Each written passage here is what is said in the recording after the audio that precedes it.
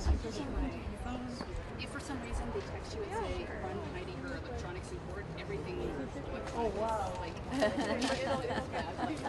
iPad, microphone, phone, everything. You guys are best. I guess I'll see you when I'm allowed out. Probably lunchtime.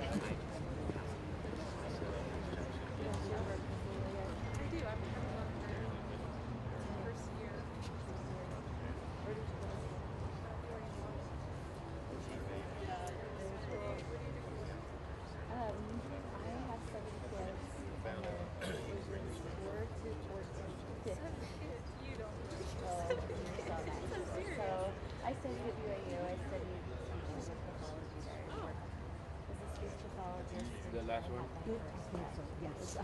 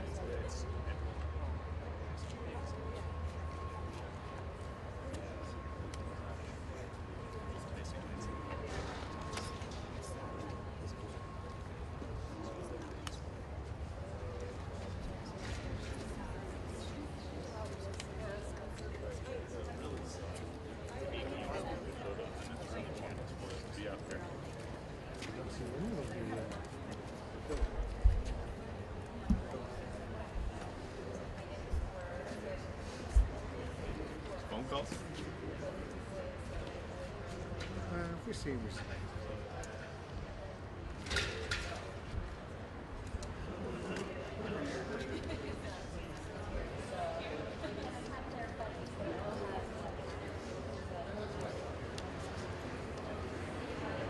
Robin's up there.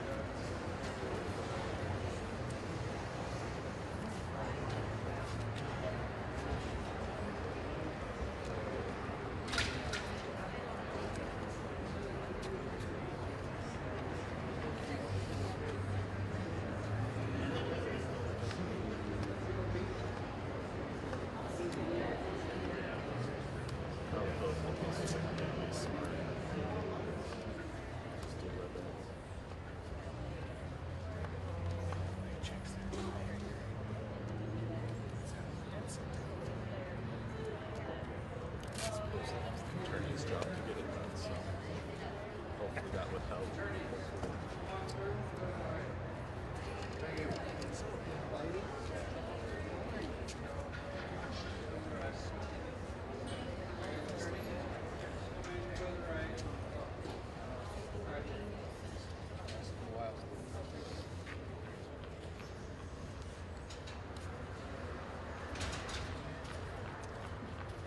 See what we do because we don't start You'd be surprised in red court case.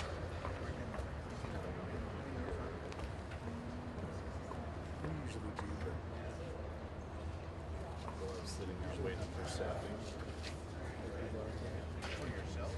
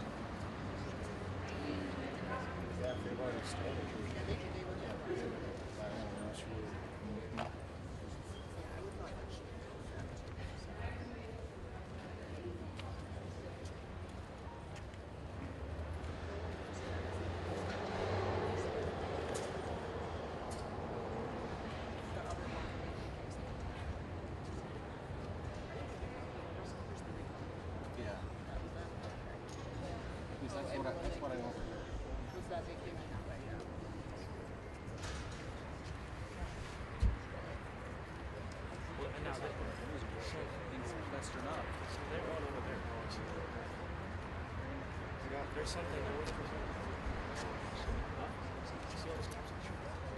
Yeah, I think we come in there with the van. Well, oh, it is.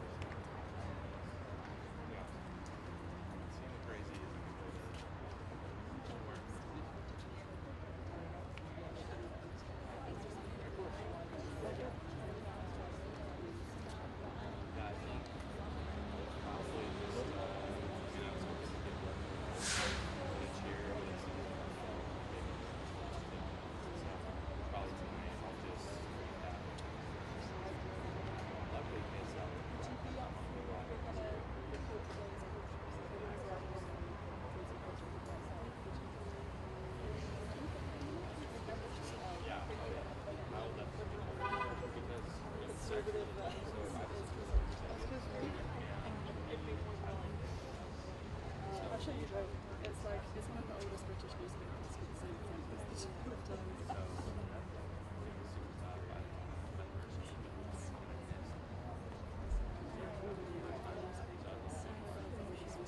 I actually wrote a front page to it.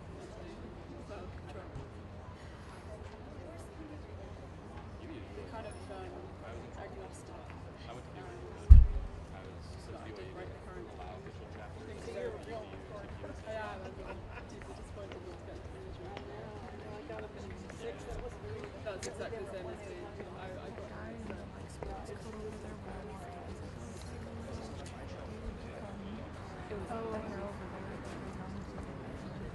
oh yeah.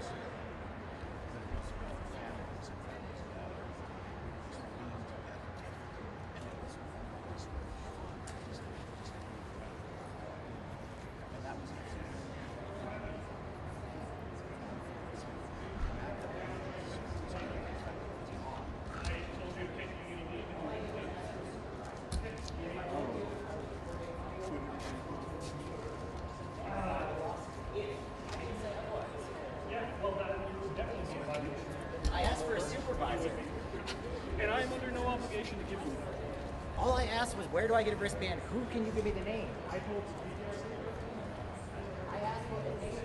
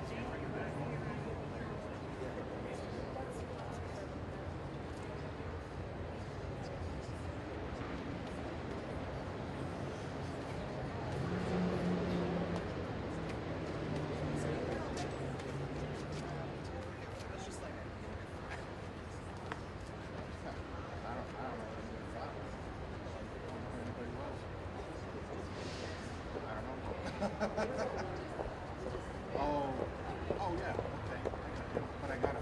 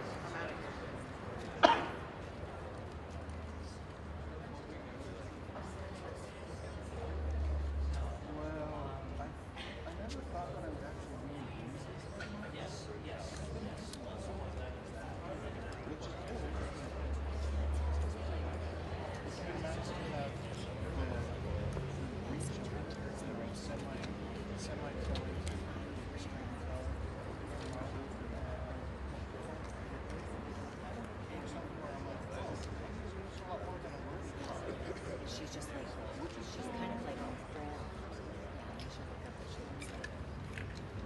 She's like a brown bob. So we've always been having, yeah, I don't know.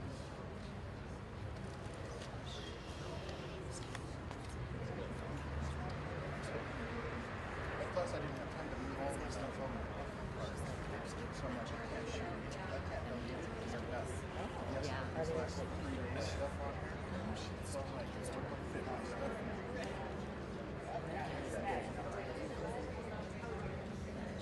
We was down to your stuff in your Hills Valley. It was warm. I mean, it wasn't unbearably hot, but it was warm. You know, kind of on the high side. I didn't stay over there. We actually got a hotel twice.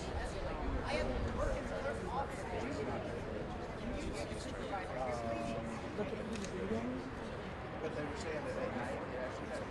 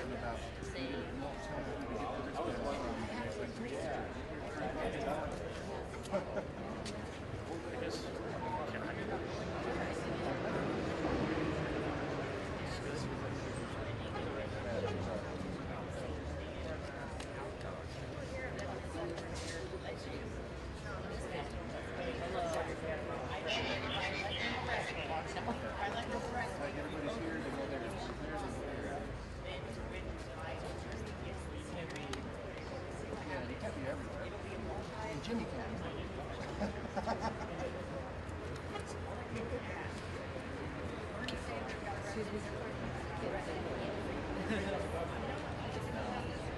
me, is there a deal like there's a station that's inside? Is there like a pool? Yeah, there are full cameras. So there's a live feed of the camera, the steering.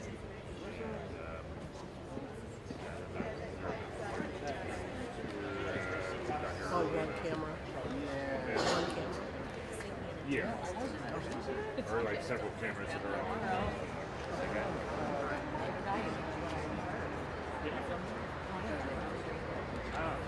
I don't know.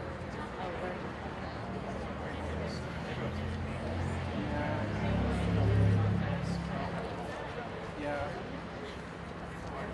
So instead of He's actually finishing up. Really? We have a new intern that starts. Actually,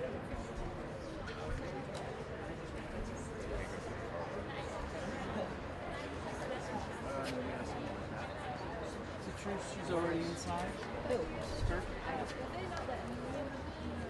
Unless you have, well, the media that I believe is supposed to go in the class. His mom and his parents. I heard one of the guards saying 3 o'clock in the morning. I was told I would be going to overflow.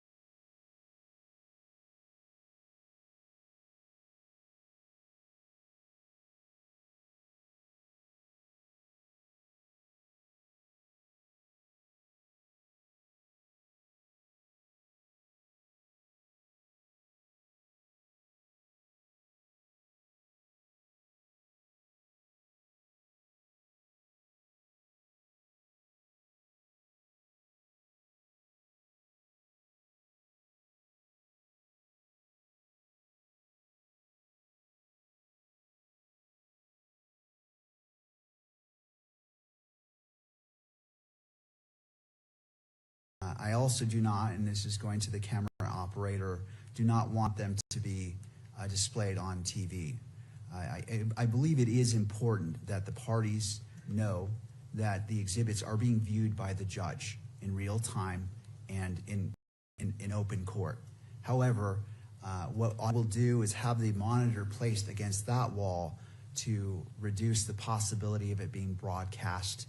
And so on the exhibits that the court grants to be published in court, and not going to Mr. Novak's point, not to be given copies to, and the court is trying to be mindful that if it's shown on TV, that's essentially giving a copy to. And so the court is taking Mr. Novak's point in consideration. And so the anticipation is, and I know I'm catching staff a little bit off guard, is placing that television right behind Jeff, our bailiff, to minimize the accidental capture by the camera and allowing it to be displayed. I recognize that that is not the ideal spot for viewing, but I'm also trying to balance the rights and important considerations that defense has made. And again, this will be on an exhibit by exhibit basis on what is published or what is not. But for the exhibits that the court rules can be published in open court, that is going to be the location of the monitor. And again, the court spent a bit of time weighing what should be done, where the monitor should be placed to accomplish the purposes of publication, at the same time protecting, especially as it may relate to sensitive material if the court deems that to be publishable in the courtroom. Any questions that I can address from either side or clarification needed or thoughts that you wish to share? No, I think I understand completely. All right. Thank you. All right. And Mr. Grunander, as it relates to that, are we anticipating the possibility of that coming up very soon in regards to publishing potentially exhibits? Not real soon, but today certainly I would anticipate, Judge. For the course information, we anticipate presenting 4 witnesses. They're all law enforcement witnesses. Officer Chris Bagley, he's now with Spanish Fork Police Department. He was with Utah Valley University Police Department. He'll be the first witness. The second witness will be Agent David Hull, and those exhibits 7, 8, 9, we anticipate coming in through him. The third witness will be Agent Brian Davis, again with the state of Utah, a case agent who's here presently. And lastly, Sergeant Jennifer Faumoina, also of the Utah Department of Public Safety. And we do anticipate admitting between 40 and 50 exhibits. Thank you. All right, Mr. Grunander, I apologize. You walked away before I got my question out. If we anticipate taking a break around 10:30, do you anticipate any potential exhibits for publication being requested prior to 10:30? I do, Judge. Okay. I do. I think the first several exhibits should be published. So. All right. Well, let's do this. I want our preliminary hearing to move smoothly and with the least amount of delays as possible. So let's take a brief break to allow the placement of that monitor, a brief test to make sure it's working, and then we can be seamless in moving forward. One quick question, Judge, for counsel's benefit. Are the monitors at the tables going to be turned on? The monitors are, and Okay. that's why I wanted to give that instruction early on for each party to monitor their monitor, because if the camera is doing a wide sweep picture of the courtroom, I can't prevent the accidental capture. Obviously, the decorum order anticipates not focusing in to the point that is focused on your monitors, but I ask all the parties to be mindful, especially as it relates to the sensitive material that may be published or may not. But please just take a look at that and be mindful of that. But I will leave it to you. So I believe it's important that all parties see what is before the court. So if you have objections, it's right there. You can say, okay, I see what the court's seeing. I have objection or not, or just to confer with your client. I just want to make sure that there is no misunderstanding of what's being presented, to allow all parties the benefit of the record, and it is clear what is being presented to the court for consideration as evidence. Thank you. And we do have one exhibit that will be in physical form, and so we will be using the easel, I think that's just over by the jury box.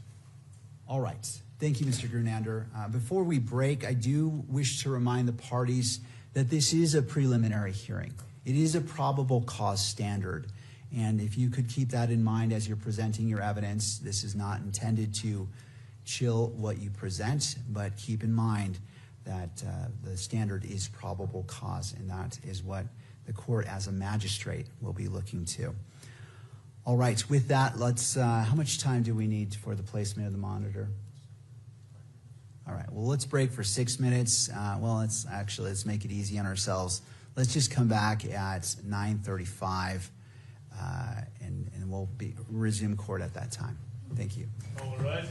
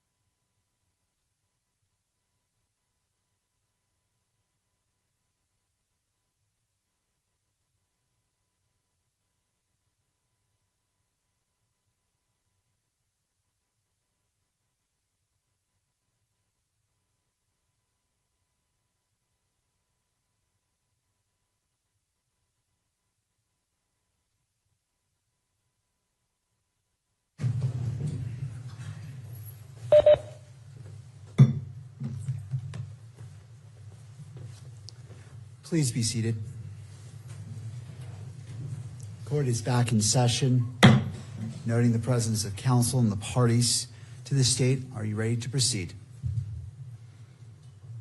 Yes, we are, Judge, but prior to calling our first witness, I would like Mr. McBride to make a brief report on discovery updates, and then just inform the court that the state has provided copies of all exhibits for today's proceedings to the defense in advance of this hearing. So, All right.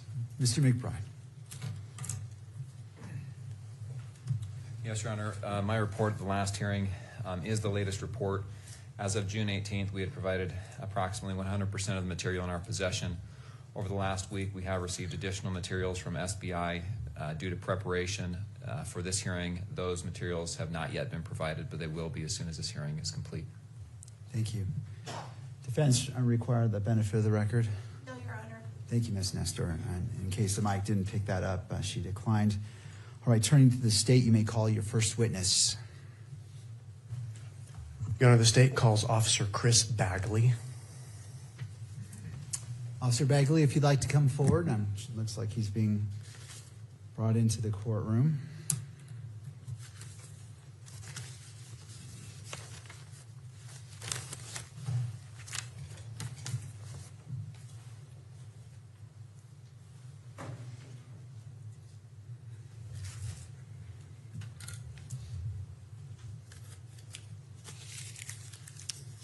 All right, Officer Bagley, if you wouldn't mind coming forward past the lectern and being sworn in.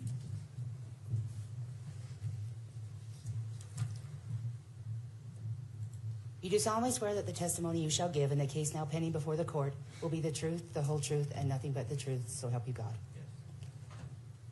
All right. Officer Bagley, if you wouldn't mind having a seat at the witness table. And after you're situated, to your left is a bottle of water. And if you wouldn't mind bringing the microphone toward you to ensure that it picks up your voice. Can you hear that? I can. Thank you. Mr. Grunander, your witness. Thank you, Your Honor.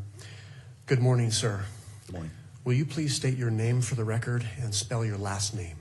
Christopher Bagley, last name spelling B-A-G-L-E-Y. And how are you employed? I'm employed with the Spanish Fork Police Department as a police officer. As a police officer. What is your position or your rank there? Just a senior officer. Senior officer, okay. How long have you been with the Spanish Fork Police Department? About 5 months. 5 months. How long have you been a police officer? 26 years. Okay. Will you briefly describe, for the court's benefit, your training, what you did to become a police officer? I did the Utah Post Academy, which is about 600 hours of training for basic things to become a police officer, report writing, arrest control, stuff to that effect. When you say Post Academy, is Post an acronym? It is. What does that stand for? Police Officer Standard Training. Okay. Were you certified through Post? I was. Okay. And what did that certification require? Going through that Post and graduating, all the academy, all the credits that you could get up with hours, and then physical fitness, stuff to that effect, and then graduating from that to earn the certificate. Was there also testing involved? There was. At the academy? Yes. Okay. Were you employed in September of 2025? I was. And where were you employed then? Utah Valley Police Department. And how long did you work for the Utah Valley University Police Department? 5 years. 5 years, okay. And do you recall what your position or your rank was there? A senior officer there. Senior officer, okay. Describe, if you would, just your general duties as a police officer at Utah Valley University.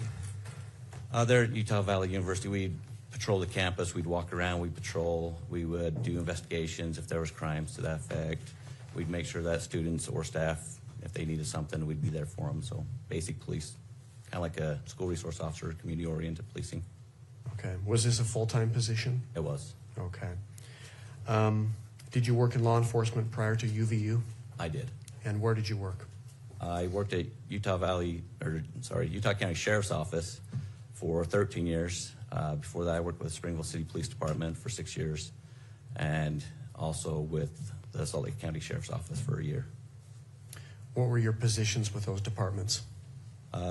Varies. I did K9, I did SWAT, I did motors, I senior officer, FTO officer, detectives.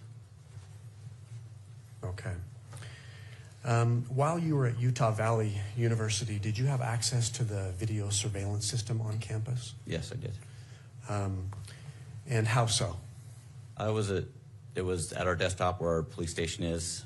We have desks, and on our desktops we'd have access to it there. Or we'd go into dispatch and they'd have a wall full of camera systems that we could look at. How familiar did you become with that system? Very familiar. Can you describe how you became very familiar? Like I said, it was one of our daily routines that we'd go in there. If we were looking for somebody or tracking something back, we'd go in. We'd go back to that time frame. We could trace somebody to track somebody through campus. I'd also turn around and make some maps, so it was easier for dispatch or somebody to click on an area in the campuses where the buildings were and be able to click a little bit easier and get a faster response. So made some maps and stuff like that. And how often did you use this system? Every day. Okay. Did you become familiar with the campus at Utah Valley University when you were working there? Yes. And explain how you became familiar with it. Like I said, we'd walk around. I would train other officers. We'd make sure that we knew all the ins and outs, the back doors. We'd make sure we knew where every classroom was, where every entrance and exit was. We'd secure the building. We patrol the neighborhoods. We patrol around campus. And then we also have off-site campuses that we drive to and make sure that they're secure also. Okay. You mentioned that you patrol the neighborhoods Yes. surrounding campus. Yes. What about the neighborhood to the north and east of campus? Yes. Okay. What was your purpose for patrolling those neighborhoods as an officer for UVU? One, it was right next to the UVU, so we patrolled it. Sometimes people would run up in that area or be walking up that way. We'd have stolen bikes, stuff like that. So we'd go into the areas, look for stuff. Also, with Orem Police Department, we'd go back up them quite a bit for other calls, and a lot of it would be in the area. Okay, so back up just a little bit. So Utah Valley University is located in what city? Orem, Utah. Orem, Utah. Okay. How familiar did you become with the buildings on campus? Very familiar. And the walkways? Very familiar. You mentioned the entrances and exits to the buildings? Yes. What about parking structures? Yes. Same answer for that? Yes. Okay. Are you familiar with the courtyard or the outdoor amphitheater on campus? I am. And generally speaking, where is that located on campus? It's more of the central, it's an outdoor area centered by a bunch of buildings around it. So it's in the center of the campus pretty much. Okay, can you describe what it looks like, this courtyard, this amphitheater? It's kind of like an amphitheater look. So you got some grass and a couple steps that go up. You got some cement on top with some bushes and flowers. You've got places where people can sit and eat. They come out and study and relax on the grass. And there's a waterfall with a little pond that comes down into a stream. So. Okay. Are you familiar with the surroundings, the buildings around the amphitheater? Yes, I am. Okay. In relationship to this amphitheater, this courtyard, where is the Hall of Flags located? It would be directly west of the courtyard. Okay. Is it part of the courtyard, or is it just off of the courtyard? It's kind of the courtyard. It like butts up right against the courtyard, so it would be the west side of the courtyard. Okay, so to the west of the courtyard. Yes. Is there a walkway across the Hall of Flags? There is. Okay, There's an and inside one and an outside one. Okay, so what is the Hall of Flags then? The Hall of Flags is kind of like a bridge between two buildings that all the flags throughout the world are represented in there, with some chairs where people sit down and relax, with windows so you can see through all the way to the Utah Lake. Okay. What are those two buildings that are connected by this Hall of Flags? The Fugal Building over to like the Science Building area. Okay, so you mentioned the Fugal Building. Yes. Where's the Fugal Building located in relationship to this courtyard? It's to the south of the courtyard. Okay. Does it run up against the courtyard? It does. The building, okay. What about the Woodbury Business Building? Where's that in relationship to the courtyard? That's kind of southeast, and it runs up right against the courtyard also. Okay, and in relationship to the Fugal Building, where's that Sorensen? Or excuse me, that business building, the Woodbury Business Woodbury Building? Business is right directly east of the Fugal. Okay. What about the Sorensen Center? Where is that located with respect to this courtyard? The Sorensen Center is going to be kind of like a northeast of the courtyard. Okay. Does it, again, run up against this courtyard? Yes, it does. Okay. And where is it in relationship to the business building? The Woodbury Business Building is just directly south of the Sorensen. Directly south. Okay. The Losi Center, are you familiar with that building? I am. And where is it located on campus? Directly east of the courtyard amphitheater area. Okay. Does it run up to the courtyard? The Losi Center? No, not really. Okay, It doesn't so- run right up against it. So the Sorensen Building is kind of like right between those two. Okay. In relationship to the Sorensen building, what direction is the Losi building? East. East. Okay. Are you familiar with the LDS Institute building on campus? Yes, I am. And where is that located? That is going to be located north of the Losi Building, and just kind of like northeast of the courtyard. Okay. And is there a parking structure next to this Institute building? Yeah, there is. And where is that? That is going to be, so you mentioned the Institute Building is going to be north of the Losi Center. There's a parking structure that has several levels of parking. It's going to be directly west of the Institute Building. And then they also have a parking lot to the north of that across the road. Okay. With respect to the parking structure, Okay. can you describe for the court how one would enter this parking structure, driving and even walking? How do you enter and exit that structure? So on the north end of the parking structure is Campus Drive. You can drive in and exit on the level 1, so that's the ground level. That's where you'd enter if you're driving in or exiting back out on campus. Then it goes up to level 2, and on level 2, exit is what's called Heat Plant Road. In between the Institute Building and the garage is a little road, and there's an exit right there that you can drive out. You can also, if you were to park in there, you could walk out right there at that exit only where I was talking about on that southeast side. You can walk out there, or on the north end of that garage, there are some stairs that go up all the levels, and it goes down to the bottom level and across the street through a tunnel to the LDS Institute Building. And then when you pop up on level 2, you can walk over to the Institute Building. Okay. Can you describe how long of a walk it would take from that parking structure to get to the courtyard on campus, approximately?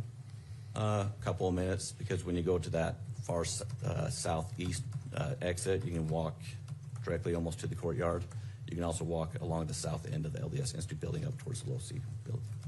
Okay. Officer, I'm going to turn your attention to State's Exhibit number 1. It should come up on your monitor there.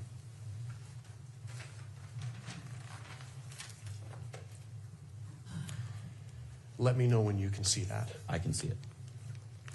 And just for staff, let's go ahead and not publish it until it's admitted into evidence, so we're going to take it off the monitors. But for the witness, he should be able to see the exhibit.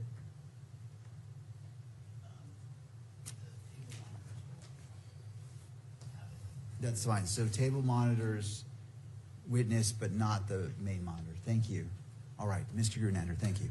Thank you, Judge. Do you see that's Plaintiff's Exhibit number 1, Officer? I do. And do you recognize that exhibit? Yes, I do. And what is that?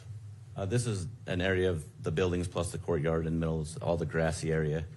So this is an area of the campus at Utah Valley University. Is it a photograph? Yes, sir. Okay. Are you familiar then with what's depicted in this photograph? Yes, I am. Does it fairly and accurately portray this area of campus? Yes, it does. Okay. Can you tell the court what direction the camera is facing when this photograph was taken? It's kind of facing north and a little to the east. Okay. Does it depict a number of the buildings that we've talked about today? Yes, it does. For example, the Hall of Flags, does it show the Hall of Flags? Yes, it does. The walkway of the Hall of Flags? What about the Sorensen Center? Does it show that? Yes, it does. The Woodbury Business Building? Yes, it does. The Fugel Building? Yes. What about the Losi Center? Can you see that from this photograph? Yes. Is this photograph a fair and accurate depiction of this area of UVU campus on September 10th, 2025? Yes. Your Honor, the state offers State's Exhibit 1. Your Honor, we would object to failure to lay a foundation for, oh, I'm sorry. It is a little bit tricky because that microphone. Sorry about Ms. that. Nestor. Your Honor, we would object to inability to authenticate. There's not been a foundation laid that this officer took this photo, can verify when it was taken, or by whom it was taken, so we would object. Mr. Grunander. Would you like us to argue now or approach the bench? Well, as it relates to this, I'll hear argument. Okay. Judge, first of all, it's very clear, well-established law that the person who took the photograph is not required to be present to lay the foundation for it. What's required for foundation is that the witness has knowledge of what's depicted in the photograph and can testify to its accuracy. And that's exactly what this officer has done. We laid an ample amount of foundation about this area of campus. He's confirmed that it depicts this area of campus that was previously described. He confirmed the buildings that he can see there. He also confirmed that it was an accurate depiction of this on September 10th, 2025. Thank you. Any further argument, Ms. Nestor? And Mr. Hernandez? We did file a standing objection at the very beginning of the hearing. I would just refer to our standing objection as well. I know this is not there's no written testimony in this, but just out of an abundance of caution, I want to also refer to our standing objection. Thank you, Ms. Nestor. All right, having considered the arguments, I find I'm going to overrule the objection and admit Exhibit 1. This witness has firsthand knowledge of the location as well as the building locations. That foundation has been laid. He also stated it was a fair and accurate representation of what's being depicted here, and for those reasons, the defense objection is overruled. State's Exhibit 1 is admitted into evidence and may be published to the courtroom. Okay. So the state would move to publish that to the courtroom. It is so granted.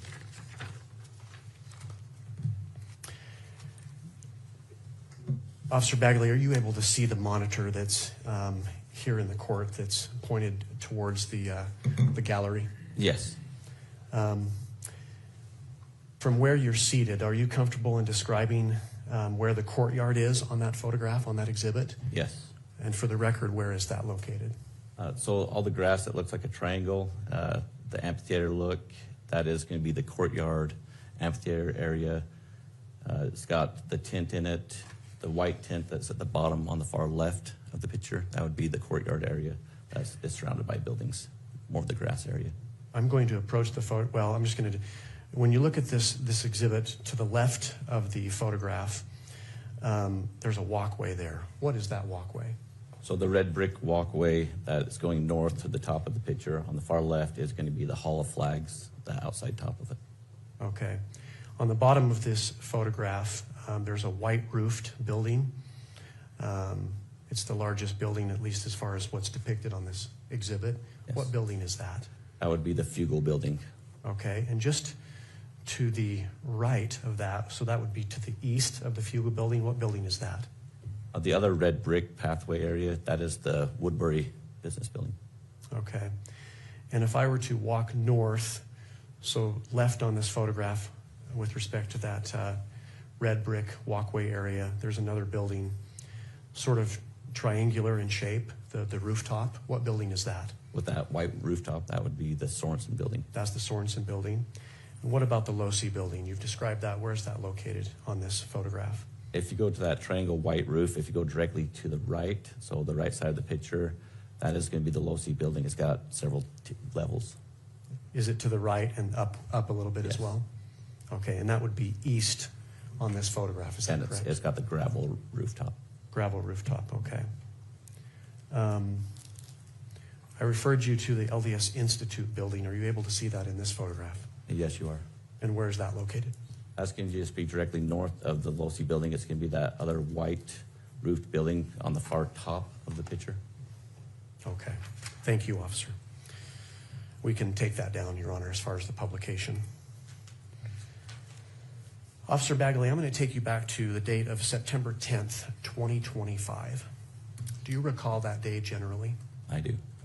Were you working that day Yes, I was. at UVU? I was, yes. Okay.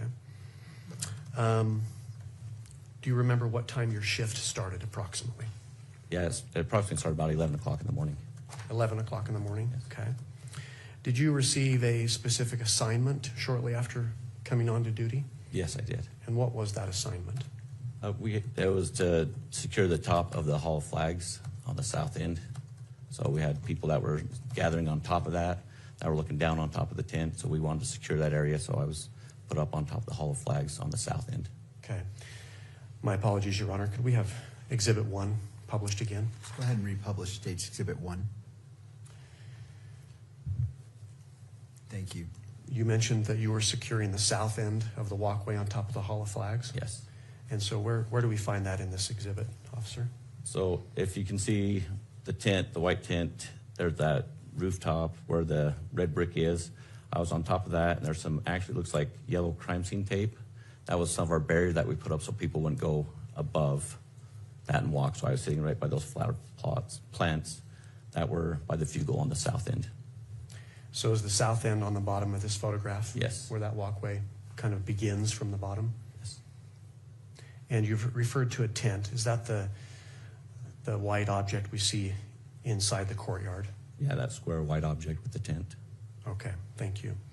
So you were securing that area? Yes.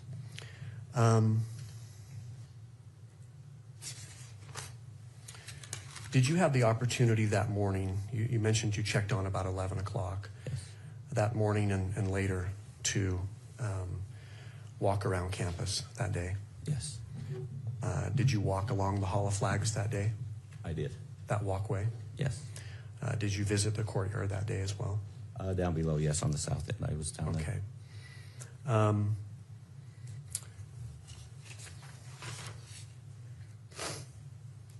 Let's see. Officer, I'm going to turn your attention to State's Exhibit number 2. And that should come up on your monitor there. Let me know when you see that, if you would. Your Honor, if we could maybe not have it on the lectern screen, we're getting reports that the documents shown on the lectern screen are being live streamed. It's live streamed. So maybe if we could just not show that one until it's admitted. Mr. Grunander? I'll submit it to the court, Judge. I've got copies of these for myself. Okay. That I can refer to as I'm asking questions. All right. Well, I'll go ahead and grant the request by Ms. Nestor. We'll go ahead and there should be a power button to turn it off. I'm not sure where that's at. Thank you, Jeff.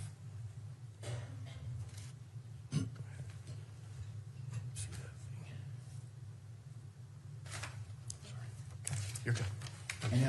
And if at any point, Mr. Grunander, you do need to use the monitor, let's revisit that. And obviously, Ms. Nestor, you can renew your objection if needs be. But for now, the monitor's turned off. Let's go ahead and proceed. Thank you. Officer, do you see State's Exhibit number 2 on your monitor? Yes, I do. And do you recognize that? I do. And what is that? This is a picture of from the east side looking west of the campus. Okay. Are you familiar with what's depicted in this photograph? Yes, I am. Okay. And does it show, for example, the Losi Center that we've talked about? Yes, it does. Does it depict the Woodbury Business Building that we've talked about? Yes. What about the Fugal Building? Yes. Does it show the Sorensen Center Yes. and also the Hall of Flags? Yes. In this particular exhibit, can you also see the courtyard? I can. A partial of it. A partial of it? Okay. Does it fairly and accurately depict this area of campus of UVU on September 10th, 2025? Yes. Okay. Your Honor, the state offers State's Exhibit number 2. Your Honor, we renew our standing objection. We also argue that a foundation hasn't been laid in terms of the time this was taken or who took it, and at what point in time this was created in-house. So I don't think he has any personal knowledge of that, and we'd object. Mr. Gernander. Same arguments, Judge. He has testified that he's familiar with it. He has personal familiarity with it. He's testified that it's fair and accurate as of the day of September 10th, 2025. And that's what was asked of him. All right. I will go ahead and overrule the objection by defense, noting that the witness has laid, he has expressed that this is a fair and accurate representation of what it purports to be, and he's familiar with it. He was there on the day, on September 10th, and because that foundation has been laid, State's Exhibit 2 is admitted and may be published. Thank you, Judge. State moves to publish Exhibit 2.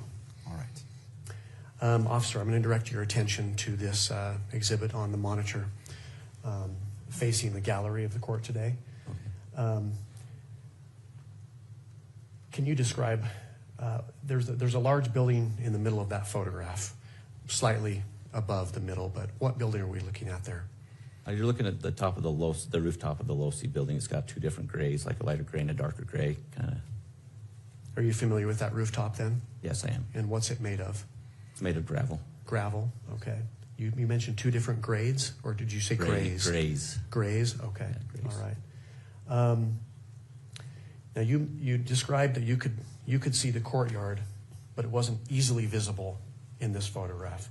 Where is the courtyard located on State's Exhibit number 2? So you got the white roof that's going to be in the middle, just to the top of the building where the low-C is. I described there's a white roof there. That's the Sorensen building, and it's just below that. You can see some grass, and that's where the courtyard is. It's just to the left of that white roof. Your Honor, I'm going to ask if the witness could actually come down from the stand and point out where the courtyard is located in this exhibit for the court's benefit. All right. Do we have a second microphone so it picks up his voice? Okay, Ms. Nestor, thank you for allowing us. Officer, you may step down, approach the monitor, and I would ask that you speak into the microphone when responding to a question. Okay, can you hear me? I can, thank you. So, officer, for our benefit, would you describe again where the low-C center is in this photograph? The low-C center is going to be this one with the gray roofs. It's got two different colors of gray. Two different colors of gray, okay.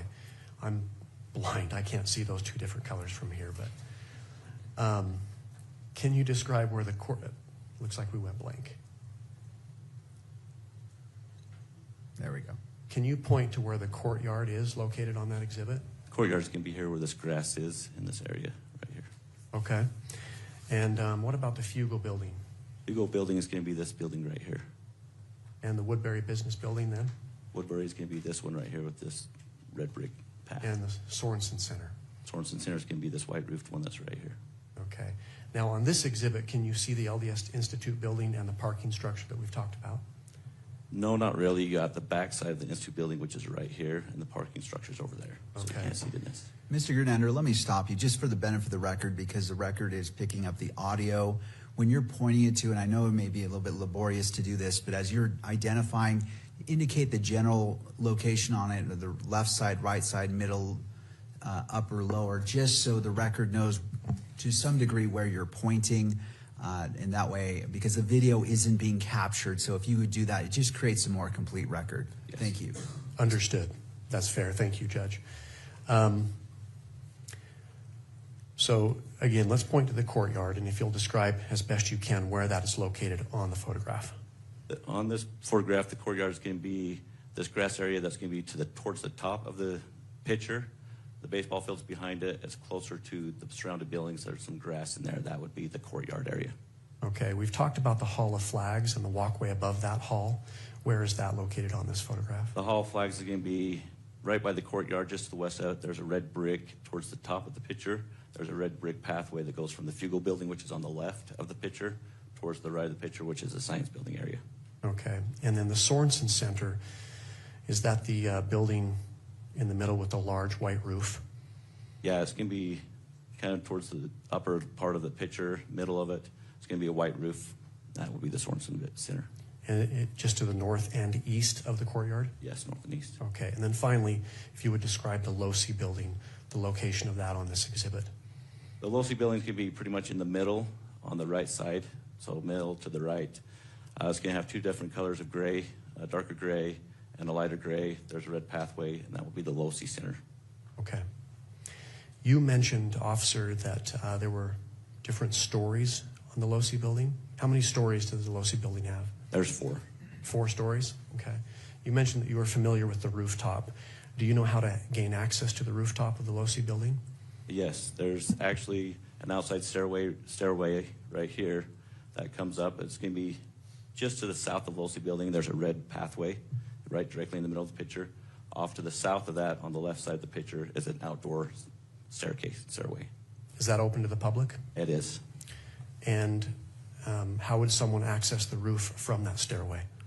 If they came up, they would put them right here on this pathway that goes between the low-C center and down towards the computer science building. There's a red pathway. There's actually a little handrail, like a little guardrail, probably about a couple feet high, that somebody could jump over. Is that area restricted? Is it off limits? Yes, it is. There's kind of like a natural barrier with the guardrail, and from there on, there's no path. It's gravel roof, so it's not paved like everything else. But someone could hop over that railway? Yes. Okay. Thank you, officer. You can take your seat again. Thank you.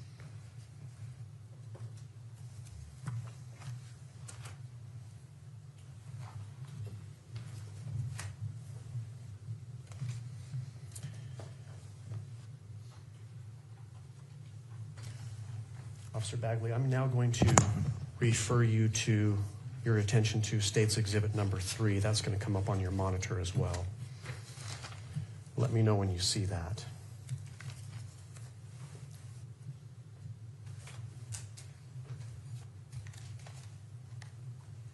Yes, I do see it. Okay. And do you recognize that? I do. And what is that? This is a drone picture of the campus, more of the courtyard, looking eastward. Okay. I've asked you about several buildings on campus. I'm going to ask you about those same buildings, whether they're depicted in this exhibit, okay? Do you see where the Hall of Flags is located? Yes, I do. It's down towards the bottom. It's a red brick pathway. It would be the Hall Flags. Okay. What about the Fugal building? Fugal building is going to be to the right of the picture. It's going to be a white roof building off to the right, directly south of the courtyard. And the Woodbury business building? Where's that at? Woodbury is going to be another red path that's going to be just to the east of the Fugal building. It's got a gray roof and some red path. The Sorensen Center?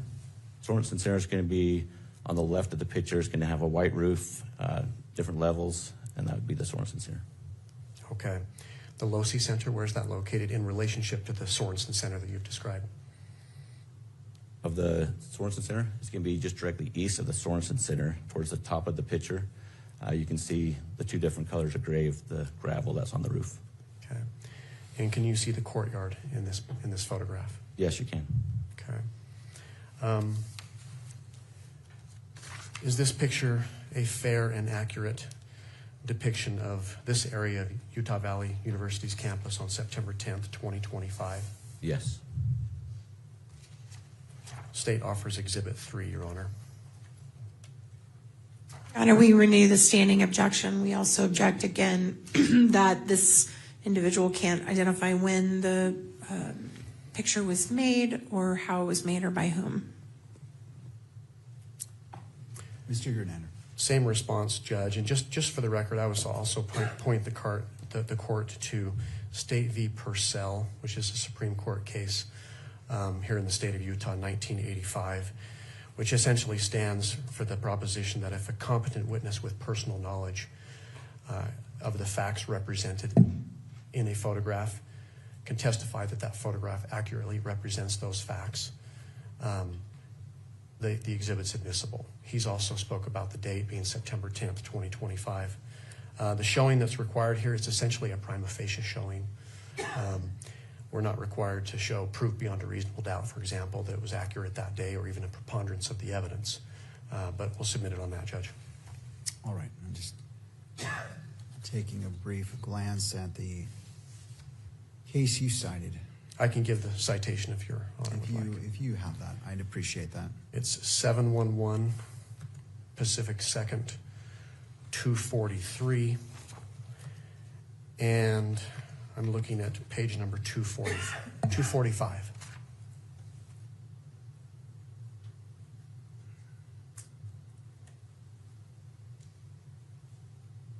All right.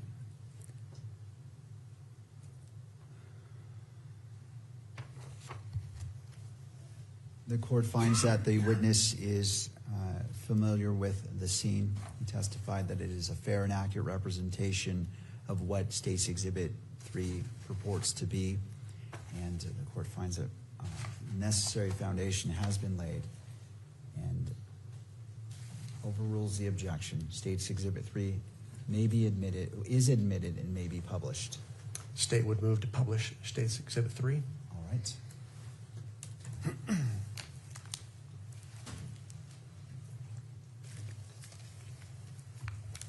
May I approach the witness, Your Honor? You may.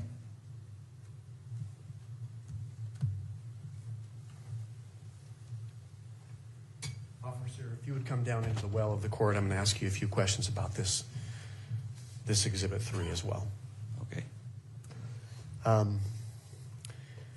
Can you point out where the Hall of Flags is located and describe that for the record? The Hall of Flags is going to be down here on the bottom of the picture. It's going to have a red brick pathway with some flowers along the top of it. You mentioned that you were securing an area of that. Yes. That hall, that walkway. Where were you stationed? I was down here by the end of the flower pots, which is down here on the south side towards the Fugal building on the far right of the picture. Okay. In relationship to where you were stationed, where is the Fugal building then? The Fugal building is just to the right of me, so it would be on the south end of me. Okay. And so it's on the right side of the photograph there? Far right side of the photograph, yes. What about the business building? The business building is just going to be in the middle of the picture on the far right. It's going to have some red brick pathways. It's going to be multi-level, and that would be the Woodbury building. Okay. The Sorensen Center, where is that located on the photograph? Sorensen Center is going to be middle to far left of the picture. It's going to have a white roof on top of it, multi-level. Okay. And the Losi Center, where is that located? Losi Center is going to be towards the top of the picture, kind of off-centered a little bit, but it's going to have the 4 or 5 floors that are, the 4 floors that are sitting right there. Okay. Can you describe those stories, what we're looking at? Where do you find 1, 2, 3, 4, and possibly 5? So this is ground level where the courtyard is. So this, as you go over in towards the Losi building inside, there's an elevator that would be ground 1, level 1. Level 2 would be the second one where these red ATVs are sitting on the grass right there in the middle of the picture. If you go up from that, that would be the 3rd level.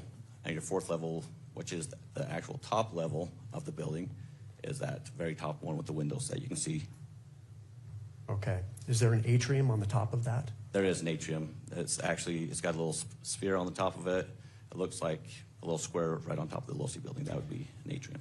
Now, you mentioned 2 shades of gray on the rooftop of the Losi building. Yes. Can you see that on this exhibit? I can. So where the atrium is a lighter gray, gravel. And on the west side, because I'm looking east, on the west side, there's 2 ventilations for the Losi building, 2 vents on top of that. It's in the darker gray gravel. You mentioned you're familiar with the rooftop of the Losi Center, correct? Yes. When someone is standing on the Losi Center, can they see down into the courtyard? Yes, they can. And where is the courtyard located from It's the going to rooftop? be in the center of the picture with the grass and the atrium-style steps. Would that be west of the Losi Center then? Yes, it would be directly west of the Losi Center. Okay. Now, in a couple of the other exhibits, we saw a tent that was down, set up in the courtyard. Can you see that tent set up in the courtyard in this photograph? You cannot in this picture. You can't. It would be where I explained where the Hall of Flags is. It's directly underneath the Hall of Flags, like just on the grass right there. Okay. Is there a clear line of sight between the tent and the top of the Losi Center, the rooftop? Yes, there is. Okay. Is some of it obstructed? Yes. Obstructed by what? The Sorensen building that's right here, this white roof that's going to be, this kind of obstructs a little bit of the view of the courtyard. So where would you have to be standing or perhaps lying down on the Losi Center to see into the courtyard where that tent was? On the far south side of the Losi building, you could have a line of sight towards the courtyard. And that's the top roof? The top roof, yes. With the darker shade of gray that yes. you see? Okay. Thank you, officer.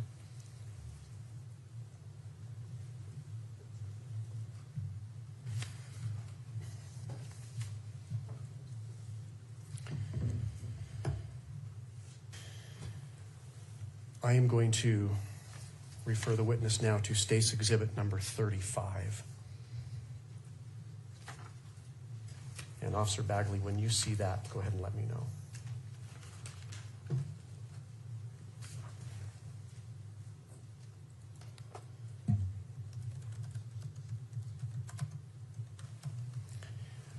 Do you recognize what that is, officer? I don't have it yet. Oh, okay.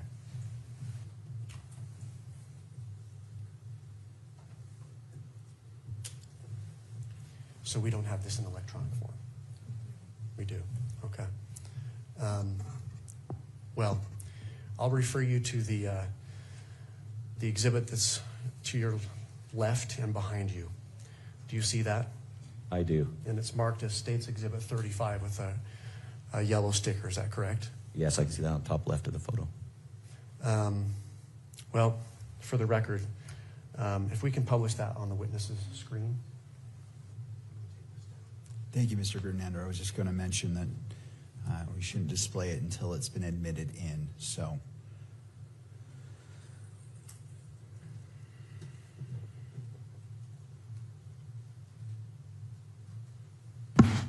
Do you see State's Exhibit 35 in your monitor? Yes, I do. Okay, do you recognize that? Yes, I do.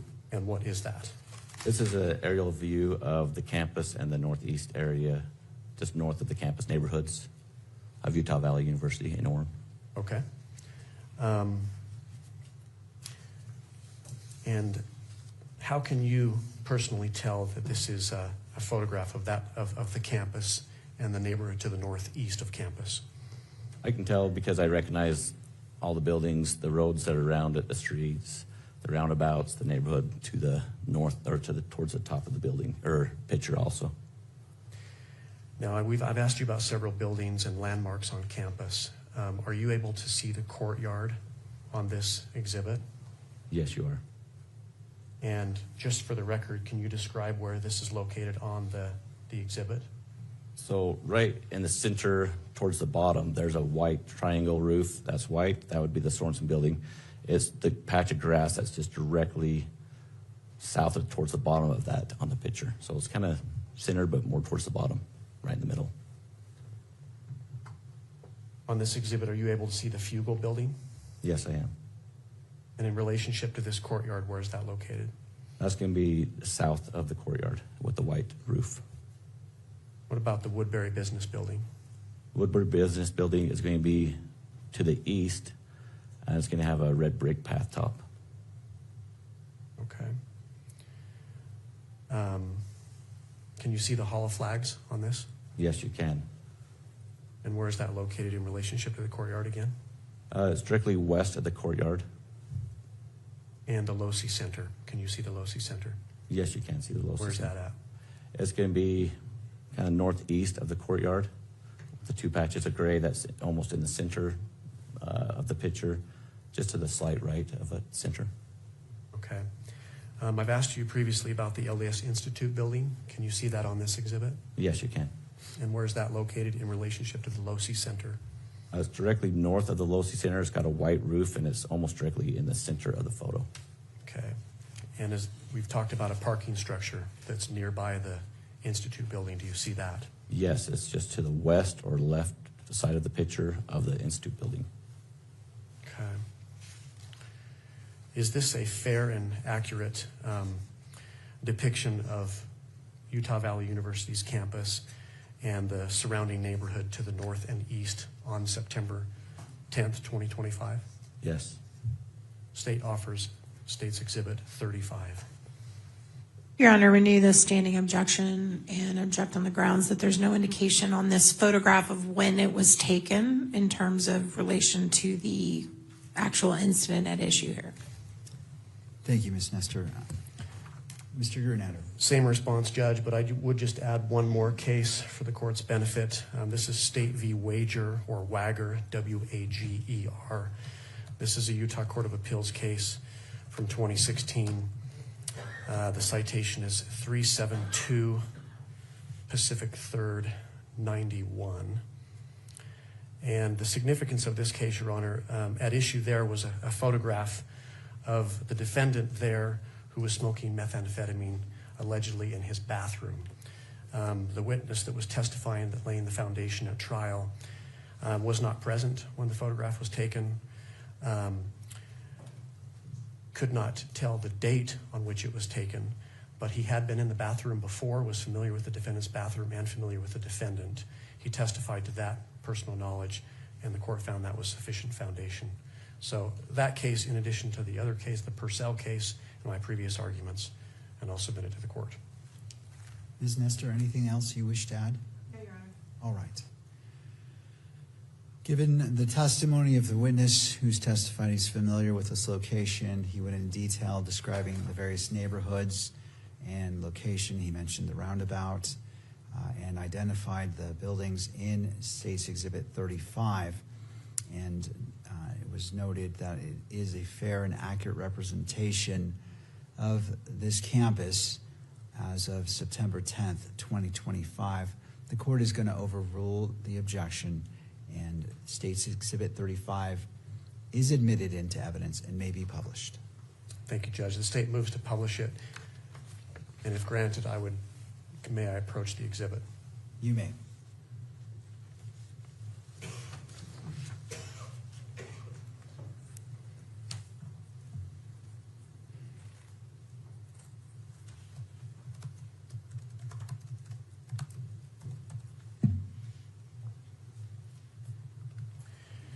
Officer, I've asked you about a number of the buildings located on campus. I'm just going to ask you a couple of questions about those and to help orient the court to what the judge is looking at, and then ask you about some of the streets in the neighborhood, okay? Okay. For the court's benefit, can you point out where the LDS Institute building is? Yes, I can. And I'm going to approach the witness again if you could describe where it's at on that Exhibit 35. Okay.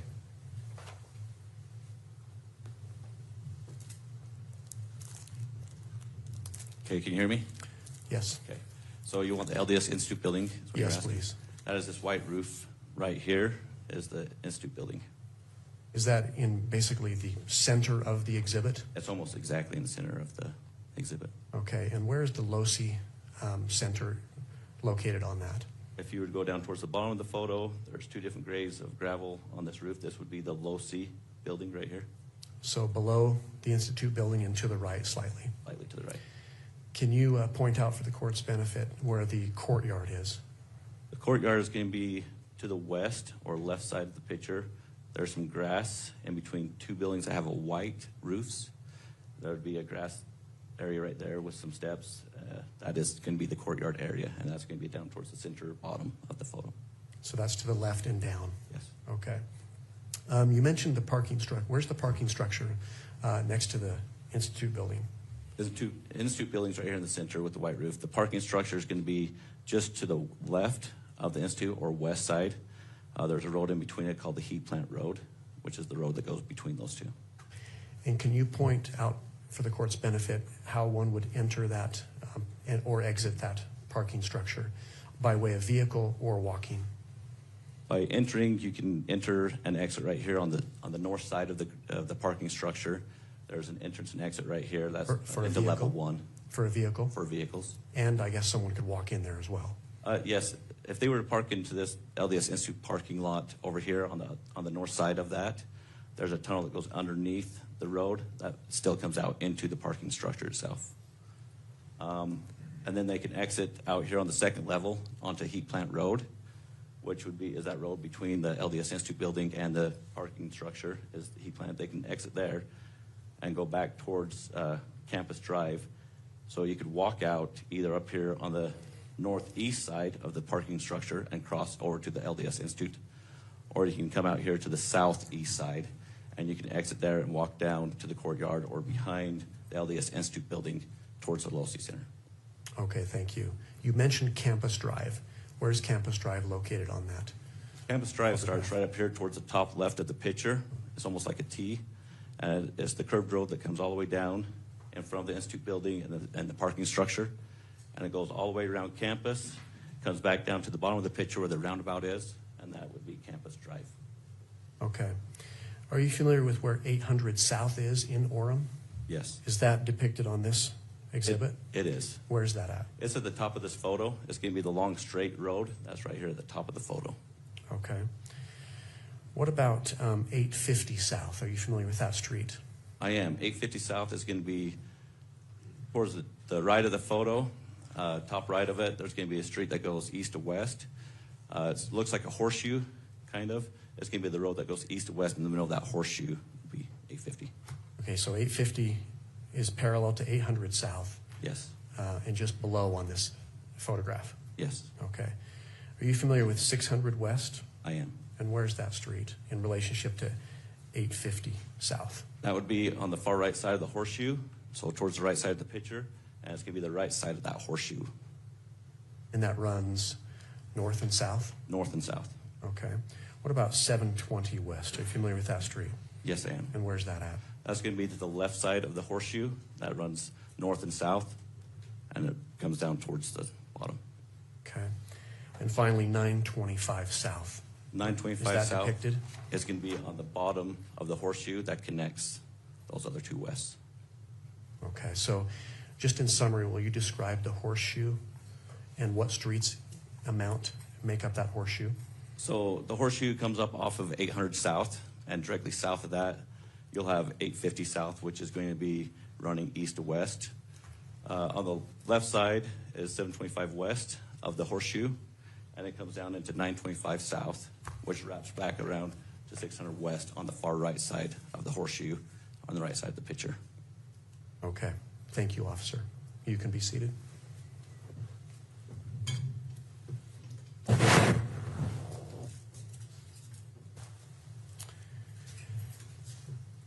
Okay, I'm going to take you back to September 10th, 2025. You mentioned you were on campus. You had a particular assignment. Yes.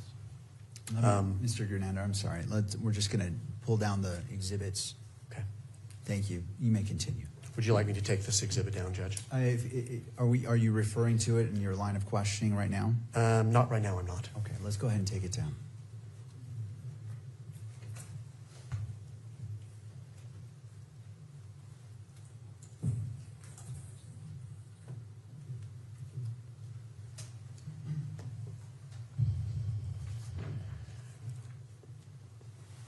So you were securing the Hall of Flags walkway, correct? Yes. On the south end.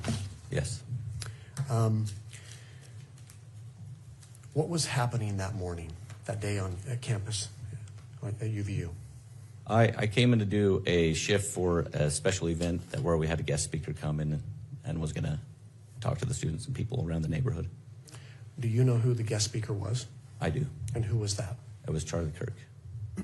Did you see Mr. Kirk that day? I did. When did you first see him? When he arrived on campus, just behind the west side of the Hall of Flags, I saw him pull up. And can someone access the courtyard through that area? Yes, they can. How so?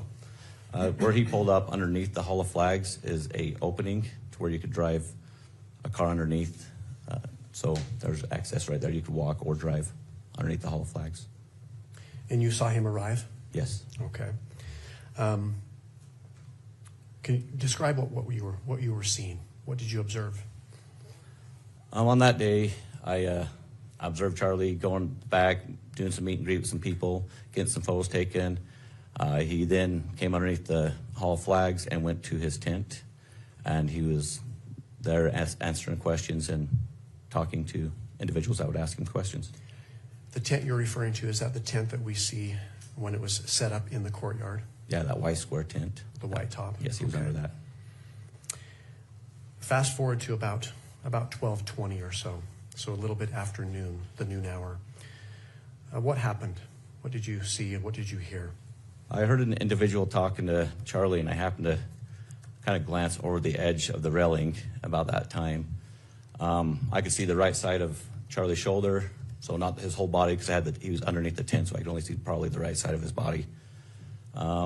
He was answering a question, kid asking him a question, and then I heard a shot fired. Do you know what time that was? Yes. What time was that? 12:23. What did you see?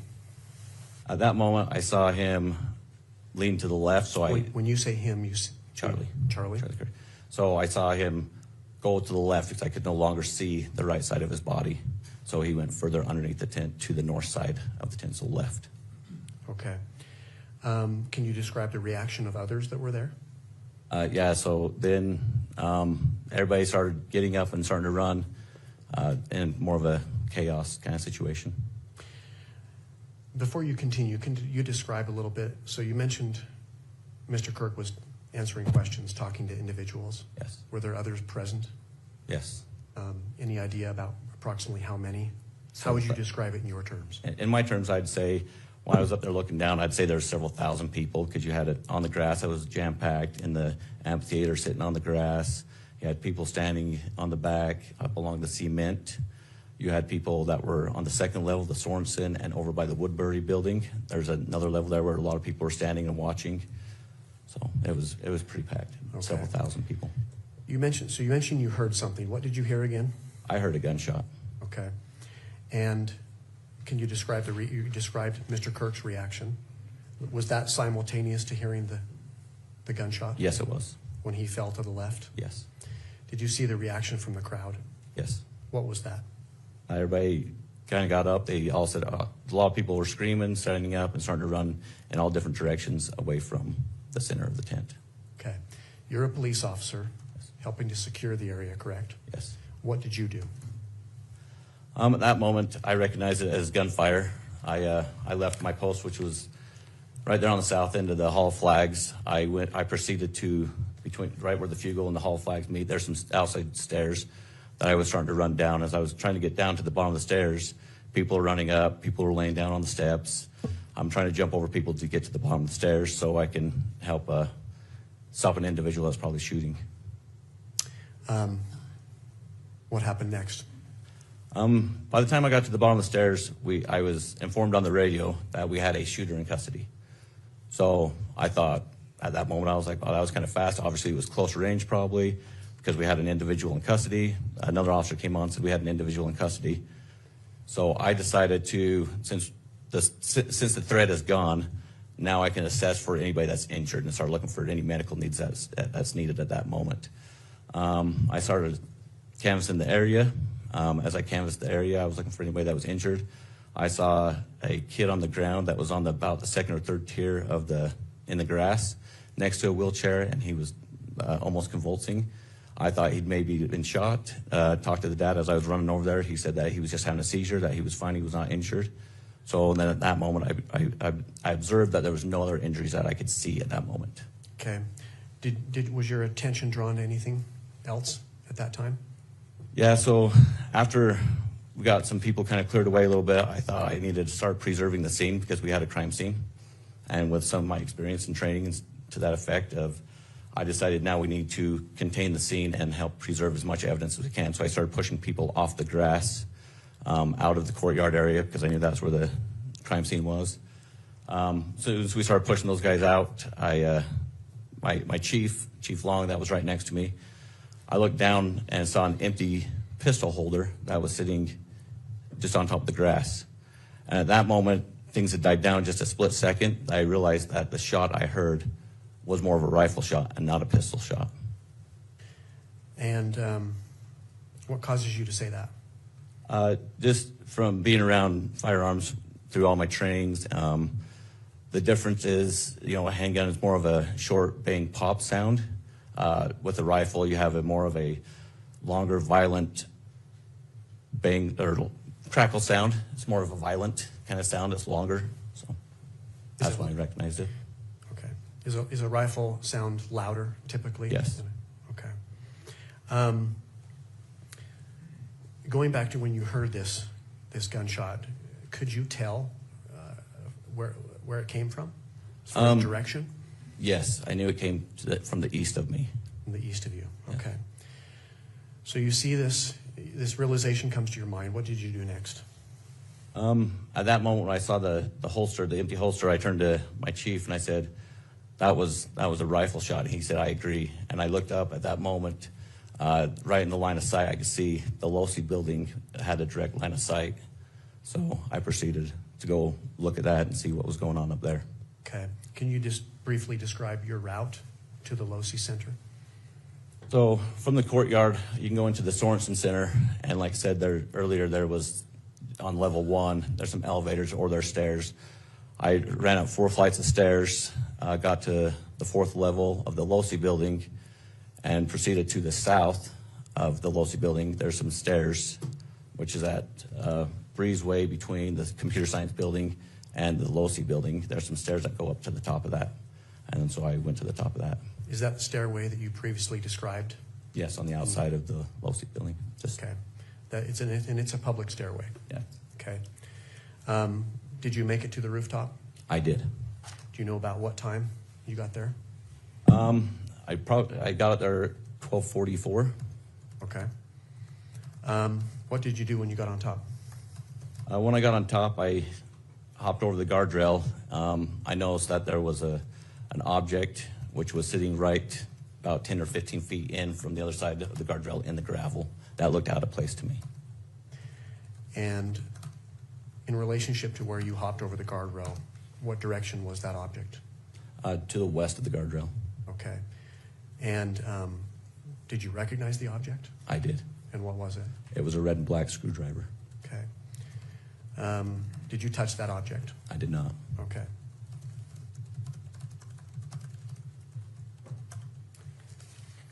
I am going to refer the witness on your screen, Officer Bagley, to State's Exhibit 3.1. Let me know when you see that. Yes, I see it.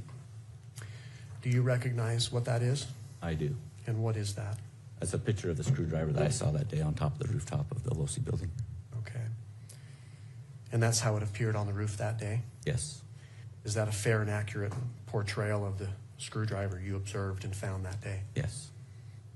Your Honor, the state offers State's Exhibit 3.1. Ms. Nestor? Your Honor, we renew, we renew our standing objection and object on the grounds that there's no foundation laid as to when the photo was taken or by whom. Thank you. Same response, Judge.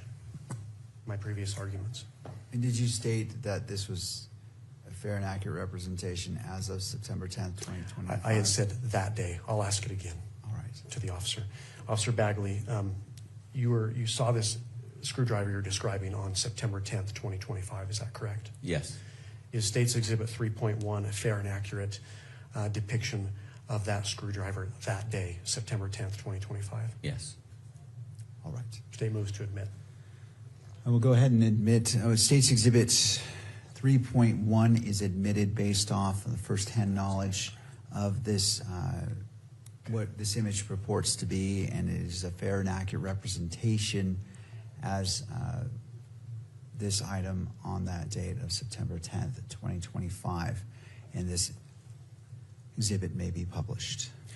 Your Honor, before we continue to publish it and ask a few more questions, right now might be a good time to take a break.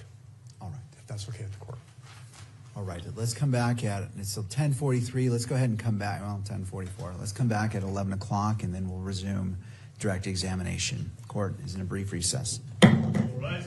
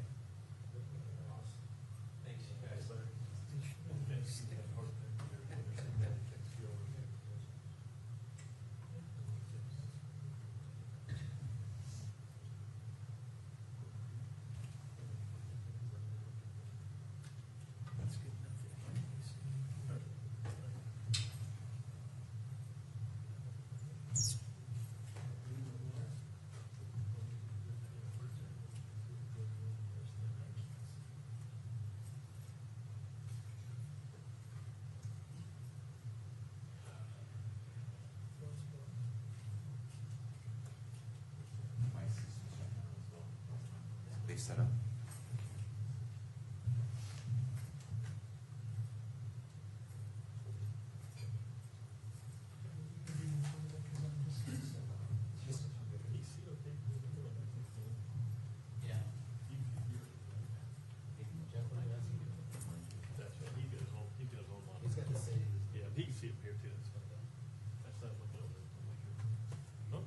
You want to test it from here? Yes, sir. It should be up now. Oh, this is turned off right now. Clerk controls it. I just have to publish and they'll decide what monitors it's going to go on.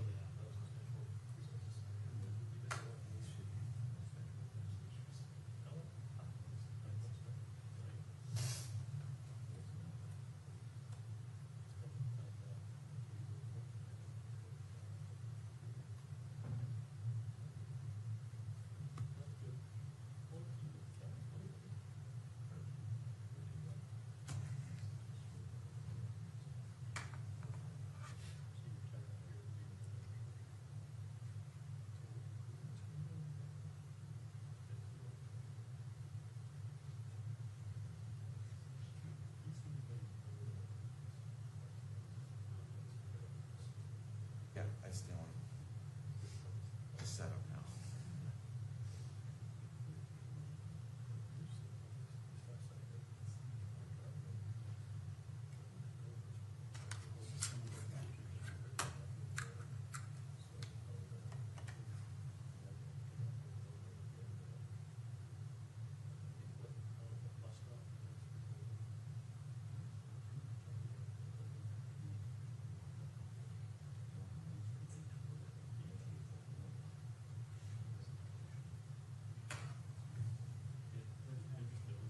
Way back at the beginning.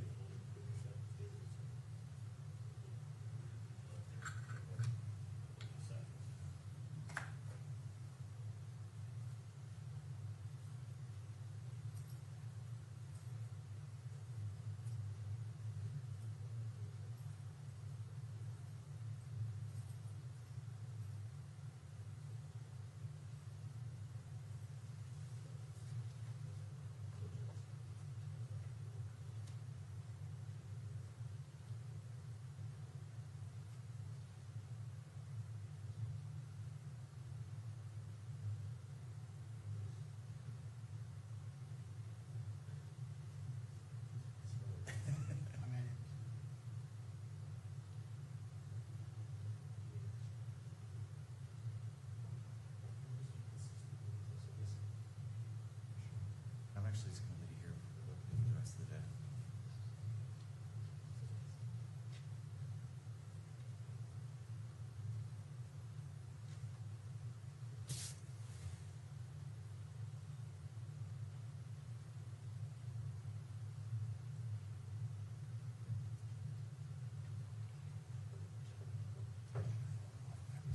No worries, it's okay.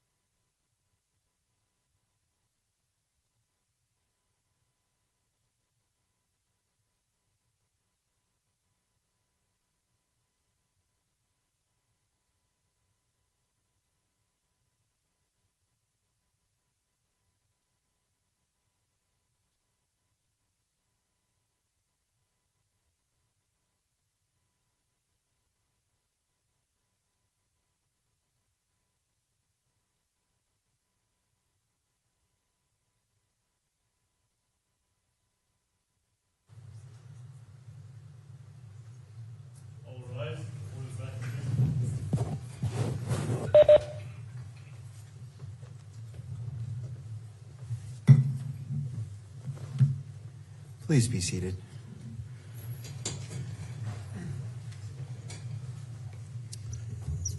Court is back in session. Before we get started, I want to clarify on the record that pursuant to the Utah Constitution,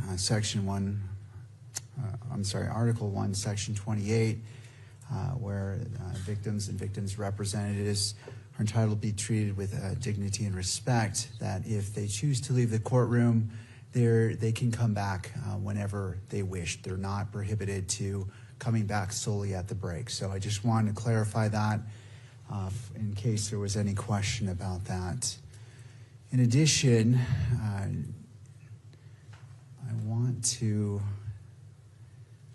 talk about the exhibits as it relates to their admission and publication of the exhibit. So whenever there is an objection to an exhibit, I would ask that the attorneys are clear specifically what they're objecting to. There's basically three levels of objections that could be objected to. First, the admittance of the exhibit itself. Second is the publication of the exhibit to the gallery. And third is the publication which is electronically captured by the media. So, counsel, I'll leave it to you in regards to what you object to or what you wish to respond to. If no objection to the publication media capture of the exhibit is specifically raised, the court will presume there's no objection. So, being that the monitor was introduced today by the court, I wanted to offer that guidance to the parties in regards to your objections. With that, let's go ahead and return to the witnesses. I do note for the record that the counsel is present and all the parties are present, and let's go ahead and proceed. Mr. Gernander. Thank you, Your Honor. We left off Officer Bagley with just having admitted State's Exhibit 3.1. I believe the court also granted our motion to publish 3.1. So we would ask the court to publish that to the gallery, 3.1. Ms. Nestor, any thoughts? No, Your Honor. All right, we'll go ahead and publish Exhibit 3.1.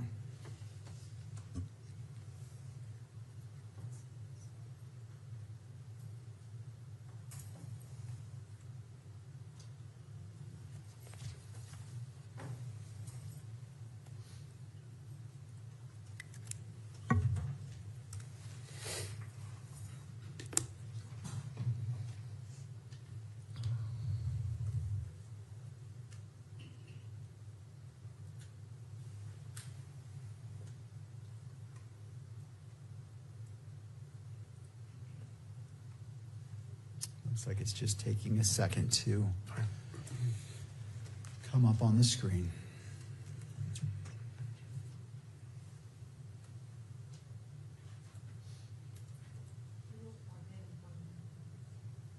Let's go ahead and unplug and replug in the monitor to see if that brings it back to life, to display.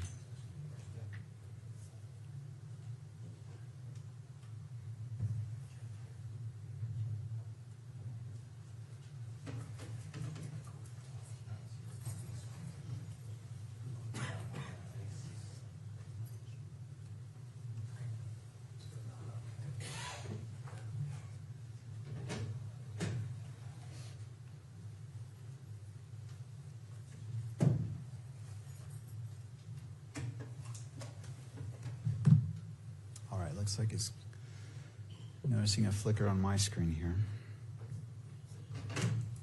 Thumbs up. All right.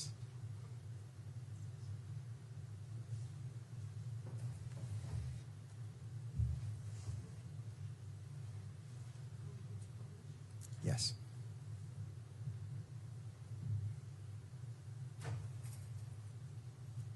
All right. Mr. Gernander. Thank you, Judge. Officer Bagley, so you testified that this is the screwdriver as you saw it on September 10th, 2025, correct? Yes. I'm going to, and this was on top of which roof? The Low C building. And in relationship to the entrance, the stairway, and when you hopped over the rail to get there, where was it located? About 10 or 15 feet in. Okay. If I could, Your Honor, bring up State's Exhibit number 2 that was previously admitted. All right. I would like to have Officer Bagley come down from the witness stand and point on that exhibit approximately where this screwdriver was located and describe it for the record. All right, you may step down. And if you have a microphone for him as well. I think there was one up there. Oh, here we go.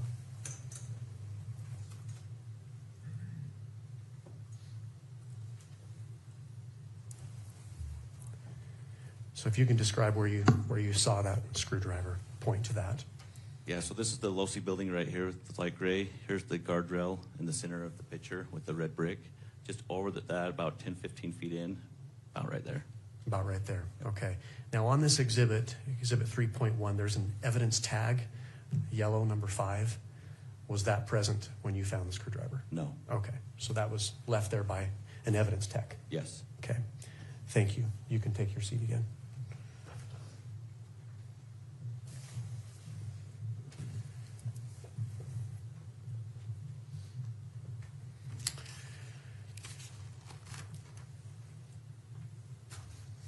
Officer, I'm going to direct your attention to your monitor again and have you look at State's Exhibit 3.2. And if you'll let me know when you see that. Okay, I see it. Okay. And can you tell us what that is? Yes, that's a picture of the top of the Losi building looking west. Okay. And how do you know that that is, in fact, the top of Losi Center, looking west? I can see the landmarks of several buildings, the Fugel buildings on the top left of it. You've got on the right is a white roof, which is the Sorensen building on the right side of the picture. This is also the gravel area on top of the Losi building. Okay. Can you see the courtyard from this exhibit? Yes, a little bit. What about the tent that was set up that Mr. Kirk was underneath? Yes. Okay. What about the Hall of Flags? Yes.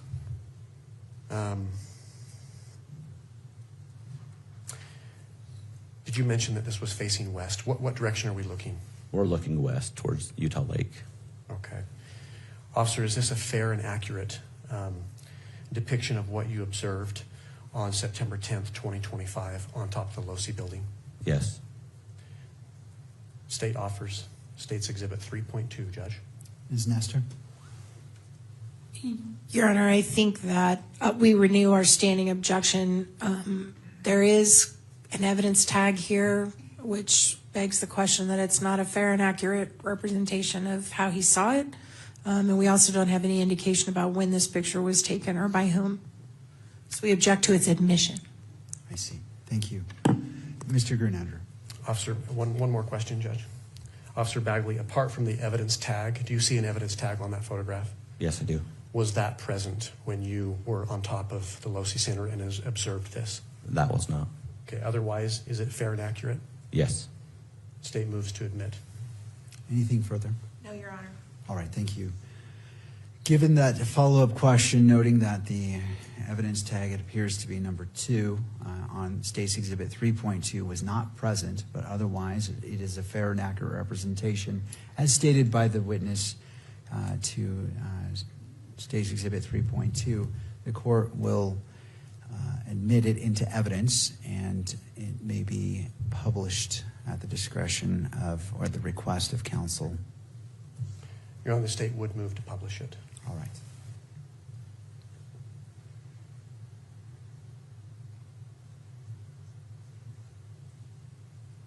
Officer Bagley, will you describe what it is that we're looking at here?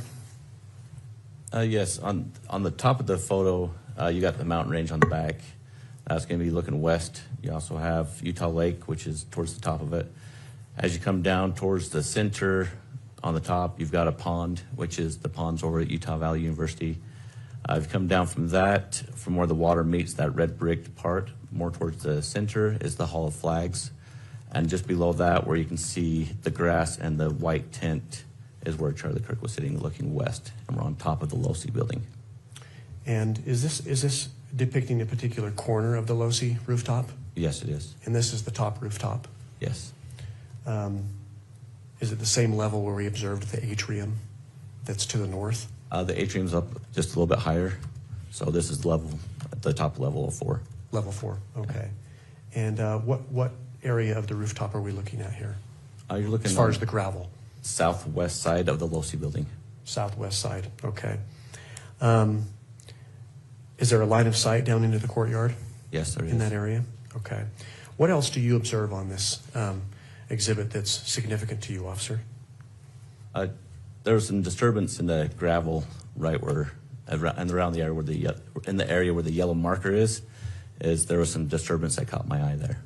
Okay. And does this photograph do it justice? No. And how so? You can't really see the impression I saw at the time of when I was up there on that day. I saw a distinct impression in the gravel, and this does not show that. Okay, so you could see more with the naked eye? Yes. Okay. I'm going to refer the witness to State's Exhibit 4 on your monitor there.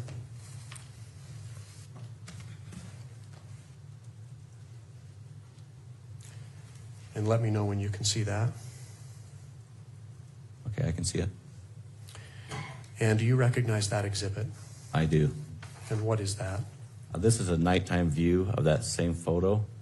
That was just last, same view, looking west, and I can see the disturbance in the gravel. And what tells you that this is the same photograph as the last one, as Exhibit 3.2? You can see the hall flags. That's direct, almost the top of the photo. In the middle, you got the hall flags. You can see the tint in the grass area, the direct line of sight with the Sorensen building, and I'm on top of the gravel of the Losi building, southwest side.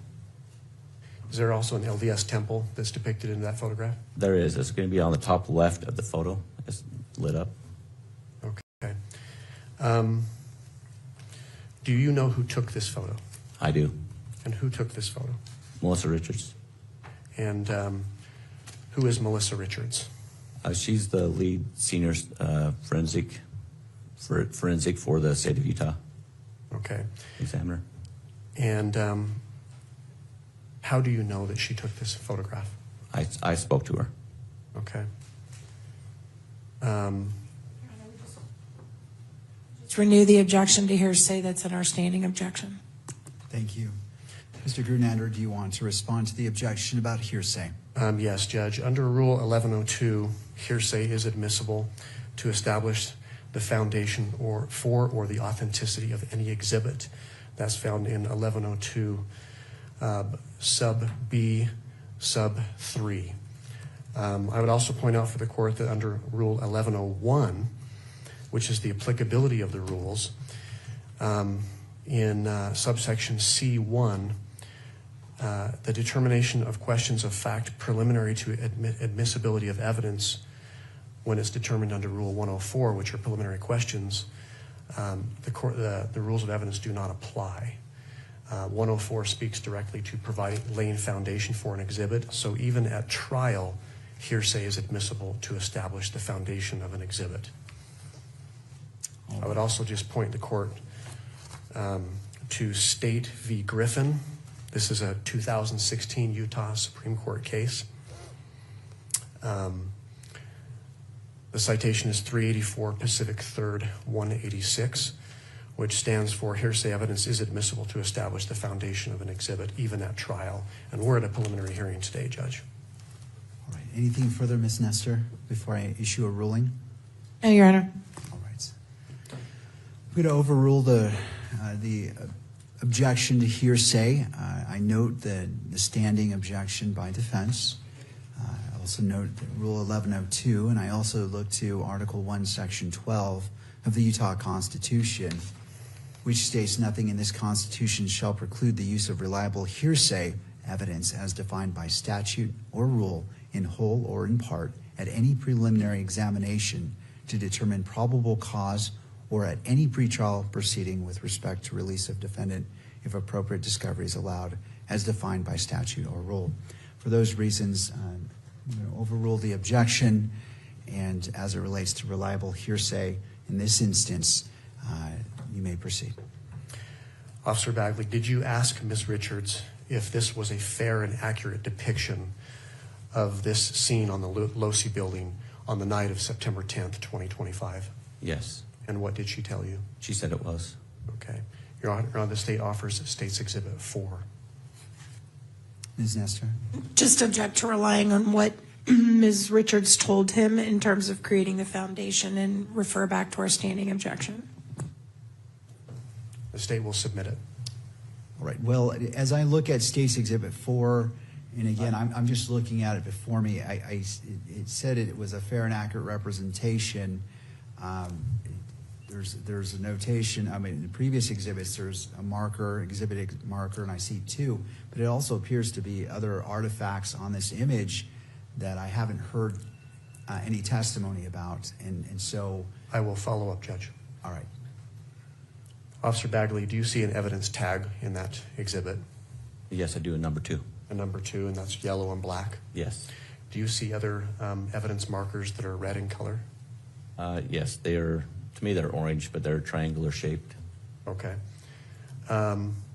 Were those markers, the evidence tag 2, as well as the orange or red markers, present when you observed that scene that day? No. Okay. Were they present, however, when Ms. Richards took this photograph? Yes. And she indicated to you that that is a fair and accurate representation of what she observed that night? Yes. State would move to admit Exhibit 4, Judge. Ms. Nestor? Objections, Your Honor. Thank you, Ms. Nestor. I'm going to go ahead and overrule the objection, noting that the marker, evidence marker, as well as the red or orange markers, I can't tell which color it is, was not present originally. With those included information, State's Exhibit 4 is admitted into evidence and may be published. Thank you. The state would move to publish that. All right. And I would ask for the witness to come down to explain the exhibit. All right, officer, if you'd like to step down, use the microphone, and as previously noted, describe, when you're describing something on the image, where it is located on the image for the benefit of our recording. So, officer, will you describe for the court what it is that you're looking at? So what I'm looking at is I'm on top of the Losi building, which is where the gravel is on towards the bottom center. I'm looking west towards the tent, which is in the upper center, that you got a white tent. You can see the grass down there in the amphitheater. You got the Hall of Flags that's more towards the top center, and behind that you got I-15. But what I'm looking at is in the disturbance of the gravel is what I saw that day. Okay, and what can you describe for the record that disturbance? To me, when I got up there and I could see this disturbance in the gravel, to me it looks like a sniper pad, a person that has been laying in a prone position, and you've got markings of elbows, knees, and feet to where somebody was in the line of sight of where Charlie's tent was. Thank you. And if we could, again, take the, if we could publish State's Exhibit number 2.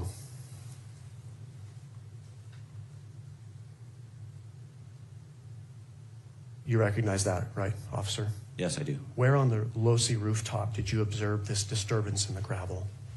If you go to the center of the picture, if you go to the center of the picture in the darker gray part of it, on the left side, so the south side of the Losi building, it would be right in the line of sight of the Charlie Kirk tent that's straight in front of it. Okay. Or the southwest side of the roof. Thank you. You can take your seat.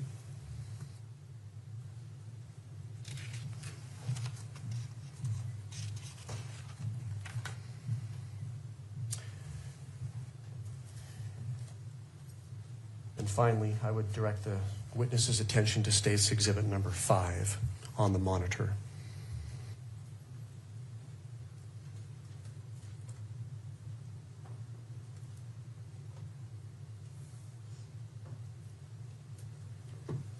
Let me know when that's there. It is. It is there. Do you recognize that exhibit? I do. And what is that? This is going to be a picture of the side profile of that last photo we looked at with some red or orange markers and a number 2 with also a tape that's there on top of the Losi building. What was that tape that you said? There's a measuring tape, it looks like. Okay. Are you able to tell which direction the photographer was facing? Yes, And what direction is that? it's facing south. This is a nighttime photograph, correct? Yes, Do you know who took this picture? I do. And who took the picture? It was Melissa Richards. The same individual that you spoke about before? Yes, Did you ask her whether this is a fair and accurate depiction of what she observed that Yes. night? yes. What did she say? She said it was. With respect to what you observed that day, apart from the evidence tag, the yellow tag, as well as the orange or red markers, is this a fair and accurate depiction of what you observed? Yes.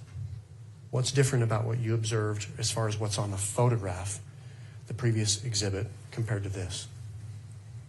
You can see more of the length of an individual. So you can see that more, there's 2 elbows, 2 knee areas, plus also towards the far right of the photo is also a marker where like somebody laid a gun down. Okay. It's like a prone position. Your Honor, pursuant to Rule 1102, as well as other authority that's been cited today, the state offers State's Exhibit 5 into evidence. Your Honor, we renew all the same objections we made to Exhibit 4. Thank you. Given the foundation that has been laid and that the witness has testified that this is a fair and accurate representation of the scene, noting the tape as well as the markers in that, State's Exhibit 5 is admitted into evidence and may be published. State moves to publish Exhibit 5, Judge. All right.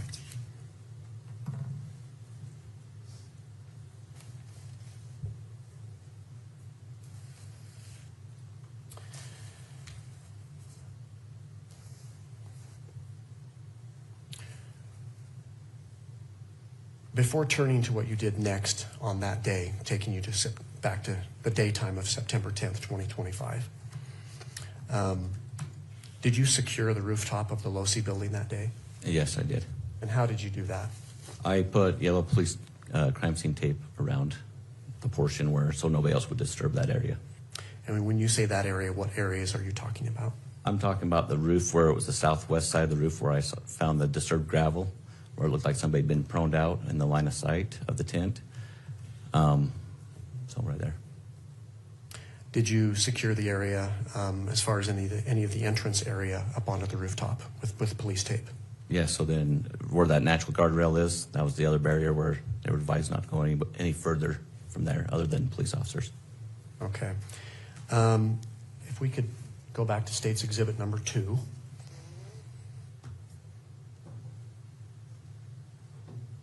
If we were to zoom in on this photograph, are you able to see the police tape that you put up on the rooftop of the Losi Center, officer? Yes, you would be able to. Kimberly, if we can zoom in.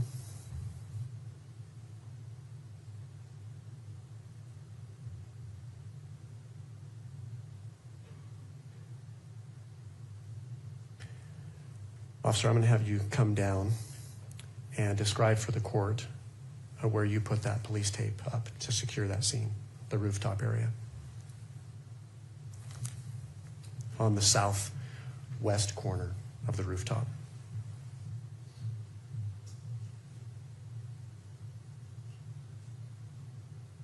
So this is the top of the Losi building. You got your 2 different grays. The southwest is towards the top, center of the picture. You can see some yellow tape that spans from over here on the far right side of the picture by these black pipes, goes around a silver vent, comes back down around to the corner of that silver to keep everybody out of that area where that prone position was at. Okay. On that photograph, are you able to see where you put the tape up as far as the access way to that roof near the stairway? So it was right here, actually, this natural barrier where you have to climb over the guardrail. So this is the other barrier that I had to set up. And you put police tape on that? Yeah. Okay. Did you eventually leave that area? I did. Do you recall about what time you left that area? Oh, I have it in my notes. It would be, when I left that area, it was almost 1 o'clock, about 1:03, 1:01. Okay. Before leaving, did you leave the scene with anyone? I did not leave the scene. Or did I leave the scene to somebody? Yes, Just I to did. someone else? Yes. And who was that? It was a county deputy, a female. Did you provide instructions to her? I did. And what were those instructions? I advised her not to let anybody inside the crime scene. Okay. Without being a police officer or an investigator. Okay. Thank you. You can take your seat again.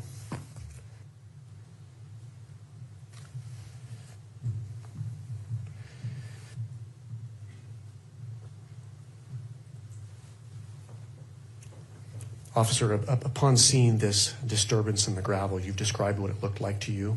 Yes. Someone lying down in a prone position, correct? Yes. What did you do next? So when I got to the top of the Losi building during that day, I noticed the screwdriver, kept going to the edge, found that prone position. At that moment, I realized, because it was direct line of sight, plus the disturbance in the gravel, where I could see somebody laid down in a prone position or a sniper position, and asked dispatch to get on the then I realized that we probably didn't have our shooter in custody. From that moment, I asked dispatch to get on the camera system and to see if anybody was on top of the Losi building during the time of the incident. Were you advised of anything? I was. Dispatch came back and advised me that there was a male individual on top of the roof that was there at the time of the shooting. Did they describe what his movements were? They did. They stated that he ran to the edge, dropped down, crawled, got in a prone position. I'm going to stop you right there. Ran to the edge. What direction and what edge? Running west and southwest of the Losi building. So ran towards the tent of where Charlie Kirk was, so they could get a line of sight. And then the individual stood up after the shooting and ran northeast on the top of the Losi building. Okay. You mentioned that this individual on the video dropped off the edge. Did you get that? I haven't mentioned that. Oh, what happened? What else was described to you? Then, well, at that moment, so I knew that there was possibly a shooter on the run. Your Honor, can we just have a continuing objection to all of the hearsay that's being testified to here? And Judge, my response to that was I'm not actually offering this for the truth of the matter asserted at this point, simply for the effect on the hearer. So I'm not offering what's been described in the video as substantive evidence. All right. Ms. Nestor, with that clarification, any thoughts? I'll just stand on the objection. I don't think, I mean, he's clearly offering it for the truth because he's asking him to describe the route of the individual, and it's based on what other people told him. So if he wants to circle back to it after he's put the video in, I mean, we could do that. But right now, I still think it's inappropriate hearsay, Your Honor. All right. Anything further, Mr. Greenander? I'll submit it to the court. All right. So as the magistrate, as this is not to a jury, it's to myself as a magistrate, I am not accepting that statement for the truth of the matter asserted, simply for what has been stated. So I'm specifically making that finding as I'm receiving this evidence, and I'm not accepting it for the truth of the matter asserted, only as represented by Mr. Grunander. And with that, the objection is overruled. Mr. Grunander, you may proceed. Thank you, Judge. So you mentioned you were provided with information that an individual was running north on the Losi rooftop, correct? Yes. What else was described to you? At that moment, I knew I had responding units coming into the scene. I advised other officers that I needed the Losi building secured, searched, because I didn't know exactly what way, other than he ran north. That moment, I went down to the police department, which is just down the stairwell, and looked at the video myself. And where is the police department located? It's in the Gunther Trade Building, just directly to the south of the Losi building. Okay. So where I described those outside stairs, the building to the left of that or south would be the Gunther Trade Building. Okay. On what level is the police department? It's level 3. Level 3, okay. Upon arriving at the police department, what did you do next then? I then looked at the footage to verify for myself exactly what expired on that moment, where I could see an individual run to the edge, get up, and then run off, and then drop off the northeast side of the building, of the Losi building. Okay. Having viewed that, what did you do next? At that moment, I realized I had more crimes, a bigger crime scene that I needed to contain and preserve for evidence. At that moment, I went and grabbed some more crime scene tape, and I responded to the northeast side of the building and secured an area where I saw impressions of the shoe print inside the grass, and also up above on that northeast side of the building, I could see on the cement where someone had scuffed there and then dropped down to the shoe imprint and then finished going northeast. Okay. If I can take the witness back to State's Exhibit 2.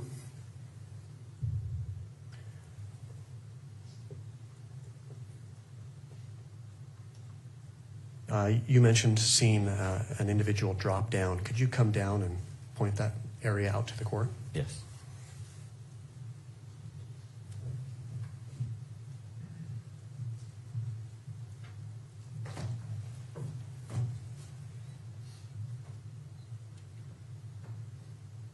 Okay, this is the Losi building again on the top right center of the photo. Southwest side is where the individual was laying down prone in the line of sight, came behind the aquarium or atrium, came behind that on the west side of it, came up to the north side of the Losi building on the east on this white square piece on the far right of the picture. And then he dropped off on the east side of the Losi building into the grass down here below. So the northeast corner? Yes, northeast corner. You mentioned you observed something on the grass? I did. I saw a shoe imprint that was embedded pretty deep right there next to where he dropped off. And this is all footage that you personally observed on the Yes. surveillance video? Yes. Okay. When you got to the scene, describe in as best detail as you can what you saw on the grass then. So when I got to the scene, I could see that there was a shoe imprint there. When I looked up onto the cement from the roof, I could see some scratching or rub marks from the top of the roof. That was not there. So I could see that looked abnormal. I then decided to put crime scene tape around the whole area in case there was more evidence that needed to be preserved. On that exhibit number 2, do you see where you placed the crime scene tape? Yes, I do. And where is that? Can you describe that to the court? It's going to be on the far right in the center of the picture. You can see the yellow tape. I came around trees, came up further out of pictures, some more trees. I came down all the way down to the back side of the LDS Institute building where there's a sidewalk to block everybody out of coming up that way. Okay. Did you at one point leave the scene? I did. Did you release the scene to anyone? Yes, I did. And who was that? There was 2 Payson police officers that were standing there. Okay. Were they in uniform? They were. Did you provide them with any instructions? I advised them not to let anybody inside the crime scene other than law enforcement or investigators. Okay. You can take your seat again, Officer Bagley.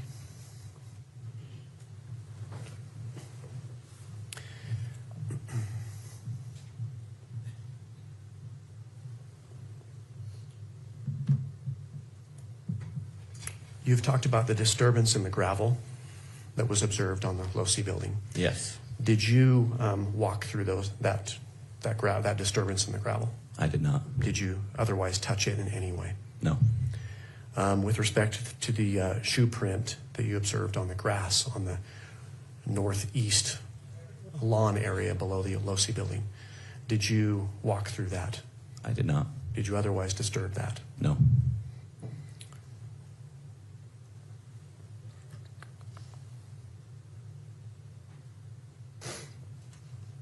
Officer Bagley, what did you do next? From that moment, I then released the scene. I went down to the Fugal building and knew that where the incident command center was at, so I could relay information that I'd found to responding units and people in charge. If I can have just a moment, Judge. You may. State will pass the witness, Judge. All right. Ms. Nestor?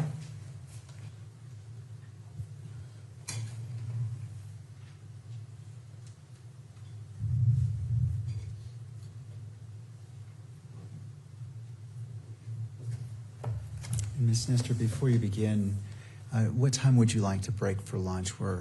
I don't want to interrupt a line of questioning, and so I just want to make sure that we're just taking a look at the clock and when you feel is a good time to break, roughly in that 12:10 range. I will aim for that, Your Honor. That shouldn't be a problem. Okay, thank you. You may proceed. May it please the court. Yes. Good afternoon, or morning still. Morning. Officer Bagley, my name is Kathy Nestor. I'm one of the attorneys representing Mr. Robinson today, and I do have some questions for you. Okay. So you mentioned that you checked in around 11 a.m. on the day of the shooting. Is that right? Yes. Did you know in advance there was going to be this event on campus? I did. I signed up for an overtime shift, so yes. For You the special signed- event, I signed up for the overtime shift. Got it. And so did you attend any type of debrief or briefing or meeting to prepare for the security of this event? I did not, because that morning when I got there, we had individuals on top of the Hall of Flags. So when I walked in, I just checked on, was going to get my uniform on. The chief, Long, got a text or an email or phone call stating that there's people on top of the Hall of Flags throwing stuff down to the tent. Therefore, he sent the 2 officers that were on duty down to secure the area. I got dressed and then came back on, and then went to the Hall of Flags to secure that area. So you never attended any kind of, I'll just use the word debrief or meeting to talk about what the officers on scene were going to do that day to keep everybody safe? No, not that morning. Do you know if there was such a meeting? I don't know, because when I got there, it was starting to, people were throwing stuff down on the tent. And do you know how many UVU officers you guys employ normally? Employee, there was 15.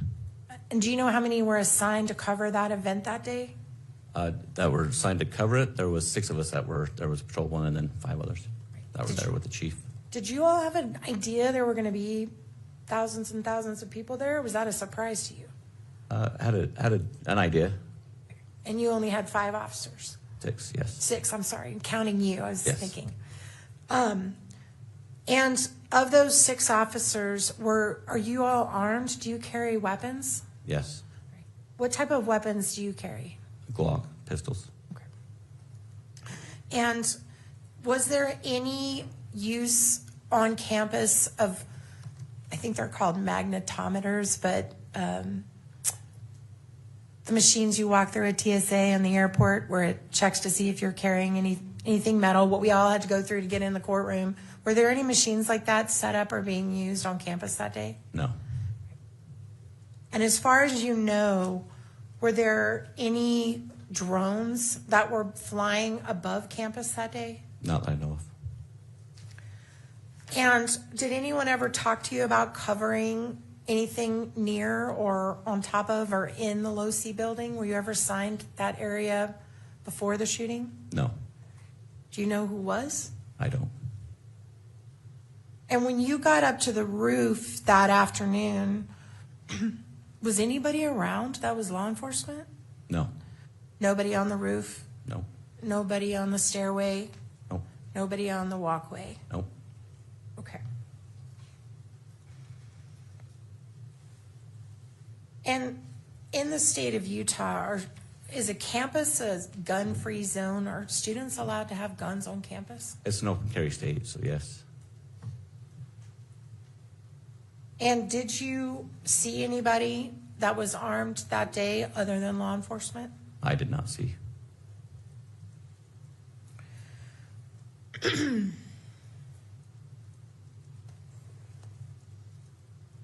Were you aware of whether Mr. Kirk had his own security team present there with him? Yes.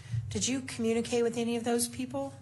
I saw one individual that was on top of the Hall of Flags right next to me, yes. Okay, and that was before the shooting. Yes, and then I saw several down in the crowds and down by him, yes. And were you aware of whether that person was armed either? I was aware he was armed. Okay. Was there any other law enforcement agency besides Mr. Kirk's private security team and your 6 officers, including you, that were covering that event that day? In other words, did you have any Provo police or Orem police or anyone that you knew of, or federal agencies? I don't know. You never saw any that day? No, not until the response came in. And you did mention, I think I heard you just a few minutes ago testify, you turned over the scene on the roof to a woman who was a deputy sheriff, right? Yes. And that you turned over the scene where the individual dropped off to, I believe you said, was it Orem Police? Payson. Payson Police, thank you. Those people weren't there till after the shooting, right? They were part of just a response of everybody in the area. Correct. Okay. Did you receive any type of briefing materials, written materials prior to the event that talked about who would be covering what or anything like that? No, not that morning. Like I said, it started getting hectic, so we were trying to get down there, secure the area, and push people away from the top of the tent. Now, when this event was over, you prepared a report, is that right? I did. And in the report, it covers a lot of what you testified to with Mr. Grunander, doesn't it? Yes. And I think you said you attended, 600 hours of post-training? It's around 600 hours, yes. And I'm sure somewhere in that training, you were taught the importance of your police report Yes. and how it will be relied on years later to recreate events like it's being done right now. And so you know it's really important to be as accurate as possible in your report. Yep. Can we put up Bagley 1? Can we switch it over to the defense table, please? Thank you so much. And show it only to the witness. This is his police report. It's mine.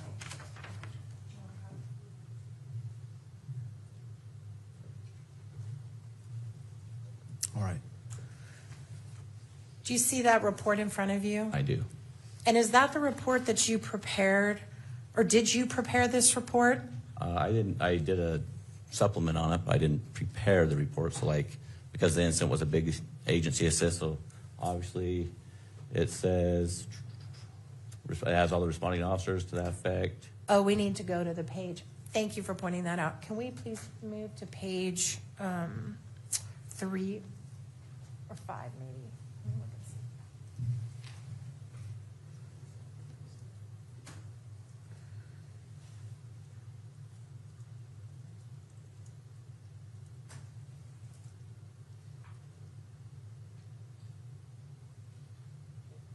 All right, now let me ask the question again. Sorry, you just had the cover sheet up. Is that your report? Yes, this is. All right, and did you prepare that? I did. When did you prepare this report? It looks like it was done the next day, either that day or the next day, because I wanted to make sure that I had it done where everything was fresh on my mind.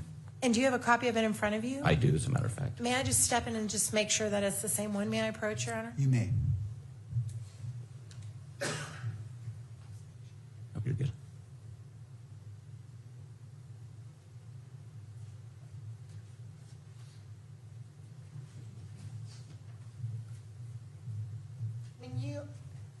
And we got to ask this now. Did you use AI to help you prepare your report? I did not. Okay, good. When you prepared your report, you referenced when you first heard the shot, don't you? Yes. And what is the time that you say that you heard the shot? 12:23. Right. And when you wrote that report, you did not state in your report the direction you heard that shot come from, did you? No, apparently not. And take your time and look at the whole report and see if there's anywhere in there where you ever mentioned that it came from the east or to your right.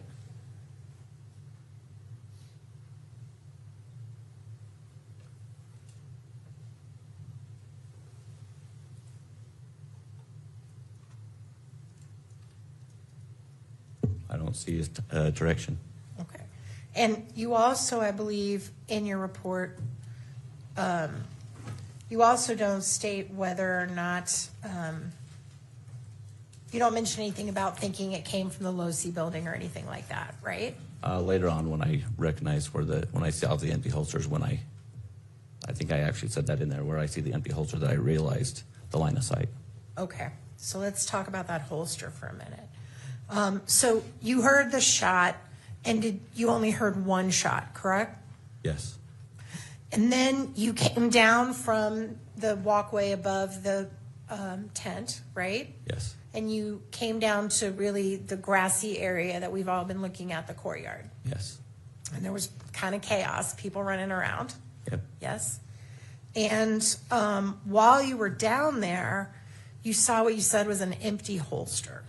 Yeah, as I was clearing people out and making sure that the evidence was preserved, about towards the top, after a little bit, I saw an empty holster sitting there. And when you say towards the top, can you be specific and tell us where you were? So On the south side, in the courtyard, there's some tiers of seating where the grass is different levels. And it was towards the top, maybe just right before the cement is where everybody's standing. So there's different levels. It's towards the top on the grass. And when you saw the holster, can you describe to me what it looked like? An empty concealed holster For what type of for a weapon? pistol. Okay. And did it have any markings on it? I didn't even know, not that I noticed. And what happened to that holster? I have no idea. Did you ever take custody of it? Nope. Did you ever tell anyone else to take custody of it? Nope. You just left it on the grass? I did. Was it ever fingerprinted to your knowledge? I have no idea. Okay.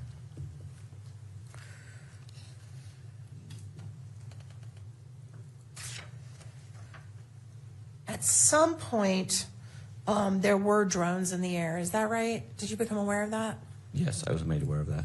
Right. Do you know who put the drones in the air? Sergeant Cam Nelson with the Provo Police Department. So it wasn't UVU. No. Did you guys even have drone capability? Did you have a drone on campus that you used? No. All right. So someone would have had to bring one after the shooting onto campus because you wouldn't have had one there. True.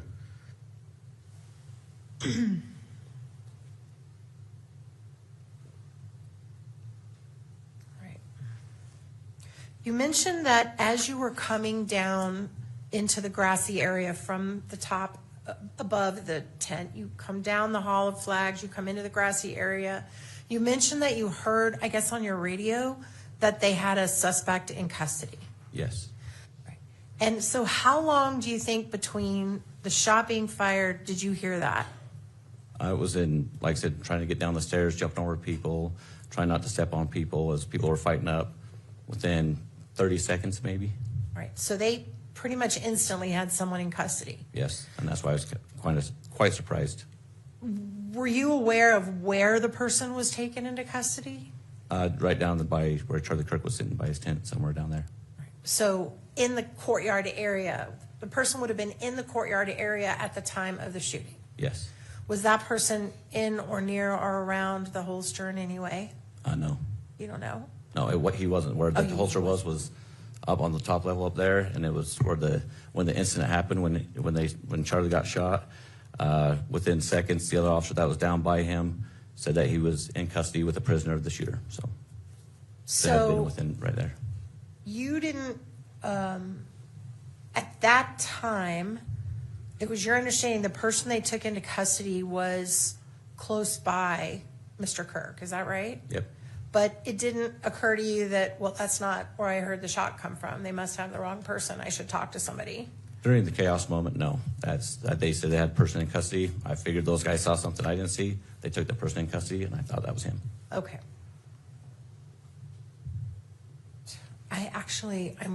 This would be a good stopping place because I'm about to start another section. Okay. So maybe we could go 5 minutes early for lunch. Absolutely. All right. Thank you. Thank you, officer. We're going to go ahead and break for lunch. We'll come back at 1 o'clock. I do want to note for the camera operator, if you would just be cognizant and turn off the microphone during breaks and when we break for recess, that would be helpful. Does either party need the benefit of the record before we break for lunch? Not the state, no. All right. We are in recess. All right.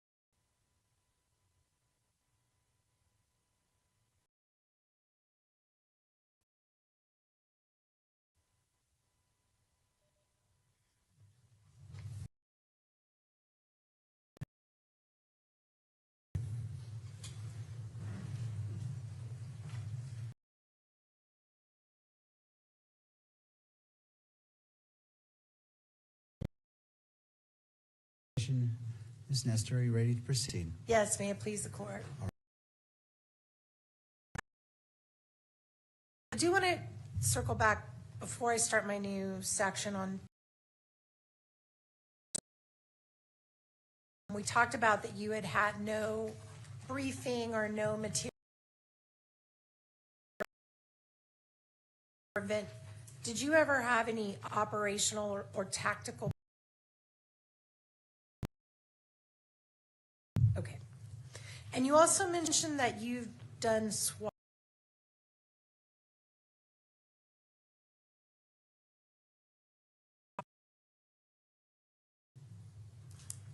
So when you, okay, just strike.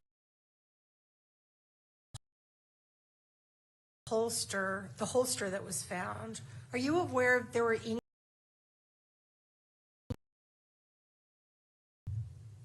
You don't know one way or the other? I don't know.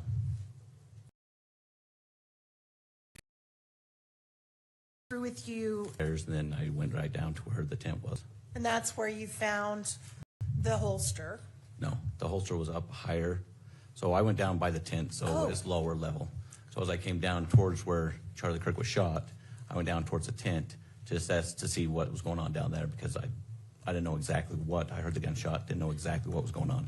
I'm sorry, I missed that you went down to the tent. So let me ask you about that. So what did you do when you got down to the tent? When I got down to the tent, Charlie was gone. They put him in an SUV and left. At that moment, there were still some people running around, so I decided to preserve the scene as much as I could with trying to escort people out, and that's when I went back in and started pushing people off the grass area to conserve any ammunition or any casings or anything to that effect that would be around. I wanted to make sure people were off and there was as much evidence preserved as possible. So just to be clear, by the time you got to the tent, Mr. Kirk had already been removed and taken from the scene, is that right? Yes. Okay. So in your professional opinion, what was the perimeter of the crime scene? What do you mean by the perimeter? So The perimeter, like how far did this crime scene stretch? Like where did you want people to move off of? Oh, well, at first I wanted them all off the grass because, like I said, I thought we had a suspect in custody, so to me it would be a close encounter, so I was trying to push everybody off the grass in case there were shell casings or to that effect that got on the grass. So after I pushed them off to that part, and getting up to the top where I saw that empty holster. When I saw that empty holster is when things started slowing down for me a little bit. All the chaos and stuff that's when I realized that it was a rifle shot, not a handgun shot. Okay. And that's when you saw the Low C building and it occurred to you should go check it out. Yes, it was right in my line of sight. And correct me if I'm wrong, but the whole time that this is going on, you had an active body camera on your, I guess your collar, is that right? I was right here on my chest. Yes. Okay, and it was on. Yes. And it appears to me from reviewing your body camera that there was another individual who was with you that went to the Low C building who was in civilian clothing but appeared to have a gun. Who was that? I don't know who he was exactly. He had a badge on, and I had somebody with me to back me up as I ran up the stairs to make sure I had somebody with me. So you don't know what agency he's from or where he's from? No. And it looked like he had a pistol. Yes. Is that right? A handgun, yes. Or a handgun. Yeah. And so the two of you go to the Low C building. Yes. When you reviewed the videotape at the police department later, did you check to see if anyone had been on the Low C building after the shooting, after this individual had jumped off that you've already talked about? Was there anybody else on the roof? Did you check and see in that gap of time? In that gap of time, no. So once I put up the barrier, I only walked up to about that point, then I went down and reviewed the video from that moment on. So are you able to say for one way or the other if anyone else had been on that roof in between when the person jumped off the building and when you came on the roof? Are you able to say one way or the other? There was people up there looking for an individual that ran that way, because when I first got told the individual ran heading north, that we didn't know where the shooter was, so we started climbing up and looking, clearing the building. And it wasn't until I went to the PD and actually saw him jump off of the building that I knew he was off the building. Let me rephrase that, because I think I either asked it badly or you misunderstood me. So let me go back again. So from the time that the individual that you spotted on the video jumped off the roof, right? The individual that you thought was in the prone position. Okay. Between that and when you got on the roof, did you ever check to see if anybody else had been on the roof in that period of time? Yeah, and I didn't see anybody. So you I did watch? didn't notice anybody. Yeah. You didn't, did you look on the video to see that entire, okay, that's what I'm asking. So you did not review the video to see if there was someone between you, that individual jumping off and you coming on, if anybody had been on or disturbed that scene in any way? Okay. But once you put the tape up, then we're confident from that point on the scene was preserved, right? By the way, where did you get that tape? Officers responded on the scene that he was down on the bottom and threw it up to me, so. Okay. So you didn't have it on you? No. And you didn't leave the scene to go get it? No. Someone threw it up? Yes. Great.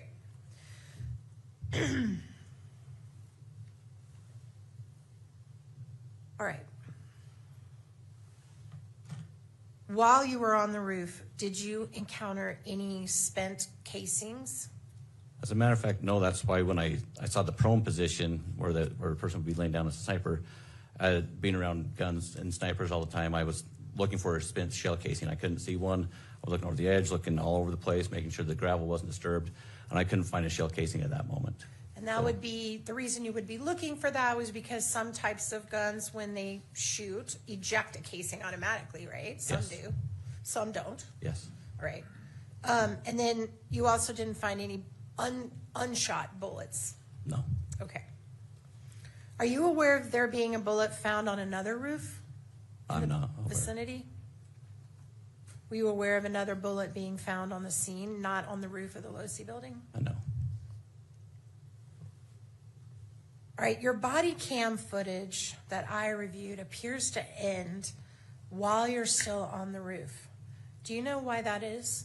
I think the battery went dead. It was just right at that moment. Okay. And do you know, did you ever turn it back on that day or go get it, I don't know, what do you have to do, charge it or stick a new battery in it? I don't even know. Usually dock it, but no, I didn't go back. It was too chaotic running around. So that 27-minute and 35-second body cam that starts when you're at the Hall of Flags and ends while you're still on the roof, but haven't put the crime tape up yet, that's the only body cam you have that day? Yes. All right. You mentioned when you went to the police department, you watched the video where you saw an individual up on the roof, Yes. right? And that individual was in the vicinity where you saw the disturbance in the gravel. Yes. And when you looked at that video, were you able to identify the individual's face? I know. Were you able to identify any markings on their clothing? I know. Were you able to identify their height? No. When we looked at the picture of the, I think you called it the sniper perch, so I'm gonna use your words. It looked like there was a measuring tape laid out next to it.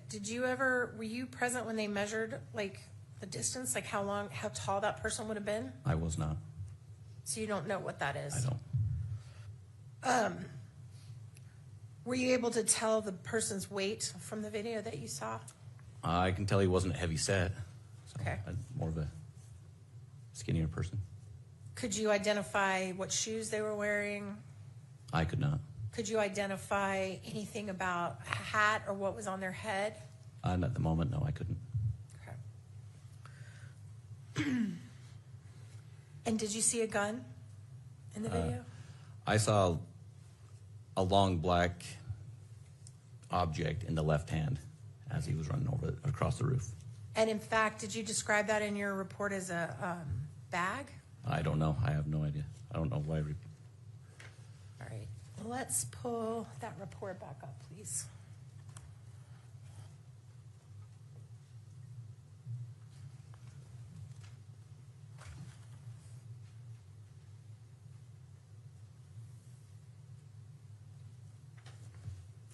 Oh, never mind. I don't think you mentioned what you saw. So in your report, let's pull that back up, please. Page 5 on the Bagley 1.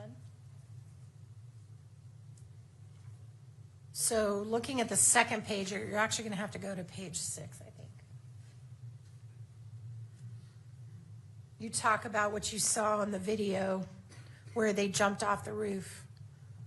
And again, I'm going to remind you of our conversation we had before about you understand how important these reports are. Yep. And do you mention anywhere in this report that you saw a gun? I did not. I just had an object.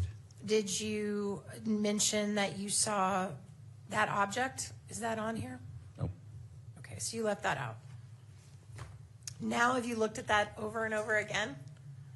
The video? No, Yeah. I've only seen it twice. Oh, really? Yep. When's the last time you saw it? It's been months. Okay. The last time you saw it, were you able to tell what that object was in his hand?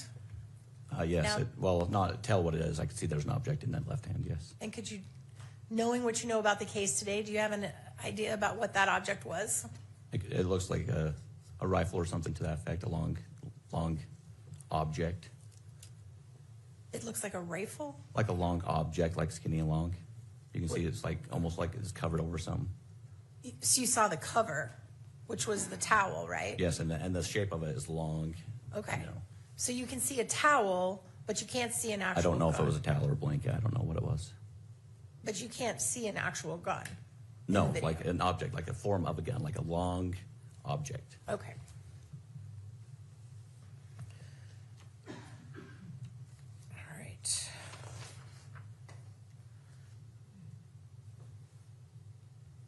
At the end of that day, what time did you leave the campus? It was probably like 9 o'clock that night, maybe somewhere around there. And did you come back the next morning and work some more? I came back the next morning, yes. And you worked all day the next day? On and off. When you left at 9 p.m., did you or anyone else know who the shooter was on that day? No, not that I know of. And when you came back the next morning and worked that afternoon, all that day, did you or anybody on that campus know who the shooter was? Not that I know of. Okay. So nothing that you found that day or anyone else to your knowledge on campus was able to identify who the shooter was? That day, no. Right. Well, during the time I was there, no, that I knew of. I also want to talk to you about that giant picture that was showed to you. Do you know? Exhibit 35, I think. Yes, it's Exhibit 35. Do you know who took that picture, where it came from? I do not. Do you know how old it is? I have no idea. Okay.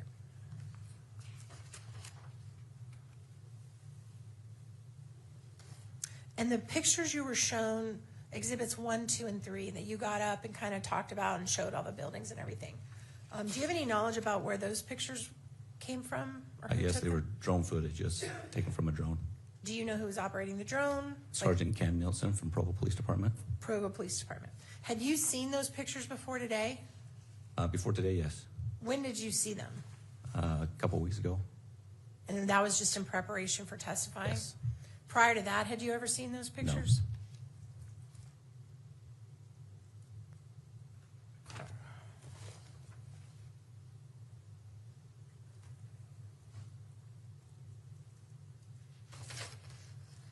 Can I have the court's indulgence for just a moment, Your Honor? You may, Ms. Just one Esther. moment.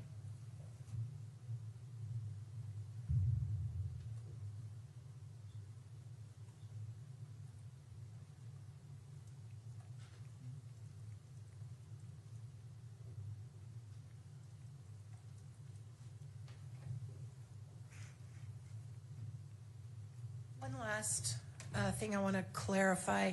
We heard you testify that Ms. Richards, or I don't know if she's Deputy Richards. She's a state employee for the forensic lab. So Ms. Richards. Melissa. She is the one who took those nighttime pictures of this stuff on the roof. Yes. And you testified that she told you that that was what they looked like that day? Yes. When did you meet with her? I talked to her on the phone. It was several weeks ago in preparation for the trial. So prior to a couple weeks ago, you never discussed those pictures with Yeah, her? because I'd never seen them. Oh, so a couple weeks ago is the first time you saw them? Yeah. Right. And did you write any kind of supplement to your report, to add on to your report, other than what we've gone through today, that one report you wrote? Have you ever written another one? I have not. Okay. That's all I have. Thank you, Your Honor. I tender the witness. Thank you, Ms. Esther. Ms. Nestor. Mr. Grunander, redirect. Just one question, I believe, Judge. All right.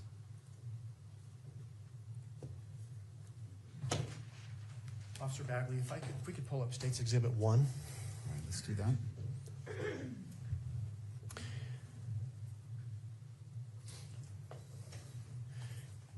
You've talked about this handgun holster that you observed Yes. on the grass in the courtyard. Yes. I'm going to ask you if you would approach the monitor when it comes up and point out as best you can where you observed that holster, okay?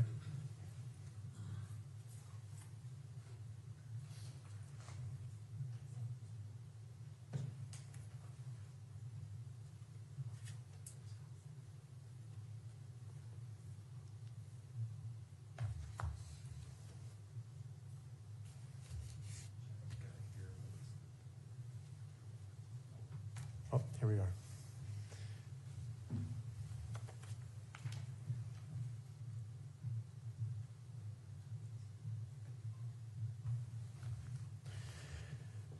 So again, the question is where was that holster lying when you observed it? So again, this is the picture of the courtyard area facing north. On the south end down here, you got different tiers of grass. On this top tier back here in this area, which is more the center bottom left of the photo. So it's going to be the waterfalls on the left side, so more towards the top of it. On the south side by the Fugal building, that top tier of grass is about where it was at. In the middle area of that? Yes. By the Fugal building. Okay. And that's where I could see straight up where the line of sight was. Okay. Thank you. Nothing further, Judge. All right. May this witness be excused. Yes, Your Honor. Yes. Thank you. Thank you, officer.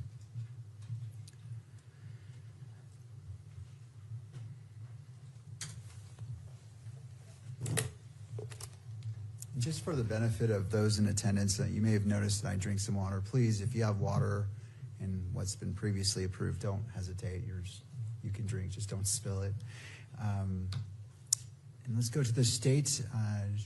Ready to proceed with your next witness? Thank you, Judge. The state calls David Hull. All right. Would you like to come forward and be sworn in? You do solemnly swear that the testimony you shall At the witness, in the witness seat, and one.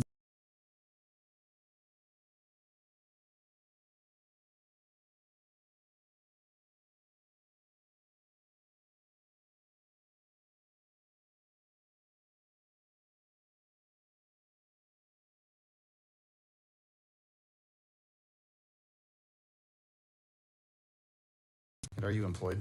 I am, yes. Who are you employed by? I'm employed. Who are you employed by? I'm employed by the Department of Public Safety. And how long have you worked for the Department of Public Safety? I am, yes. Are you post-certified? I am, yes. When did you? I am, yes. When did you receive your certification? 2015. Has it been taken away or anything like that? No, it's been continuous. No, it's been continuous. 12th year? Did you already say that? Your 12th year of with the DPS? That your 12th year of with the DPS? Just the state of Utah. What is your current assignment with the Department of Public? What is your current assignment with the Department of Public? Was that your assignment in September of 2020? Your assignment in September of 2020? Under the State Bureau of Investigations, Major Crimes Division. Major Crimes Division. Or an acronym that's commonly used to describe the State Bureau of Investigation. Describe the State Bureau of Investigation.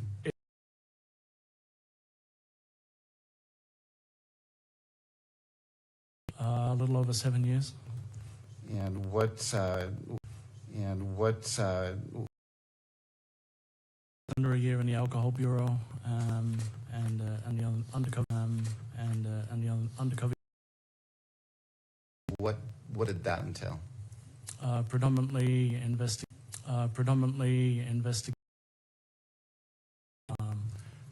violent crime, including homicide, sexual assault, kind of covered a whole gambit of things, but predominantly. You done any training related to murder investigation? What that specific training entailed? I've done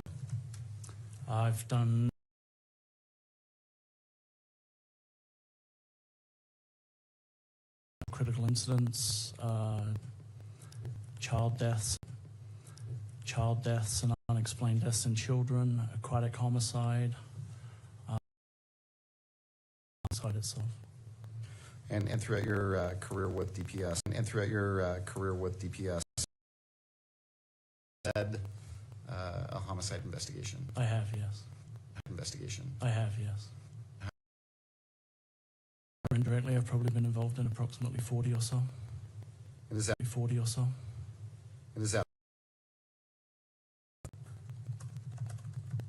Were you working September 10th?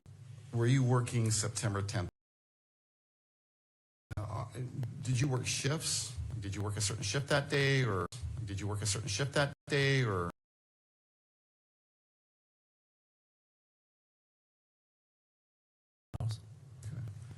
On that date, were you asked to respond to the campus? I was at the office in Taylorsville, and I was asked to respond down to Utah Valley University. I didn't know much. I had been told that there was. Someone had told me that Charlie Kirk had been shot.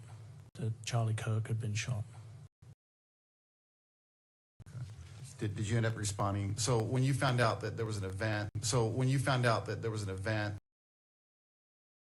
fill at your office? Yes, we hadn't been asked to respond at that point.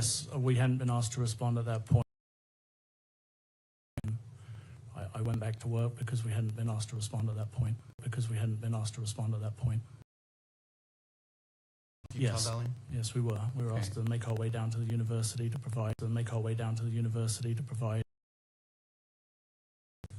come down to Utah Valley? I believe it was Lieutenant Jensen. Responding to a scene like this,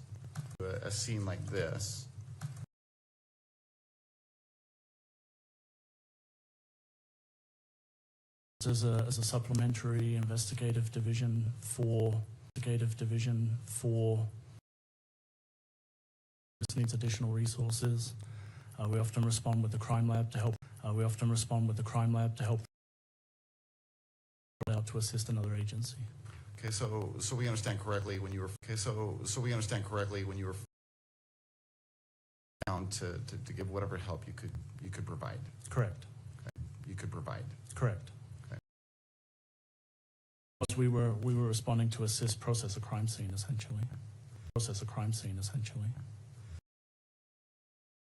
How familiar were you with the Utah Valley University campus? How about from September 10th onward? Did you become more familiar with the campus?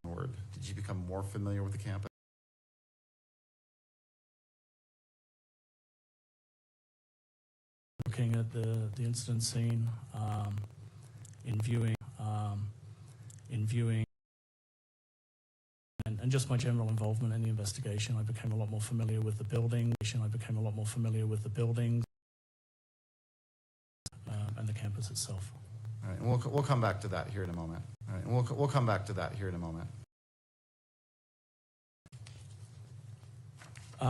Originally,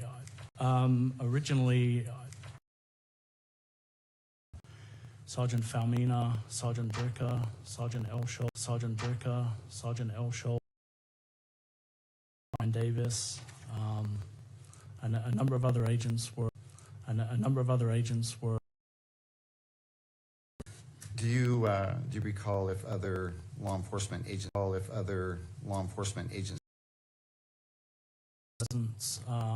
Federal entities, I believe the FBI.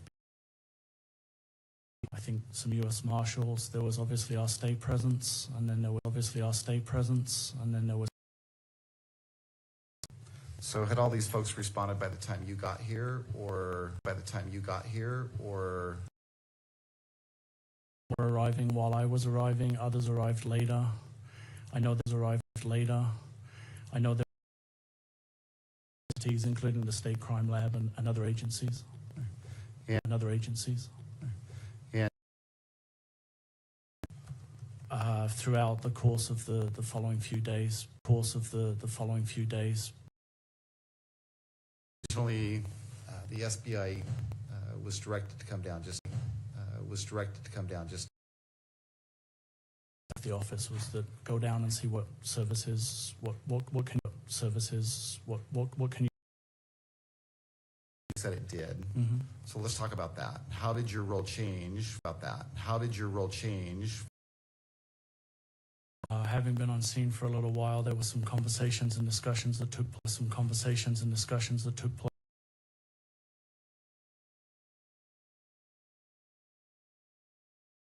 On the investigation on behalf of the State Bureau of Investigations.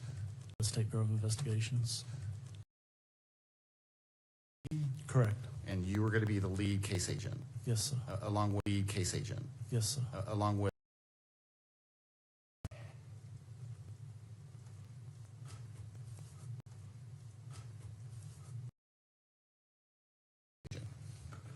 Depends on the situation, but predominantly you respond to the situation,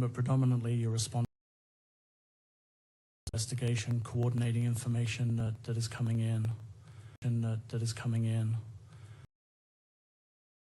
trying to process as much information as possible and make as much use of the available would probably be a good way to describe it. Okay, so you played an active. With the administrations of all of the agencies that were on scene, we were trying. Do you recall whether assignments were made, at least with within major crimes that were assigned specific tasks? Okay. Okay. So each one of those agents with the SBI were given a specific assignment.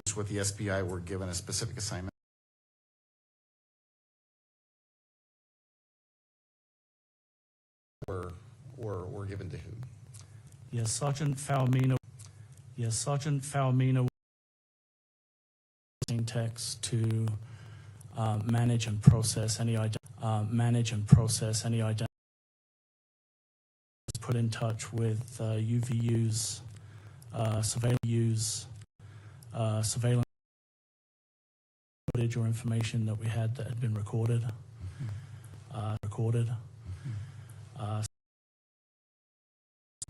The area canvas around the campus,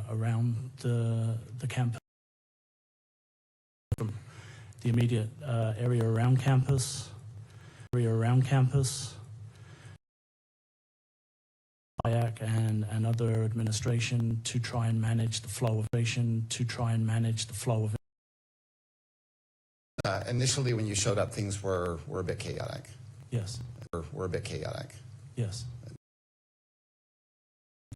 Yes, and I think initially there was still some uncertainty.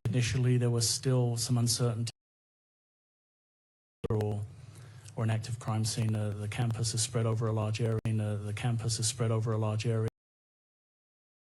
It's quite a process and involved a lot of people. Gotcha. Do you deemed safe eventually? Eventually, my understanding is getting people in to start processing crime scenes and doing additional things. That chaos eventually subsided. You got organized and assignments were made.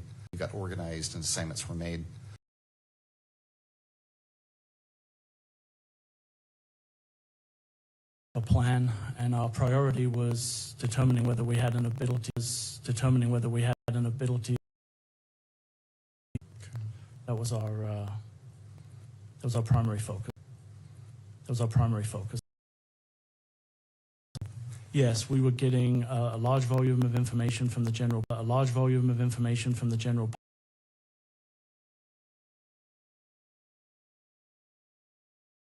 social sites as people were posting information onto the internet.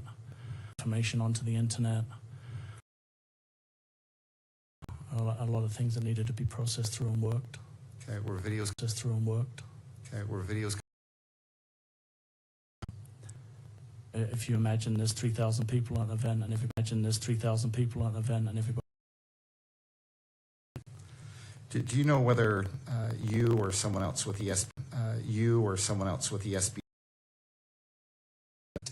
Yes, yeah, I know a cell phone video was collected from Amanda Wright. Cell phone video was collected from Amanda Wright. Well, you tell me, Amanda or Amber? You tell me, Amanda or Amber? Do you know who or how that video was collected?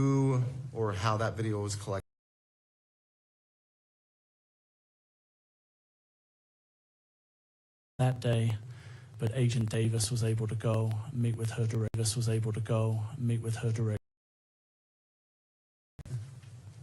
If I can refresh my recollection, Well, I have in front of you what, your police report? I have some notes. And referencing that timeline or those notes, will they? Yes. Okay. Why don't you go ahead and refer to that? Don't read from it out loud. Just take refer to that. Don't read from it out loud. Just take. Once you've refreshed your memory. Your Honor, when he's done, may I take a look at the?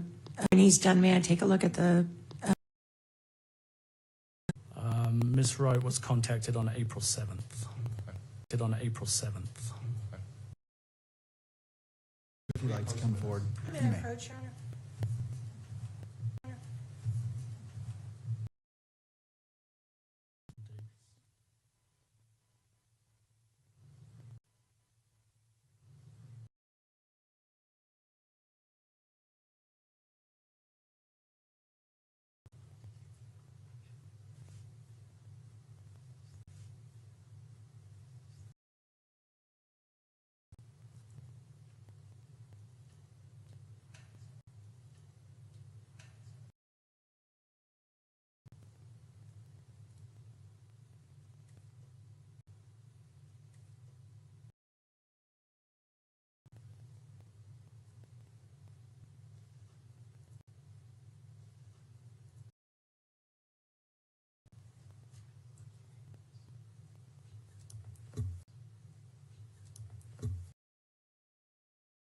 Or the lectrum to.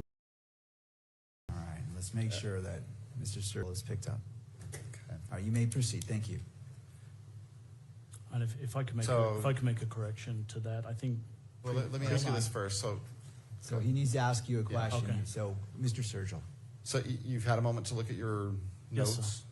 Did that help you remember the date that you contacted Ms. Wright? It did, yes. Okay. Why don't you go ahead and tell us what date you contacted Ms. Wright? I contacted her, I think it was April 6th specifically, but Agent Davis met with her on April 7th. Okay. Well, that was going to be my next question. So you actually talked to her was it on the phone? It was, yes. And did you arrange a time for either you or Agent Davis to go get the video from Ms. Wright? Yes. Is that how it happened? Yes. And then you didn't go, it was Agent Davis that went? Correct. Okay, gotcha. And what, if anything, has been done with that video in preparation for today? My understanding is that some edits were made by your office in order to protect some of the participants in the video. Okay. But what, let me ask you this. Did you or Agent Davis visit with Ms. Wright again? Yes, that was in April, and that was where my correction was. The video was originally provided to Agent Mortensen. Okay. So I misspoke. Okay. Let's go back and let's make sure this is very clear. Sure. Okay. So someone with the SBI collected a video. Yes. From Amber Wright. Yes, Agent Mortensen contacted Ms. Wright on October 8th, and a video was provided to him electronically on October 11th. Okay. And now I'll ask the next question. What, if anything, has been done either by you or another agent with that same video in preparation for today's hearing? we contacted Ms. Wright to arrange a meeting so that Ms. Wright could review the video and that we could verify firsthand with her that the video was what she had taken on September 10th at the event at UVU. Okay. And who had that follow-up visit with Ms. Wright? That was Agent Davis. I was not able to attend. Okay. And you know that happened because you spoke to Agent Davis? I spoke to Agent Davis, and he provided me with a written statement that Ms. Wright had completed. Okay. At 11:02. Okay. And so you have seen that written statement? I have, yes. Okay. And you've read through it? I have. Does that, do you recall whether that statement was on a form or a piece of scratch paper? What do you recall? My recollection is that it was on an official, I believe, a State Bureau 1102 statement, which is a written form that is filled out by a witness that contains the 1102 warning. And by that, do you mean the advisory, the statement that's written on that piece of paper is going to be used at a preliminary hearing? Yes. It includes that advisory? Yes. Does it also include a warning that if someone provides a false statement, in this case, Ms. Wright, that it could be punishable by a Class A misdemeanor? It does, yes. All right.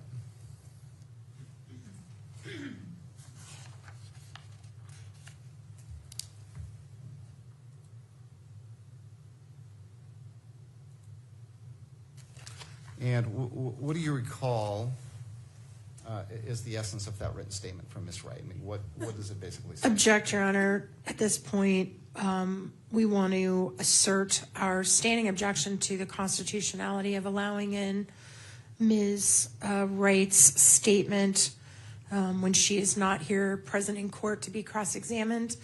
We did include those constitutional arguments in our standing objection. Also, this does fall under the type of document that should be safeguarded under Rule 4-202.02, Parent 8, Parent F as in Frank, and or should be classified as protected under subsection 5O as in orange, because the disclosure could jeopardize the life, safety, or property of the witness. It's also technically a victim's. I mean, if she's present under the current theory and the information, she's technically could be classified as a victim of the event. So it also should be protected under that. So we would object to it being read in public. It would not be admissible at trial in the current format that it is due to its hearsay nature. We do think it would negatively impact our client's right to a fair trial. And furthermore, I believe the witness herself has requested that, particularly because the video contains images of minor children, which I know the state has made an effort to redact, but nevertheless, the reference to the minors, I think, would still fall under the protection. And so for all those reasons, we would object to that coming out in public and being discussed in the public forum and being published in any way. And we object to it coming in. All right. And so if you wouldn't mind just restating the rule that you're relying upon so I can fully look at your objection. It's the UCJA, the Utah, Code of Judicial Administration. I just blanked. The Utah Code of Judicial Administration for Rule 4-202.02, parenthetical 8, parenthetical F as in Frank, and or parenthetical 5 and parenthetical capital O. All right, thank you. I'm just Yes, sir. getting there. I want to review this before I hear from Mr. Sturgill.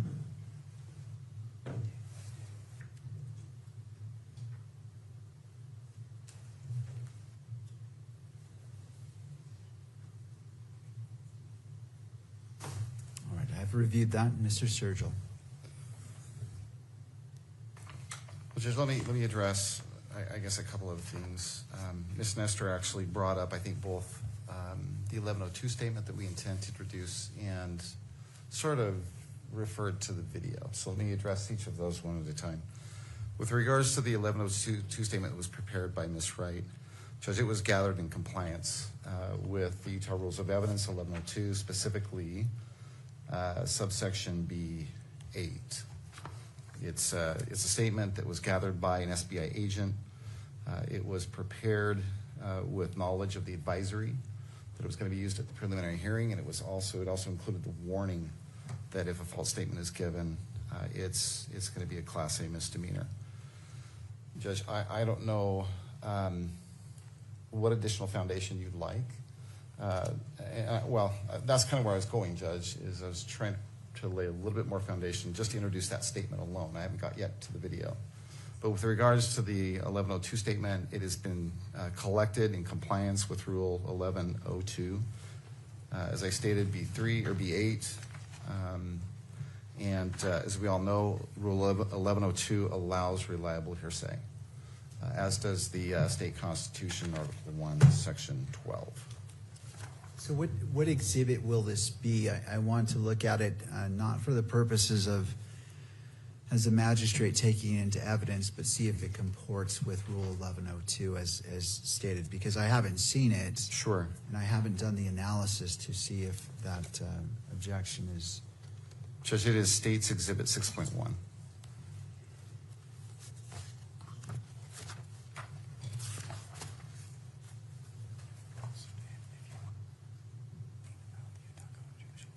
And Your Honor, just for the record, we just want to make a record too that it's difficult for the court to make a reliability finding when the individual is not here to be tested and cross-examined, and for those same reasons that we list in our standing objection, we just want to reiterate to the court that we think it really hampers you from making that reliability determination. Thank you. Anything further, Mr. Sturgill? Well, just that 1102 doesn't require that, Judge.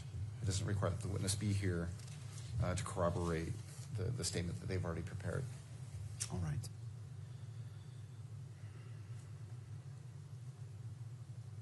All right. I've had a chance to review State's Exhibit 6.1, taking into note what Ms. Nestor noted, UCJA 4-202.02 and referencing the section she did. Well, and Judge, I don't mean to interrupt, but I had not yet addressed that rule. I would simply just add to that judicial rule, it has nothing to do with admissibility. It's simply publishing it. All right, and I'm sorry. So let me just hear your full argument. Yeah, I didn't realize you wanted to hear all of it. I thought you were going to rule on the 1102, but well, I want to focus on the 1102. I want to keep this clean, so let's Right. focus on the 1102, Right. and we'll stop Sure. there, and I can make my ruling, and then if there's any objections, I just need to take it one step at a time to be thorough. So Sure. I'll hear all your arguments about the 1102 statement. I'll return to Ms. Nestor for any final thoughts, and then I'll make my ruling, and then we can move to the next stage. I appreciate that, Judge. And I think I think I have addressed the 1102 question as far as admissibility under Rule 1102. I thought that's what you wanted to rule on first, and then I would address the UCJA 4-202.02. And if you want me to do that now, I can do that. And it's just simply that it has nothing to do with admissibility. It has everything to do with publishing that. And Judge, I think if you'll look at that written statement, I believe Ms. Wright's personal information, for the most part, has been redacted. Other than that, and beyond that, Judge, I'll leave it up to your discretion. Well, as it relates to, let me take it one at a time. Let's start with the last statement. What I have in front of me, Plaintiff's Exhibit 6.1, has her full information in here: address, phone number, social security number. Okay, Judge, I apologize for that. I thought we'd provided a redacted version of that. Yeah.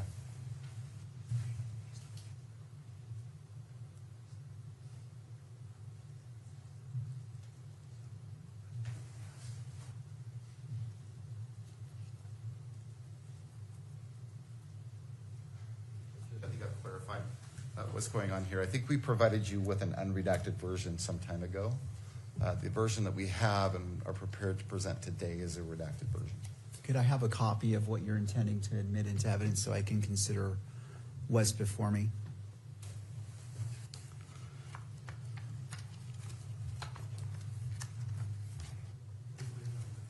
Yeah.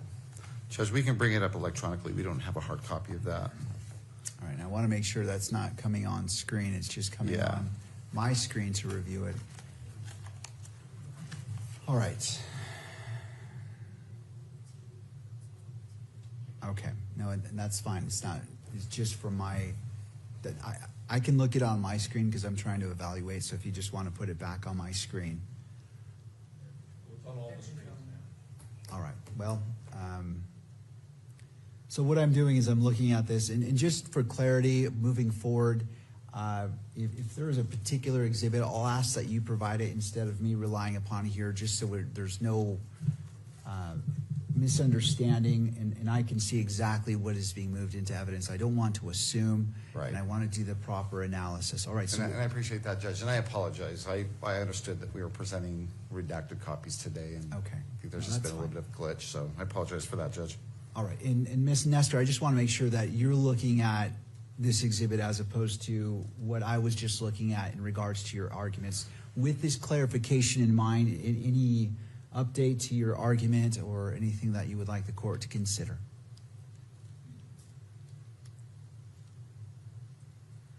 The only other issue I think that exists with this that I haven't already raised is that there's clearly two different authors in the body of the document. One wrote something on the very top line, and then it looks like Ms. Wright wrote the rest of it, which we don't have any indication of who wrote that top line and when they filled that in, if it was before or after she signed the document. So I have some concerns about authenticity with respect to that as well, and that's all I have. All right, and as I'm determining it, it does appear that the writing is different. Did you want to lay additional foundation, Mr. Sturgill, Certainly, or Judge. provide information for the I'd court? be happy to do that. Do you have in front of you State's Exhibit 6.1? I do, yes. Okay. You've heard the discussion that just took place. It appears as if there's two different styles of writing on that form. Yes. Okay. I imagine that you have the writing that includes the personal information for Ms. Wright, and then directly below that, I think there's a line there that appears to be arguably writing prepared by someone else. Is that in fact accurate, that that is a different That's correct. author of that writing? What do you know about that writing on that first line just below statement of incident? Because we were asking Ms. Wright to verify a specific video, the file name for that video was written on the statement in her presence. And then that video with that file name was then shown to Ms. Wright to verify that it was, in fact, the video that she had provided to us. Okay. And so was it you or SBI agent Davis that prepared that? Based on the writing, it appears to be Agent Davis's writing, but it's not my writing. All right. But that is the routine, or is that kind of how you commonly do this? In this case, because we were specifically asking them to verify a specific digital file that had a specific digital name, and we didn't want there to be any errors in how that name was presented, we wrote the file name on the document for the individuals. Okay. All right. Anything further, Ms. Nestor, with that additional information before the court makes its ruling? Your Honor. All right, thank you. Could you leave that on the screen for me, please? I appreciate that. And scroll down to the bottom. I just want to review it one last time. All right. And I believe this is Exhibit 6.1. Is that correct, Mr. It is, Sturgill? Judge. And, Right, I would move to admit 6.1. Thank you. So considering the arguments made by Ms. Nestor and Mr. Sturgill, I rely upon Rule 1102 as well as Utah Constitutional Article 1, Section 12, as I previously mentioned, that final paragraph. It states, nothing in this Constitution shall preclude the use of reliable hearsay as defined by statute or rule in whole or in part at any preliminary examination to determine probable cause or at any pretrial proceeding with respect to release of the defendant if appropriate discovery is allowed as defined by statute or rule. I have examined this and clarification was made. The previous version of this would fall afoul of having identifiable personal information of Ms. Wright, and so that was removed, and this one with the redacted portion of the identifiable information, personal information for Ms. Wright is before me. And based off that, State's Exhibit 6.1 with redactions is admitted into evidence and may be published. Thank you, Judge.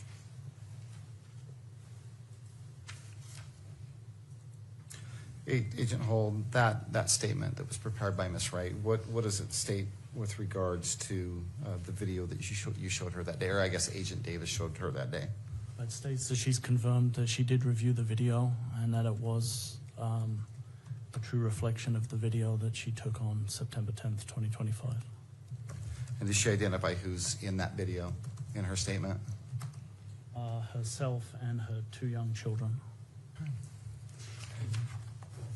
If we could just have a clarification on the court's ruling. So I understand the court overruled and published, and I accept the ruling, but I thought under the court's previous order that the media was not going to film exhibits.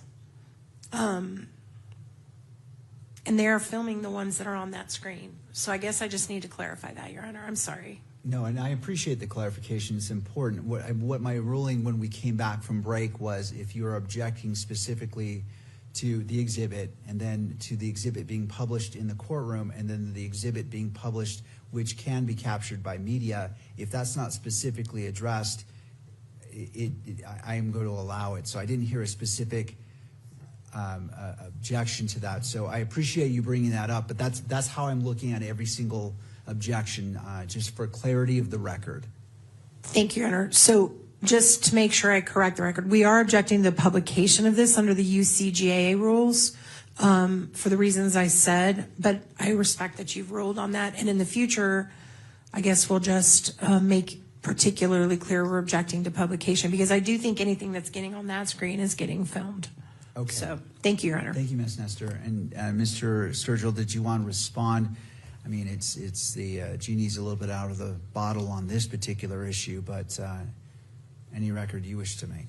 Judge, we're simply going to seek to admit each one of these exhibits, and then we're going to leave it up to Your Honor's discretion whether to publish them beyond, well, to what extent you want to publish them. All right. Well, I would prefer argument on this issue from both sides. I don't. This is the burden of the state, so I don't want to exceed my lane by just assuming. So I'll leave it to you to make the argument what you're requesting.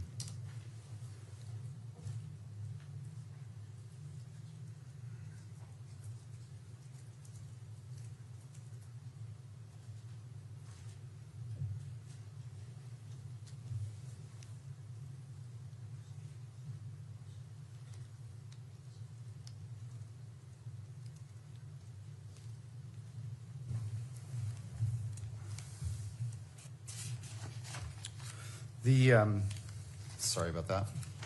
So before you're moving on, Mr. Sturgill, as it relates to this, I want to put this to bed and then we can move on. Were you requesting for it to be published on so the three?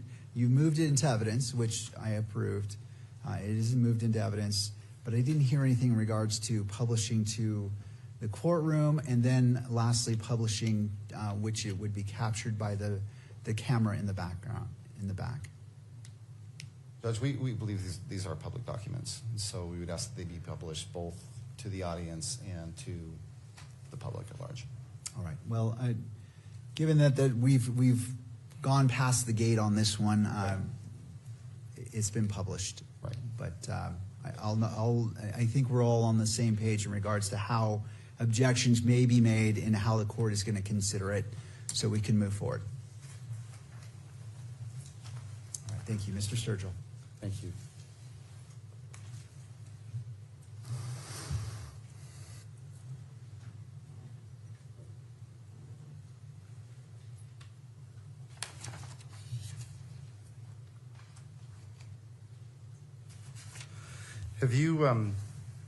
Have you personally watched Ms. Wright's video?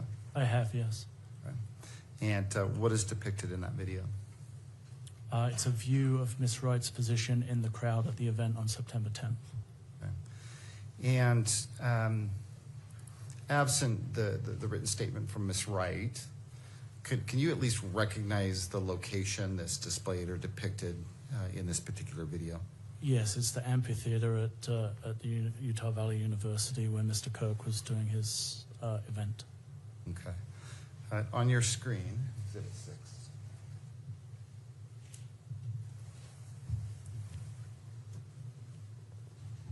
Do you see anything on your screen yet?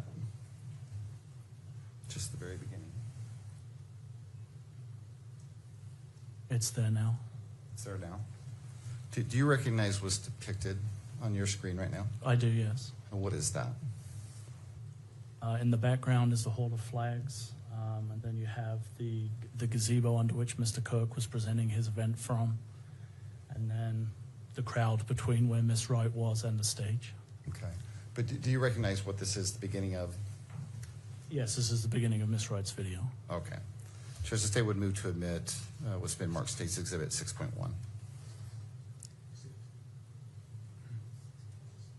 Oh, I'm sorry, 6. I apologize. And to what level?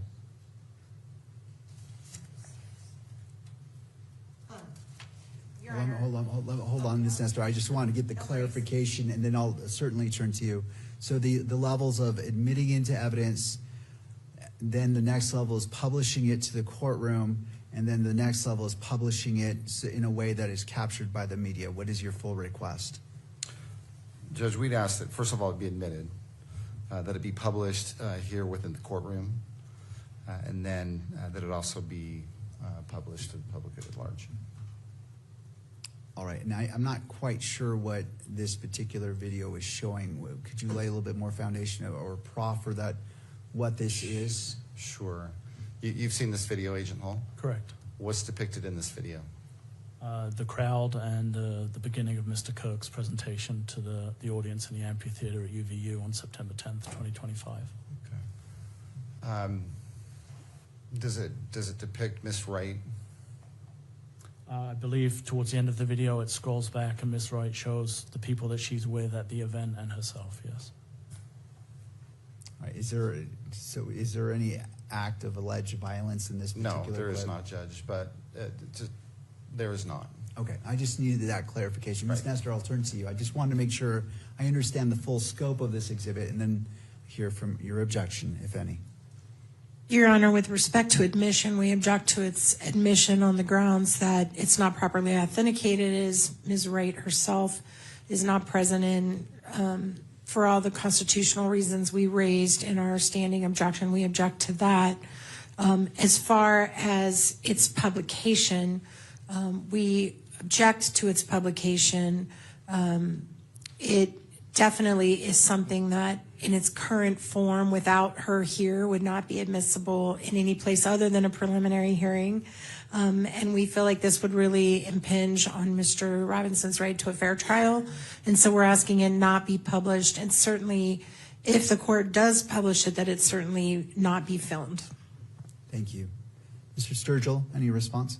Judge, Rule 901 addresses authenticating or identifying evidence to satisfy the requirement of authenticating a document, or I guess authenticating a piece of evidence. The proponent, which in this case is the state, must produce evidence sufficient to support a finding that the item is what the proponent claims it to be. And then the rule goes on to explain or provide examples of how this rule can be satisfied. And at the very top, under subsection B1, is testimony of a witness with knowledge.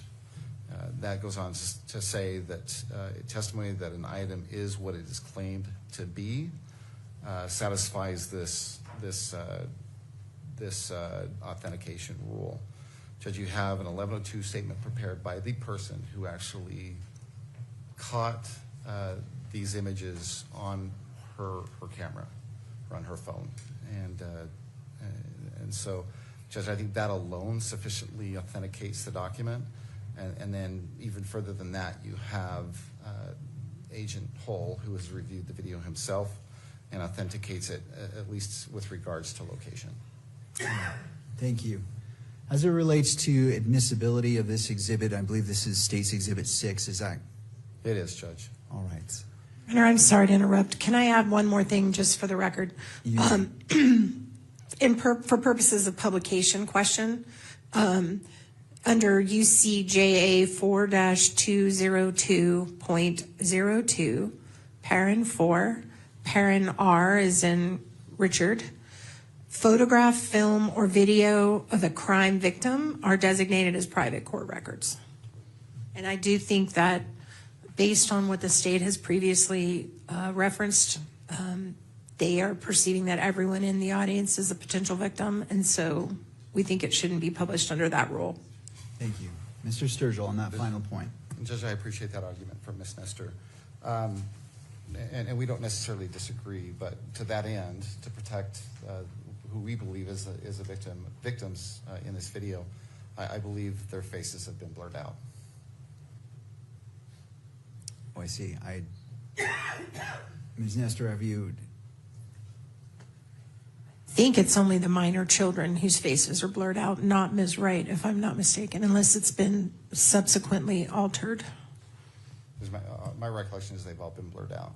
All right, I need to view this again, so let's just put it on my monitor. Again, I'm just trying to make sure that in order for make a ruling on this, I need to view it.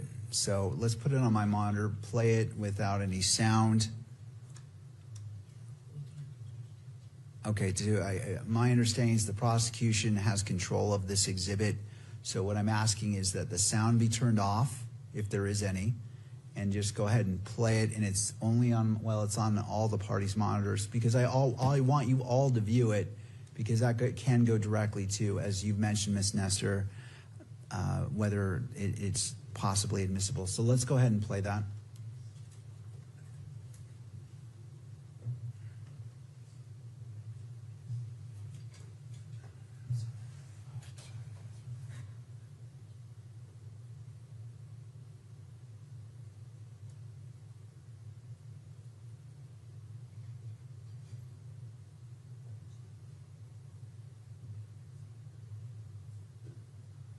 All right, thank you.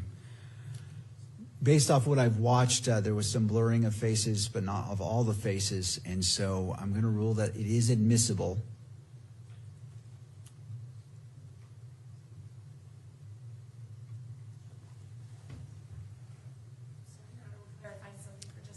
Sure, I'll wait until all parties are ready to proceed.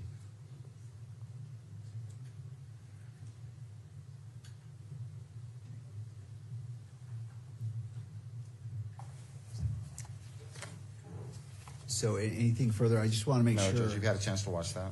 I did. So I'm ruling that it is admissible into evidence, again, taking into consideration the analysis the court's talked about in regards to 1102s and this particular piece of evidence as it relates to the 1102 video, the 1102 statement 6.1, and I'm going to allow it to admit it into evidence.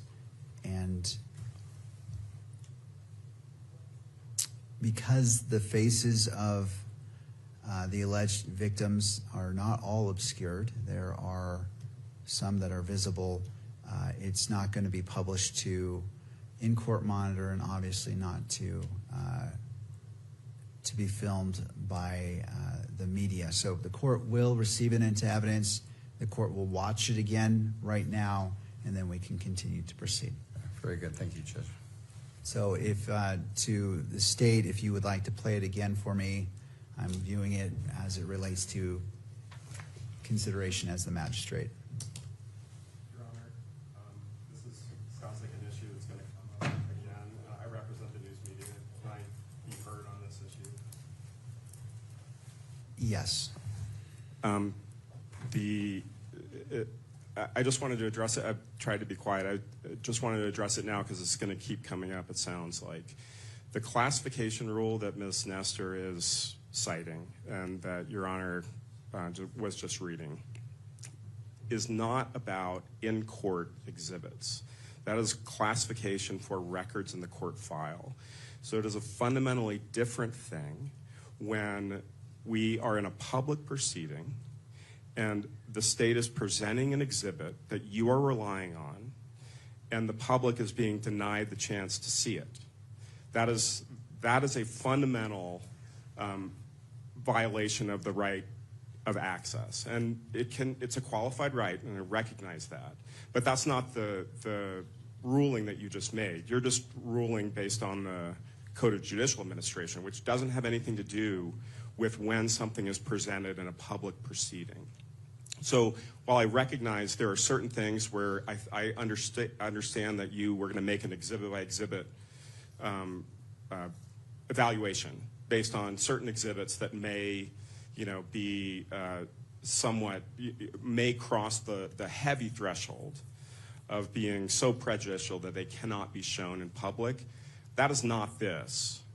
And so I just wanted to make clear that the things that are in Rule 202 are not, when it is presented in open court as an exhibit for you to rely on, the public is entitled to see what you're seeing so that they can understand what your decision-making process is. And so this one, it doesn't sound like this sounds pretty anodyne to me. It's not even depicting the shooting. I just wanted to clarify that the classification issue about when, we're filing things with the court and we say like this, maybe we file a motion to classify. That's not the decision that you're making today. The decision you're making today is the state is presenting something to you. You're watching it. You're making a decision based on it. And the people in the gallery have the right to see that. Whether you allow EMC of it is a different question. And we think that the EMC should be allowed to for reasons that we briefed. But I do think that it at least should be published to the courtroom. Thank you. Thank you, Your Honor. To the parties, do you wish to respond? State is not. We'll submit it. Well, Judge, I'm sorry. Oh, hold on. Okay, so I'm sorry. we'll go to Ms. Nestor Go first ahead. and then to the state. No, Your Honor, thank you. Mr. Sturgill. The only other additional observation I'd make is with regards to this video and this video only, the state doesn't believe that the defense really has standing to make an argument on behalf of the victims in this case. All right. All right, based off of what's been presented in recognizing the argument from the media, I see the differentiation and how they are differentiating the rule that was cited versus what was presented. So I'm going to go ahead and rule that this may be played in the courtroom but not be captured on video. So to the camera operator, I just want to make sure that it's going to be playing on that, but I don't want it captured. I appreciate the patience of the parties as we're going through the many layers that need to be addressed on exhibits such as these. So we'll go ahead and once that's ready to be played, let's go ahead and do that.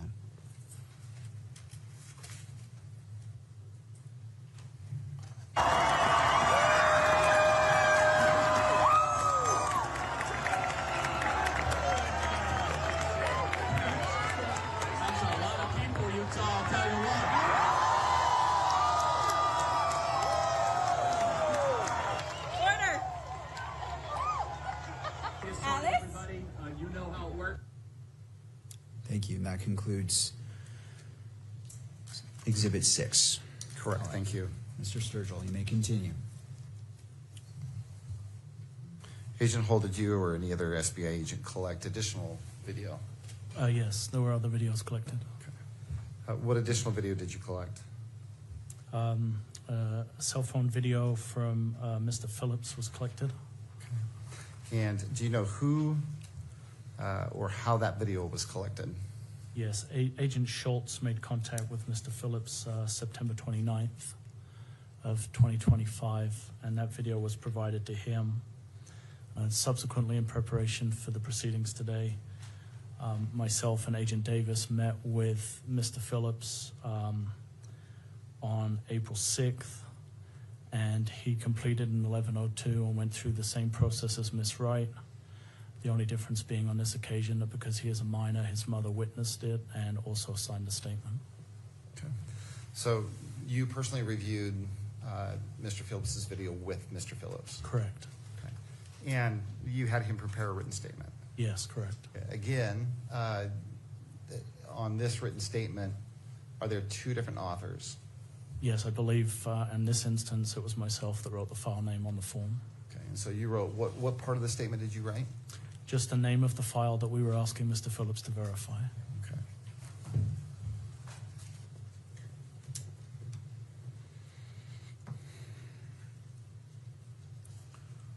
I'm going to have exhibited on your screen what's been marked States Exhibit 7.1. And this should just be for Agent Hall. That's on my screen. Is it on your screen? Do you recognize what that is? I do, yes. What is that? The State Bureau of Investigation 1102 form completed by Mr. Phillips. Okay, and did you gather that from Mr. Phillips? I did, yes. And again, does this statement include the advisory that is going to be used in lieu of his testimony at prelim? It does. And does it also include a warning that if he makes the author makes a false statement, that it could be punishable by being charged with a Class A misdemeanor? It does, yes. Okay. Anything about this exhibit look different than the day you collected it? No. Okay. So the state would seek to admit Exhibit 7.1. Ms. Nestor? Thank you, Your Honor.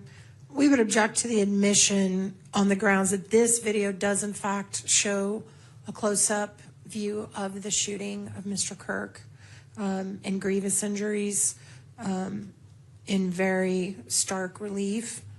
And because of that, we are particularly concerned about our constitutional claims we have made and our standing objection in terms of our ability to get a fair trial if this is published. And I think, again, we have the same issue with the court, being in a position where you're having to make a reliability determination without the opportunity for this individual to be cross-examined. Also, I do think the fact this is a minor that completed this form does make it protected. He's also potentially a victim under the same theory that has been stated for Ms. Wright, and under the UCJA acts for the same reason, the UCJA rules for the same reason, these should be protected private court records, and private means it shouldn't be played to court and it shouldn't be played to the public through the media. So we would object to its admission, we would object to its publication, and we would object to its filming. Thank you. Any final response? Just let me address, there's two things here, right? Let me address first the 1102 statement. Judge, I believe again that this statement was gathered in compliance with Rule 1102B8. Just double check. And the agent has explained that although Mr. Phillips is a minor, his mother was present, and that explains, I believe he said, the second signature on the form. With regards to publishing it, the 1102 statement, that is, Judge, we believe again, the presumption is this is a public record, and that it should be not only admitted but published here in court, and also published so that the media can record it. With regards to, do you want to address the 1102, and then I'll move on to the video? All right, so we're staying focused on the 1102. Any final response, Ms. Nestor? No, Your Honor. All right, thank you. As it relates to the 1102 statement and to the state representative who is displaying it, could you scroll down? I can only see the top half of this. All right.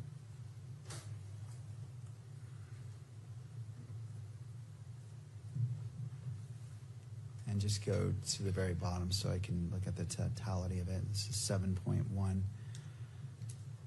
All right, based off of what's before me on the State's Exhibit 7.1, I find that it is admissible under Rule 1102 and to the Utah Constitution, Article 1, Section 12, to that paragraph I have referred to previously, and so it is admitted into evidence. And Mr. Sturgill, remind me, were you requesting for it to be displayed? I'm, again, focusing on 7.1. Right. In On court. 7.1, Judge, with regards to the video, we believe it's admissible. it's been authenticated properly. Hold on. I'm not talking about the video. I'm talking about 7.1, publishing it in the courtroom versus publishing it on to be captured by the media. Because we think that the presumption is it is a court record. We believe that in its redacted form. We believe it should be published in all three areas. All right, Ms. Nestor, any final thoughts? I got it. All right. We're going to go ahead and grant the publishing of Plaintiff's Exhibit 7.1 in court, and that the media may capture that. Let's go ahead and do so.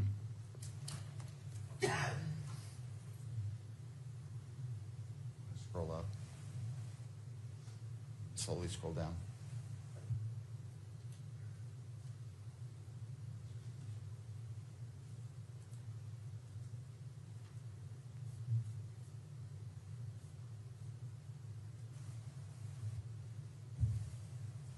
All right. You may proceed. Did you admit Exhibit 7.1? It is admitted into evidence and it was published. All right. Have you personally watched Mr. Phillips's video? I have, yes. Okay. And what does it depict? It's a graphic video. Mr. Phillips was positioned towards the front of the crowd, and it does depict the moment that Mr. Kirk is shot. Okay. And independent of the 1102 statement prepared by Mr. Phillips, you watching that video, do you recognize at least the location of this video?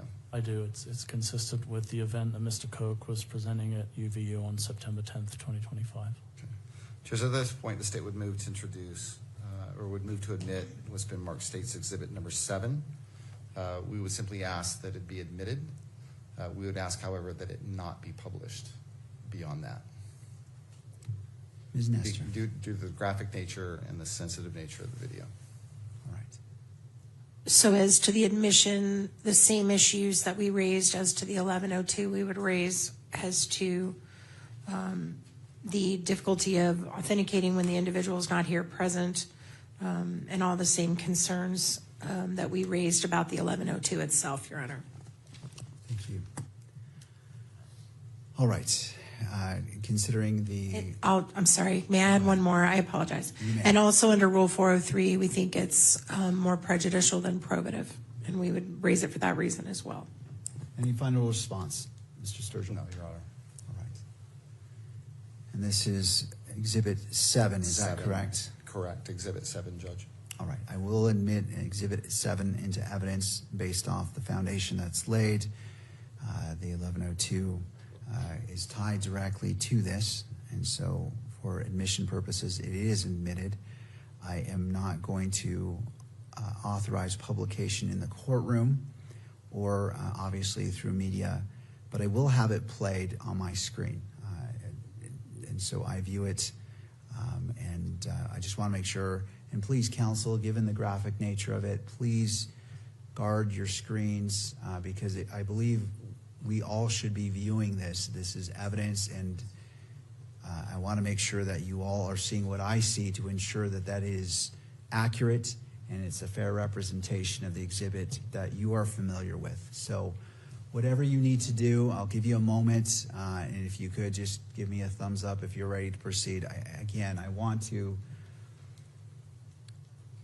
act in a way that is dignified in respecting the rights of all persons. And for those reasons, I just want to make sure we are safeguarding to ensure this is not captured. All right. To defense, ready to proceed? Yes, Your Honor. All right. To the state? Yes, sir. All right. Go ahead and let's play Exhibit 7.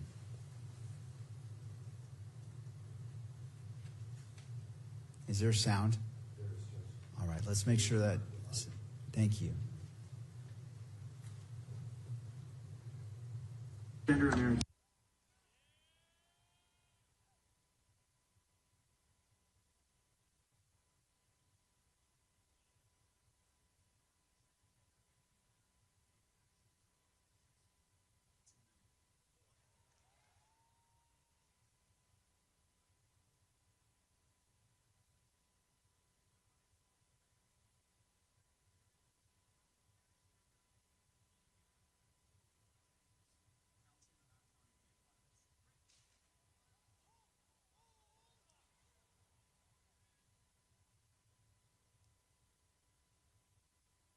Thank you. That concludes playing of Exhibit 7. You may proceed. Thank you, Judge. Agent Holt, any more video that you collected, or either you or another agent with the SBA? Yes, we were able to collect video. TPUSA had a videographer, Visual Impulse, who was taking coverage of the event, and they provided video to us that they had captured on September 10th of 2025. And do you know who or how that video was collected from Visual Impulse? Yeah, Mr. Farnsworth originally provided, I believe, a flash to Lieutenant O'Brien with one of the local agencies. And a short time after that, on September 10th, he provided downloadable versions, electronic versions to Agent Mortensen.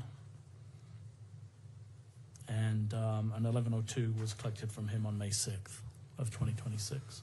So an 1102 was prepared by someone with Visual Impulse? Yes, Terrell Farnsworth was the individual that prepared it, and in preparation for this, I spoke to him personally regarding that statement. And do you know what his association is with Visual Impulse? I believe he's the owner-operator or the director of the company. And then who collected that 1102 statement from Mr. Farnsworth? It was Agent Mortensen who collected it.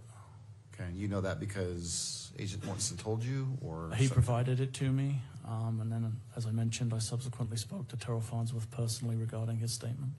Okay.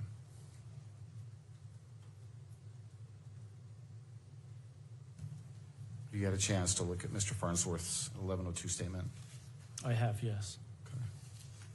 And again, does that statement include an advisory that any statement that he provided would be used at preliminary hearing in lieu of his live testimony? Yes. Did it also include a warning that a false statement would potentially be punished by a Class A misdemeanor? It did, yes. Okay. I'm going to have exhibited on your screen what's been marked State's Exhibit 8.1. Let me know when that comes up. That's come up. I think it's a single page, is it not? I believe it is. Go to the top screen. Top screen down slowly.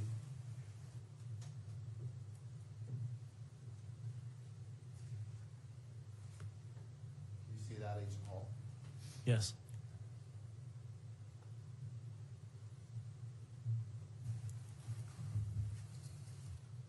You do recognize that? I do, yes. Okay, and again, that is what? It's the 1102 statement that was provided to me, completed by Mr. Farnsworth from Visual Impulse, who is the videographer for TPUSA for the events that they do. Okay. Judge, the state would move to admit State's Exhibit 8.1. Ms. Nestor. Thank you, Your Honor. At this point, we renew our objection. This is hearsay.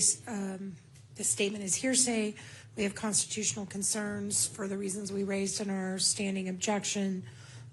We also would like to cross-examine Mr. Farnsworth about whether or not and to what extent these videos may have been altered in any way. It is clear that clips were being made out of the larger videos because he sent, even his own statement says he sent larger videos, and this is just a small portion of them. So obviously someone made clips, and we don't know who, and we don't know how, we don't know what they did. And for those reasons and the reasons in our standing objection, we would object to the admissibility of it, and as well the, I don't have a redacted version of 8.1, but I assume there is one. There is personal information on this one. Do you have a redact? Okay, I don't have that one. All right. And we would object to publication just on our concerns for fair trial, the same issues. Yeah, gotcha. Yeah, I think so. Thank you. And for all those reasons, we would object to its admissibility, its publication, and its ability to be filmed by the media, Your Honor. Ms. Nestor, I just wanted to check. Did you get a copy of the redacted? I was just handed it. Okay, I just wanted to make sure that right. you had copies. Thank you, Your Honor. So, okay, thank you. Mr. Sturgill, would you like to respond? Sure, Judge, thank you. With regards to the admissibility of the statement, Judge, I think the foundation has been laid that this statement was collected in compliance with Utah Rule of Evidence 1102, subsection B8.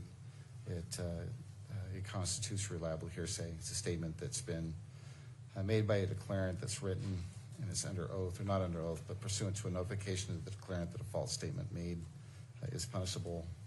I think there's been foundation to support that. In addition, Judge, Article 1, Section 12 of the Utah Constitution makes it very clear the state at preliminary hearing can rely upon reliable hearsay.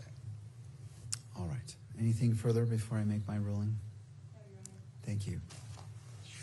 All right, applying the same analysis from the previous exhibits as it relates to the written statement under Rule 1102, and also under the Utah Constitution, Article 1, Section 12, in that last paragraph, I will overrule the objection and admit State's Exhibit 8.1. Let me hold off on that final phrase. If you could scroll down to the state representative and just stop right there. Thank you. I just want to make sure I fully review it before I make that ruling.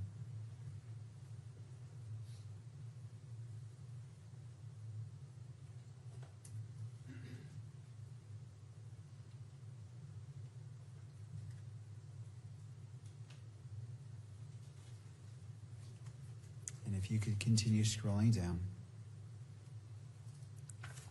And just go ahead and scroll down to the end. I don't believe there's anything else, but I want to make sure. Thank you. So I do rule that, overrule the objection, and State's Exhibit 8.1 is admitted into evidence and may be published. Well, Judge, let me speak with regards to that. With regards to the 1102 statement prepared by Mr. Farnsworth in its redacted form, we believe that the presumption is this is a public record and that it should be published both here in court and made available to the public by virtue of the camera. Ms. Nestor. I just stand on the objection I made before, Your Honor. Thank you. All right. Looking at the same analysis, it is admissible under Rule 1102 as well as Article 1, Section 12 of the Utah Constitution. And being that the person's identifying information is redacted and not viewable, I'm going to overrule the objection, the standing objection, and have it published both in court and may be published by the media. So let's just get it situated. And what I'll have you do to the representative of the state, pause on this screen and then in 10 seconds scroll down to the full text portion, and then 10 seconds later just slowly scroll to the remainder of the document. Thank you.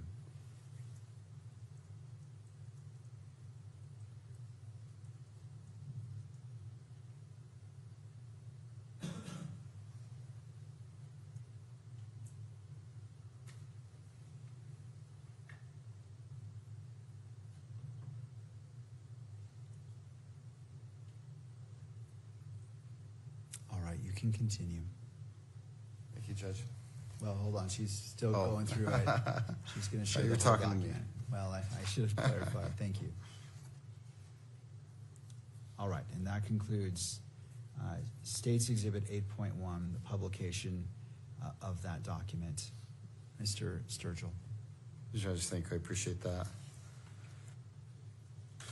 Agent Hull, have you personally, so the video that's referenced in Mr. Farnsworth's 1102 statement, have you watched that visual impulse video? Yes. And what is depicted in that video? It's a view from the cameras that Visual Impulse had established at the event, actually looking out from the stage into the crowd. It too is graphic in nature and shows the moment that Mr. Kirk is shot. Does it also show Mr. Kirk throwing hats out into the crowd? Do you recall? If my recollection serves, Mr. Kirk used to do that at the beginning of his events, and I believe the video does show him engaging with the crowd prior to becoming seated on the stage. Okay. Judge, at this point, the state would seek to admit what's been marked State's Exhibit 8. With regards to publication, Judge, it's our position that it not be published here in the courtroom and that it not be published so that the cameras can display it. Thank you, Mr. Sturgill. Turning to Ms. Nestor.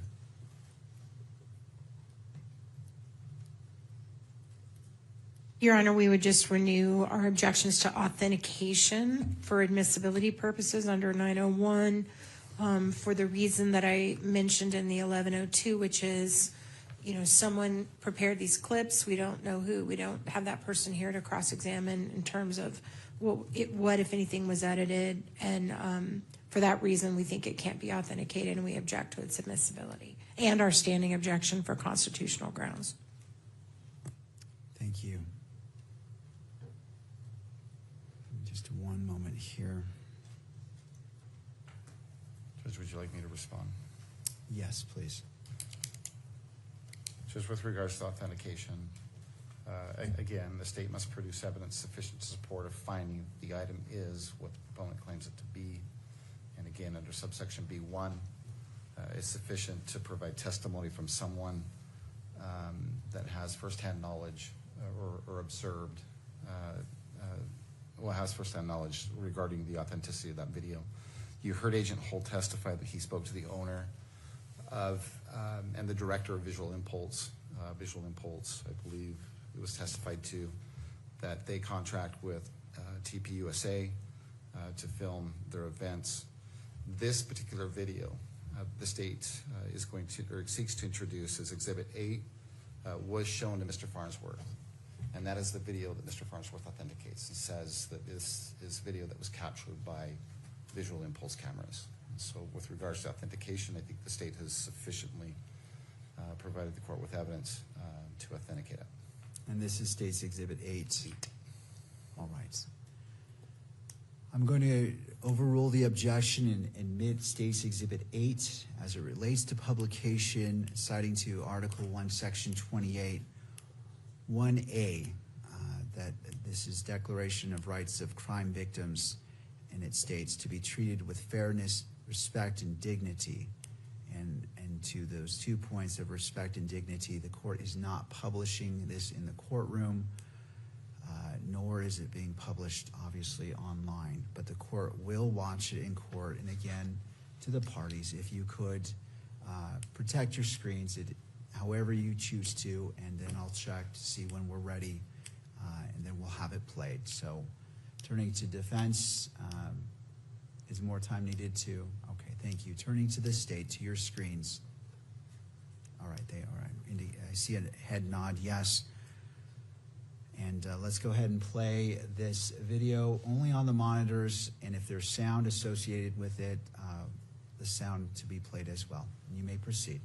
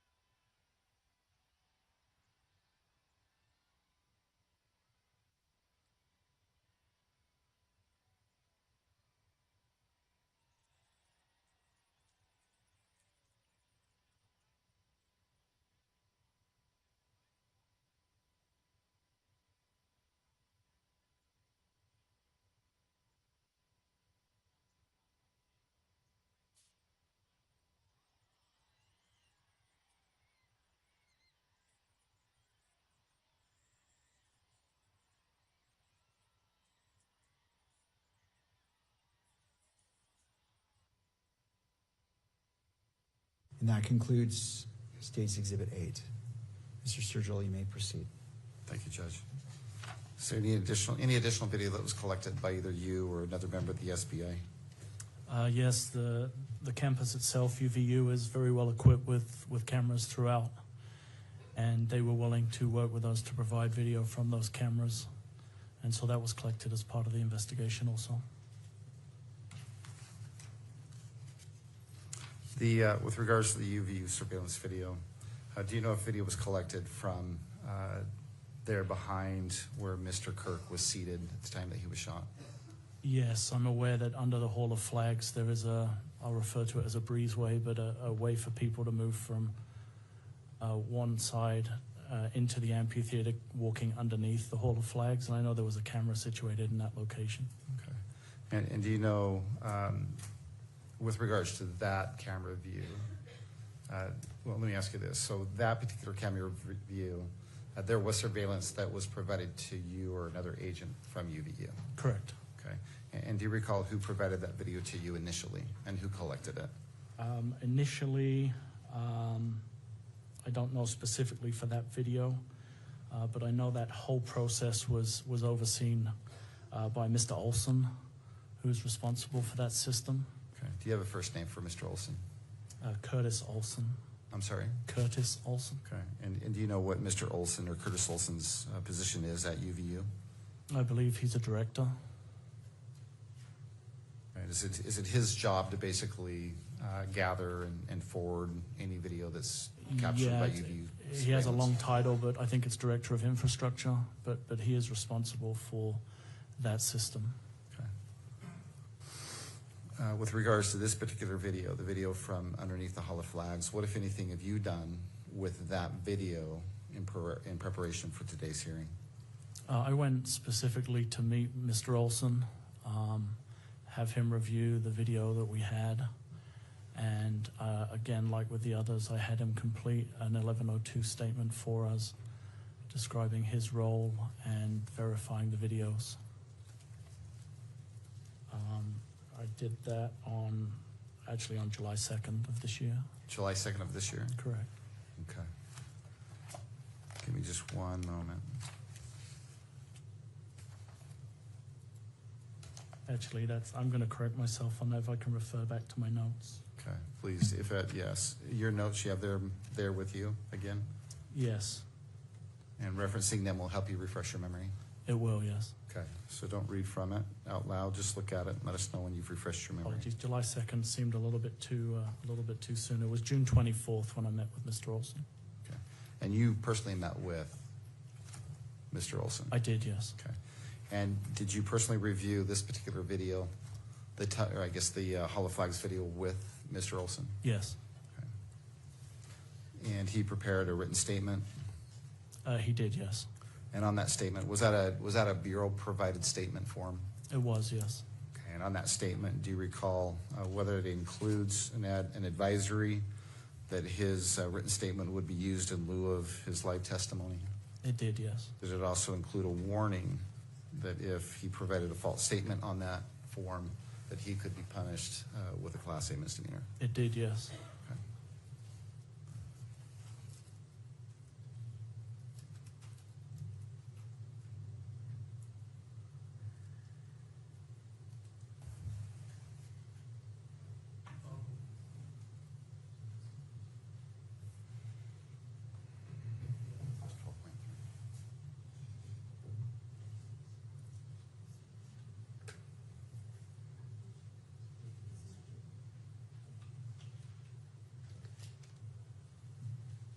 Is there something displayed on your screen right now? There is, yes. This Okay, it is should Exhibit be 12.3. Yeah, it should be what's been marked as State's Exhibit 12.3. Do you recognize what that is? Yes, it's the State Bureau of Investigation's 1102 statement completed by Mr. Olson. Does it appear to be in the same condition as when you collected it? It does, yes. As the state would seek to admit what's been marked State's Exhibit 12.3. Ms. Nestor. Thank you, Your Honor. We would again renew our concern about hearsay and our constitutional concerns about that raised in our standing objection. Also, the concern is that the individual basically states they verified the recordings, but doesn't say how, doesn't say whether they viewed it, doesn't say whether someone else viewed it and told them, whether someone else viewed it and told someone else who told someone else who told them. There's just no explanation. We don't think it's sufficient to meet your reliability analysis, and we object to admission, and we also object to publication. This is, for all the same reasons, Your Honor. To the state. Judge, again, the state's position is that this written statement was collected in compliance with Rule 1102, subsection B8. It is a statement collected with both the advisory and the admonition. From what we've heard from Sergeant Hull, this individual, Curtis Olson, is the person it's his job basically to handle this type of information and turn it over to law enforcement. All right, I'll have, if the state representative can scroll through so I can review it in its entirety and just stop when the majority of that handwritten statement's visible. Thank you. Let me review that.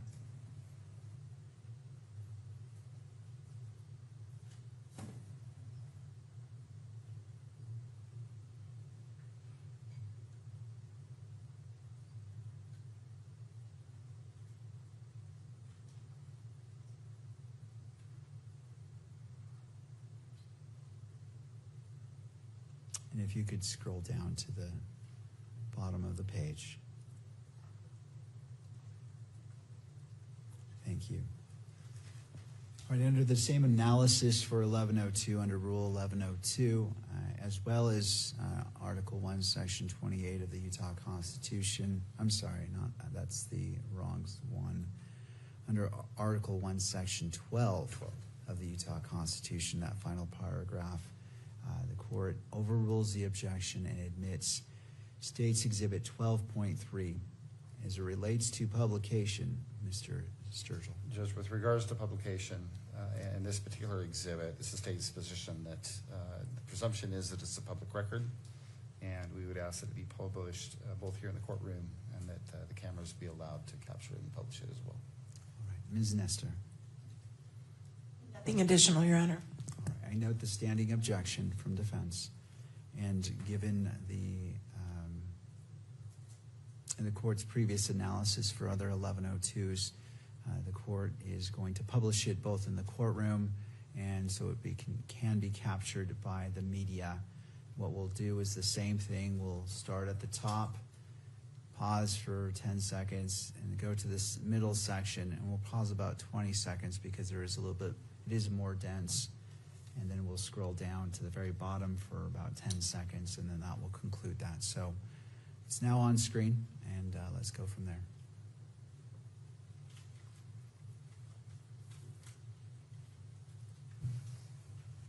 All right, you can scroll down.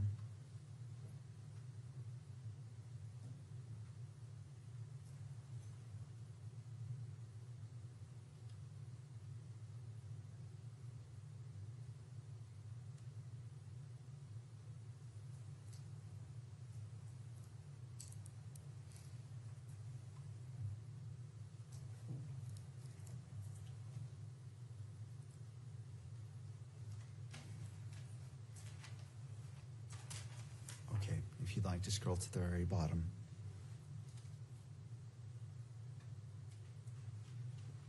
Thank you. That concludes publication of this exhibit. Thank you, Sergeant.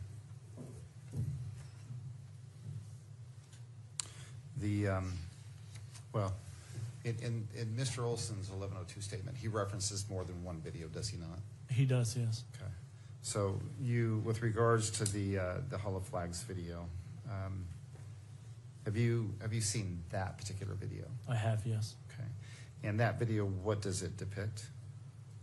It's a view kind of looking what would be east, under the breezeway towards the back of the stage where Mr. Kirk was situated. It shows some movement behind the stage area, and I believe through the gaps you can see some of the crowd in the amphitheater. I think I've neglected to do this twice before, so I'm going to do it right this time. Would you please bring up exhibit now? Without pushing play. Tell me when you see something on your screen. It's on my screen. Okay. Do you recognize what's depicted in that still image? I do, yes. What is that? It's the area underneath the Hall of Flags that I referred to as the breezeway. Okay. And is this the beginning of the video that Mr. It is, yes. Okay, that Mr. Olson provided you? Yes, yes. Judge, the state would seek, the state asks or seeks to admit Exhibit 9. With regards to publication, this is another video that, due to its sensitive, the nature and the graphic nature of the video, we'd ask that it not be published here in the courtroom, nor published in any way that the media camera could capture it. And following your reasoning, Judge, out of deference to the victims and the victims' rights, to have this type of information protected. Ms. Nestor. Thank you, Your Honor. We would object on our standing objection grounds, constitutional issues in terms of the concern about Mr. Robinson's right to a fair trial. We agree it should not be published. We object to its admissibility. Thank you. Based off my analysis that I apply independently to this exhibit, but it tracks with the previous exhibits, I find that it is admissible, and I will admit it into evidence. This is State's Exhibit, I believe, 9. Mr. Sturgill? Play it. No, hold on. Oh, I'm sorry. This is State's Exhibit 9? Right, correct. All right. As it relates to publication in the courtroom or by the media, again, citing to the Utah Constitution, Article 1, Section 28, 1A, it states to be treated with fairness, respect, and dignity, and to be free from harassment and abuse throughout the criminal justice process. I find that this does apply. And in respect and dignity and the human experience, I am going to not publish it in the courtroom, nor will it be broadcast, but the court will watch it in open court. And I note it is about, how long is this video? 3 minutes, Your Honor. All right. Again, to the parties, if you could just indicate if your screen is obscure. Thank you, Ms. Nestor. And to the state, are your screens secure so they're not viewable? All right. Thank you. Seeing Mr. McBride nod his head, we can go ahead to the state representative. Go ahead and play State's Exhibit 9. And if there's sound, if you could activate sound. I'm not sure if there is. All right, so all right, let's go ahead and replay it. Just wanted to clarify there is no audio, so let's go ahead and restart it. Thank you.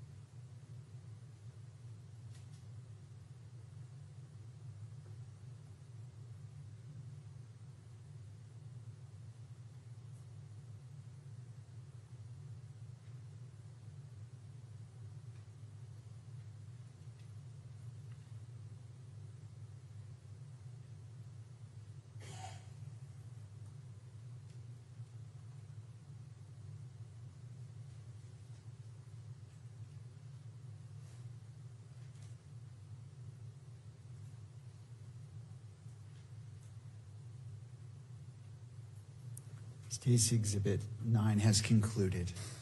Mr. Sturgill. Thank you, Judge.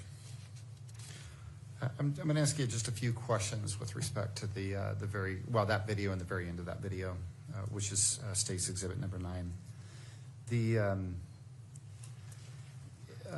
Throughout that video, you can see a banner. Do you recall seeing a banner that's hanging basically in the middle of that video? Yeah, I believe that's the rear of the gazebo. Okay, the rear of the gazebo? Yeah. And what gazebo are you talking about? It's like a pop-up tent that Mr. Kirk was sat underneath while he was addressing the crowd. Okay, so just really quick, just to be clear, where in relation to that banner that you see depicted in Exhibit 9 is Mr. Kirk? Approximately dead center. Okay. He's on a stage, so he's slightly raised in relation to the bottom of that banner, and then he's seated in the middle of the stage, so approximately in the center. The back of that, the pop-up tent, and then you can see Mr. Kirk being carried down the left side of the video under that breezeway. Okay. And then you said that he was, that there was a quick transport. Is that the language you used? A hasty transport. Hasty transport. What does that mean? Just they were trying to get him to medical care as quickly as possible, so I believe he was thrown into one of the team's vehicles and then transported to the hospital, as opposed to waiting for an ambulance. And I think you already stated, but let's just be clear. Do you know which hospital he was transported to? I believe it's referred to as Timpanogos Regional. Okay. And do you know if he was treated there at the hospital? He was, yes. Okay. Do you know whether or not he was pronounced dead there at the Timpanogos Hospital? He was, yes. Okay. And how do you know that?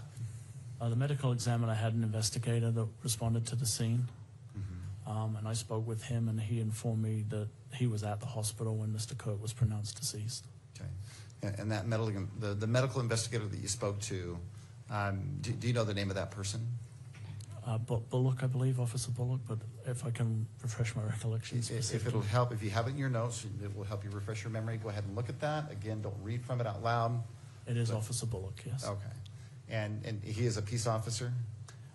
He functions as a law enforcement officer, and he works also for the medical examiner as a death investigator. Okay. Do you know whether Mr. Kirk was autopsied by the Utah Medical Examiner's Office? Yes, an autopsy was conducted by the medical examiner's office. Do you know when and by whom? Yes, it was late into the evening of September 10th, or it may even have gone through into the morning of September 11th. And do you know who I'm going to conducted refresh that my autopsy? recollection because of the pronunciation, if you don't mind. If it'll help you refresh your memory, that'd be great. Again, don't read it out loud. Look at it. Let me know when you've done that, and then we'll go from there. Dr. Guajado, I believe is how it's pronounced. Okay. You want to spell that last name? Yes, Guajado. Your Honor, if this is not personal knowledge, we object to the hearsay if someone told him all of this. I don't believe this individual was present at the autopsy, so we object to any testimony about the autopsy or what he was told about it. Mr. Sturgill. Well, Judge, if I could, I'll just simply lay foundation for the report itself. And I think this is all information that's included on the report. All right, so as it hasn't been moved into evidence just yet, I'm not making a ruling. I appreciate that. If you wish to lay more foundation, that's certainly your choice.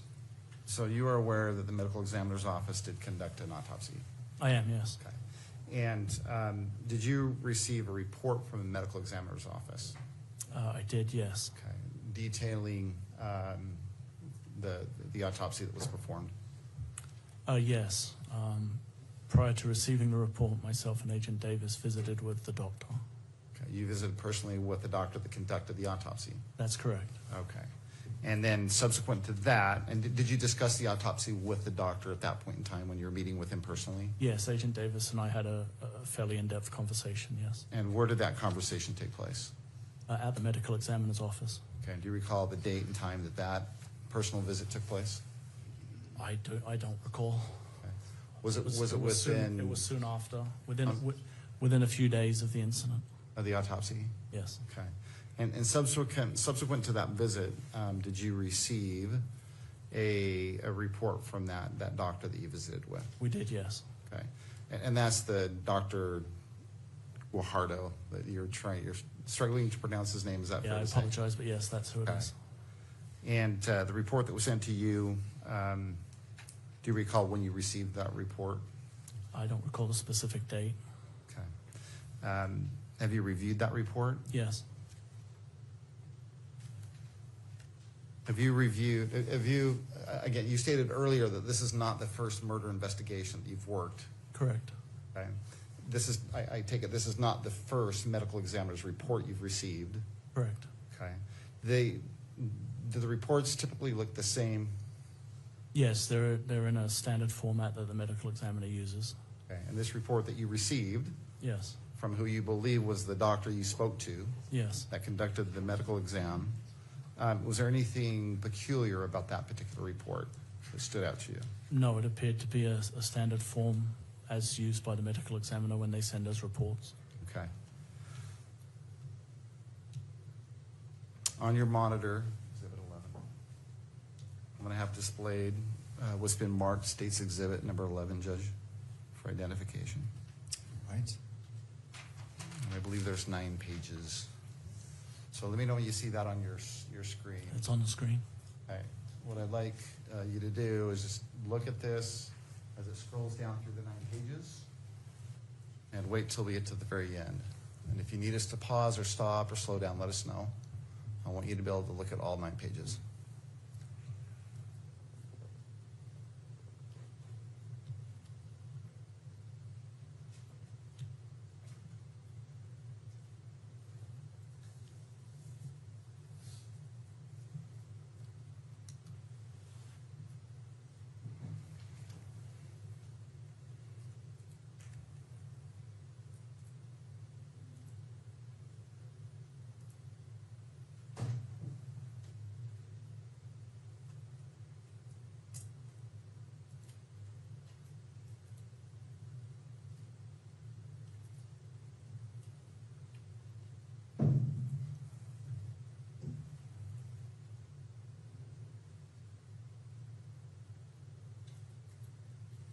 Did you get a look at that?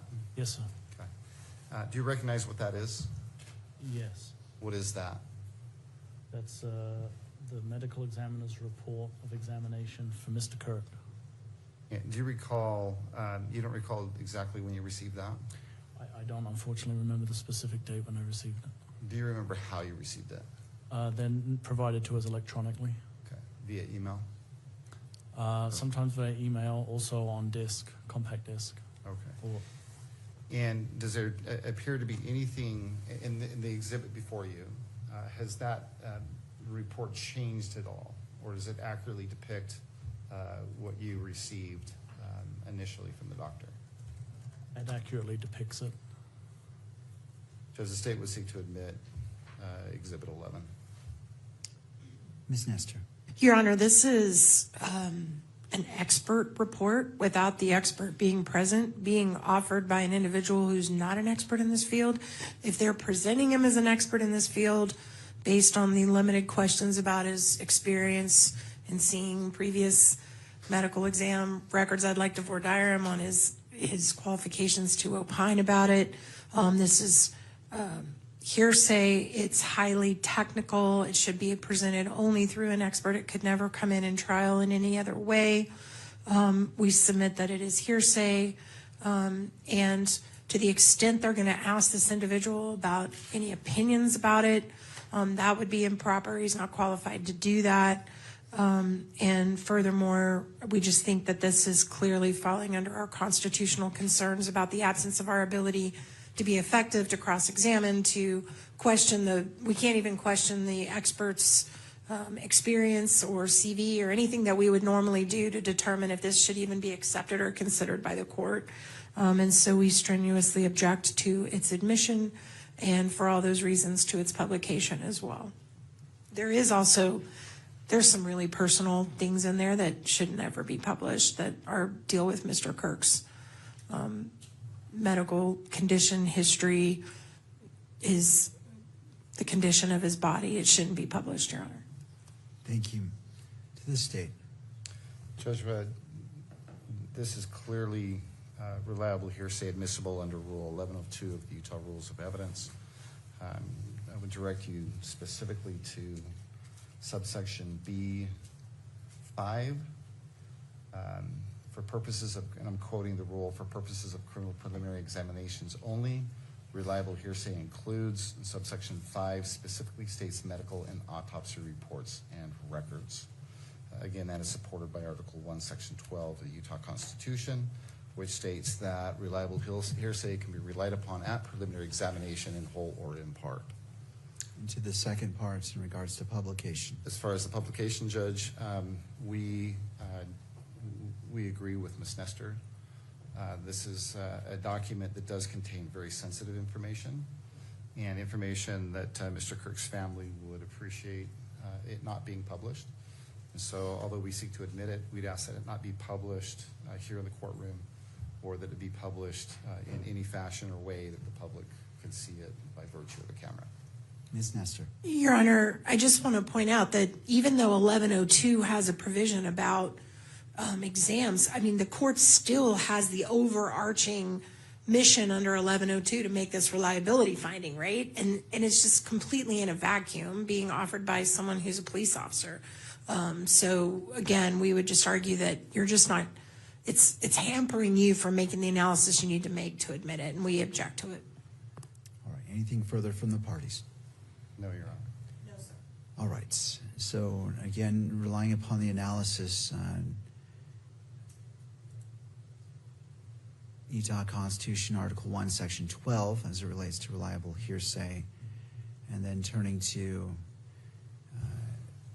Utah Rules of Evidence, Rule 1102, B5, specifically notes medical and autopsy reports and records. The court is going to overrule the objection and admit State's Exhibit, I believe it's 11. 11, yes, sir. Citing to Utah Constitution, Article 1, Section 28, dignity, portion, respect, and dignity. It will not be published either in the courtroom or viewable on media by the camera for the reasons previously stated as it relates to the video. And so the court will receive it, and it is admitted into evidence. And that concludes that portion. Mr. Sturgill, is this a good point to stop to take our 15-minute afternoon break? I think it'd be a great idea, Judge. I've just got one last question. All if I right. could, with respect to the medical examiner's report. Agent Hull, in that report, does the doctor relate cause and manner of death? He does, yes. Okay. And in that report, what is the stated cause of death? It was stated as a murder. And manner of death? It was a gunshot wound to the neck. I object. It's not stated as a murder. I believe it's stated as a homicide, which is an important distinction. Judge, I'll go back and correct that. All right, so I'm going to sustain, well, first of all, let me look at the report. I need to see that section. I need to be able to draw my own conclusion. So, okay, I see, Ms. Nestor, are you referring to page 1 of this report? I'm sorry, Your Honor. Could you repeat that? I apologize. As it relates to your objection for the misstatements, are you looking at page 1 of the report? Yes. All right. So And, Your Honor, I also need to make an objection on the best evidence rule, too. Thank you. All right. So I'm going to sustain the objection as it relates to the manner of death. It does not say murder, but in regards to the best evidence rule, again, under 1102 and the Utah Constitution, that it permits reliable hearsay, and it is, State's Exhibit 11 is admitted. Mr. Sturgill. Agent Hull, I'm going to ask you to look at the first page of Exhibit 11. No? Yes. You see that? Yes. Okay. So let me ask you again, and you can look at it. Yeah. And would you mind relating what the doctor reports as the manner of death? Yes, I misspoke. It does say homicide. And then the immediate cause of death? Gunshot wound of the neck. Nothing further, Judge. Well, at this moment, I think it'd be a great idea that we take a 15-minute break. Right, we'll go ahead and go on break. We'll come back at 3:25 and resume with this witness at that time. Court is in a brief recess.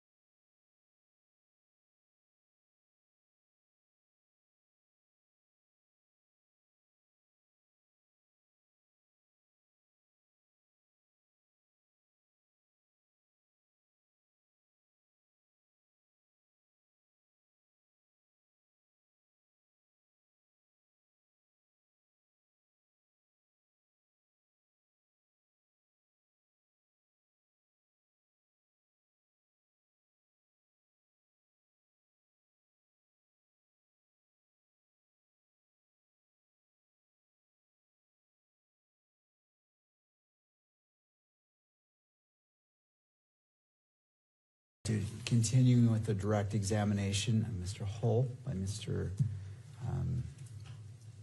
Sturgill. Mr. Sturgill, you may proceed. Thank you, Judge. So, Agent Hull, in addition to what you've already described, what, if anything else, did you do on the 10th of September 2025? Primary focus was to identify the individual who'd been seen on the roof with the preliminary footage. And so there was a big effort to review as much of the video that we had available to us from both the public, but predominantly from Utah Valley University, in an effort to follow that individual both forward and backwards from the time of the shooting. Okay. So if I understood you correctly, priority was to identify the shooter. Yes. And to that end, you started reviewing even more UVU video than you've already described? Correct, yes. Okay.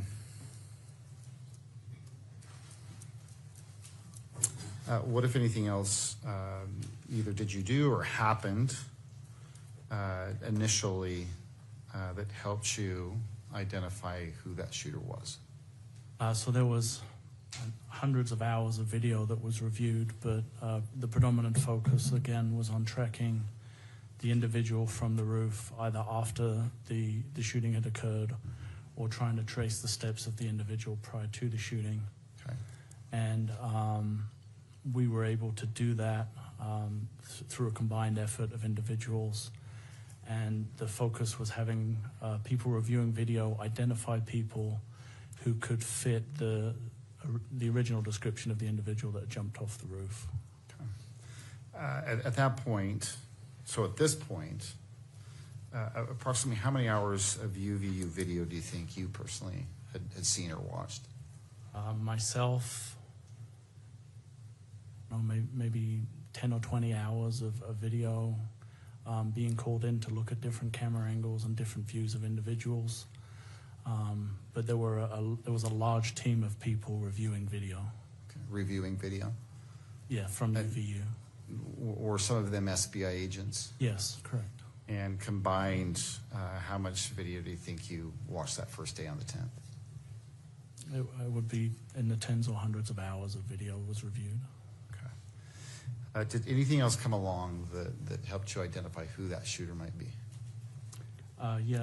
Eventually on the evening of the 11th, we received word from Washington County that an individual in that area had reached out to law enforcement and was wanting to turn themselves in for the incident at UVU. Okay. And did you, at that point in time, did you receive a name from Washington County? Yes, we did. And what was that name? Tyler Robinson. What, if anything, did you do with that information, the name Tyler Robinson? That information was given to our SIAC, or our State Information and Analysis Group, and they put together what would be called a workup. So they would look at driver's license records, DMV records to determine addresses, obtain pictures of individuals, and then any associated vehicles or things like that. So was that done with Mr. Robinson? It was, yes. Driver's license record was pulled? Yes. Did that include, if you remember, or do you know, did that include a photograph of Mr. Robinson? It did include a photograph of Mr. Robinson, yes. How about an address and date of birth? There was an address and a date of birth, and I believe a DMV record with an associated vehicle. All right. And so that DMV record did include a vehicle that was associated with Mr. Robinson? Correct. Okay. Do you remember what the make and model of the vehicle was that was tied to Mr. Robinson? The Dodge Challenger. Anything else beyond that you remember? It was silver in color, and I believe there were two registered owners of the vehicle. Okay, and who were the registered owners? Mr. Robinson and then his mother. Do you recall whether or not a date of birth was included in that driver's license information that you got initially? Yeah, I believe the actual driver's license record was shared, so it would have included a date of birth. All right. With with Tyler Robinson's personal information, were you able to expand your search at all? Yes, once we knew a vehicle that we were looking for and we had an actual image of the individual, then we were able to use that video footage to try and track that specific individual. Okay, and I'm sorry, let me clarify. So when I said expand your search, I'm referencing the UVU surveillance video. Yes, we were able to. Okay. And were you able to identify in that expanded search, did you believe you located that challenger? We did, yes. Okay. Were you able to determine at what time or times Mr. Robinson visited the UVU campus on September 10th? Yeah, we were able to establish that Mr. Robinson had been on campus approximately 4 times throughout the day, twice before the shooting, the time of the shooting, and then after the shooting later in the evening into the early hours of the 11th.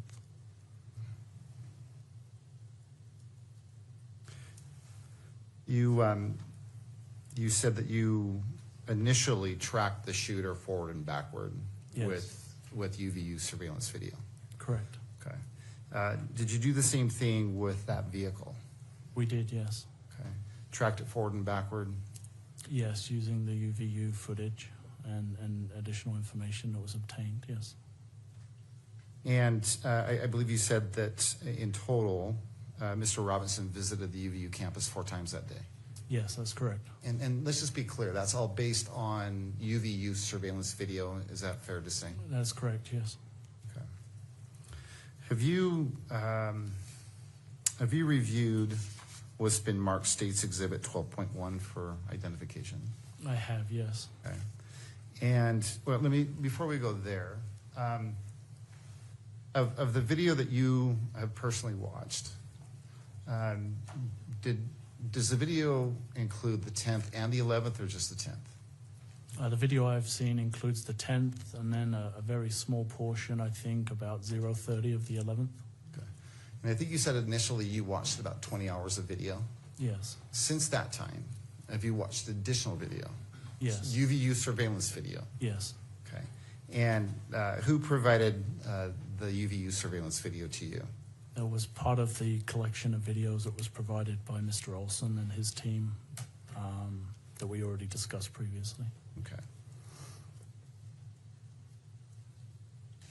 Of all the hours of video that you've watched, do you have an idea of how many hours include Mr. Robinson or his vehicle? Just with UVU or in Just with total? UVU, I'm sorry. Just with UVU would probably be about 16 hours. And let's be clear, this is someone you believe to be Tyler Robinson. Correct. Okay. And this person that you've identified as Tyler Robinson, that you've been investigating and that you've viewed in the numerous hours of video from UVU, would you recognize that person if he were in the courtroom today? Yes. Is he in the courtroom today? He is, yes. Would you point him out and describe something that he's wearing? Your Honor, we object to unduly suggestive in-court identification for constitutional grounds.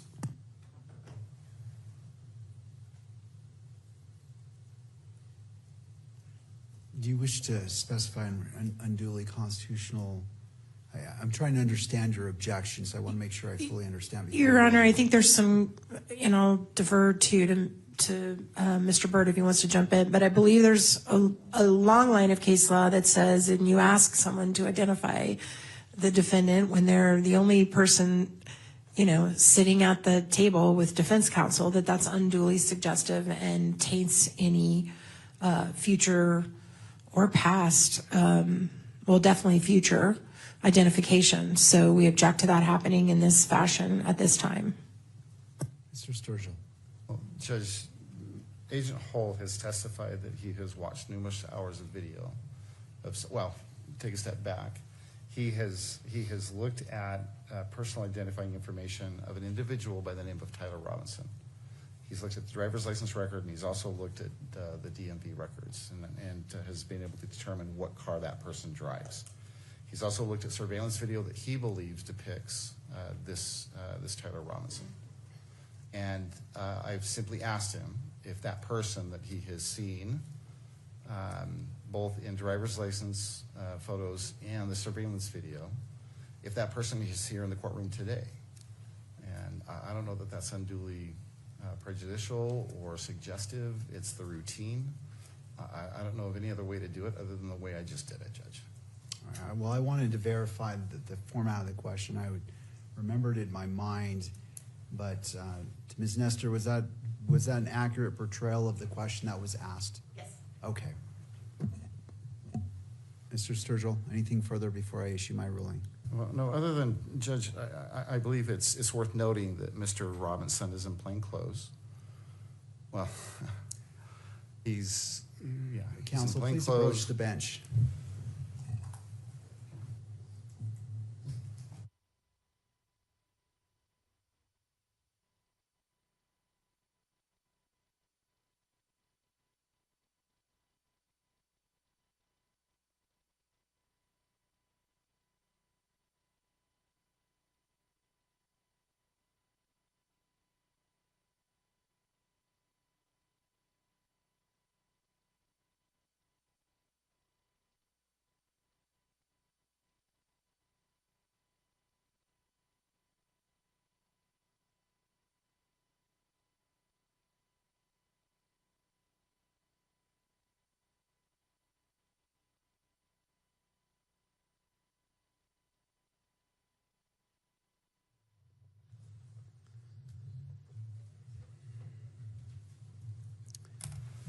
All right.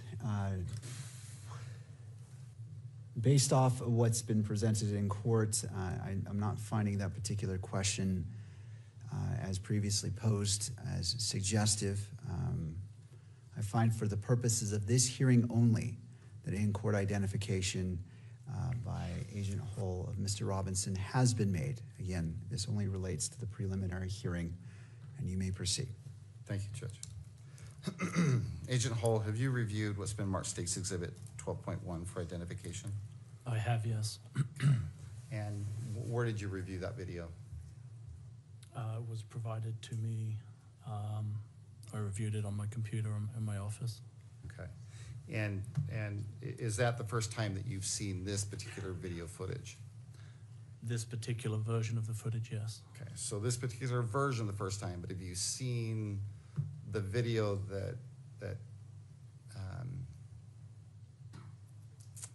comprises, I guess, Exhibit 12.1? I have seen the original videos, if that's your question, yes. So what is State's Exhibit 12.1? How would you describe it? I would describe it as a compilation of the video that we obtained from Utah Valley University during the course of the investigation that depicts the movements of the individual I believe to be Mr. Robinson moving around the campus on September 10th, 2025 into the morning of September 11th, 2025. Did you prepare this video compilation? I did not. Okay, do you know who did? Yes, Utah County Attorney's Office. I believe Ms. Durfler is the one that produced the video. Okay. Do you know Ms. Durfler's first name? Kimberly? Okay. What, if anything, did you do to authenticate the video in this compilation? I reviewed the video to make sure that it was a reflection of what I understood the original videos to show. Okay. What, if anything else, did you do?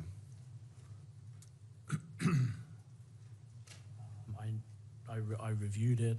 I know that there was some zooms and some changes to the footage. Okay. Did you meet with Mr. Olson with regards to this particular video? Yes, this video was also part of that original meeting with Mr. Olson for the prior exhibit, yes. Okay. So at the same time, you sat down with Mr. Olson and discussed the prior exhibit. And let's just be clear which exhibit that is.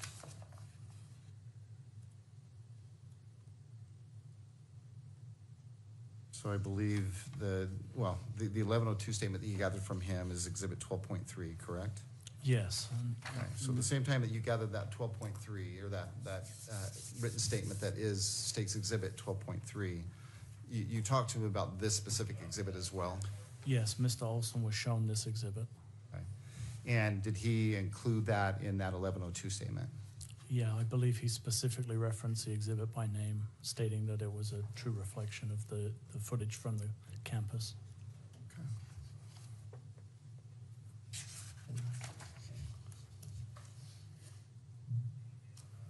And let's just go back to what you were stating earlier. To you, it appears to be a compilation of videos that you've already seen, Correct. that you received as a mass dump, I guess, for lack of a better term, of view video. Is that fair to say? Yes. Okay.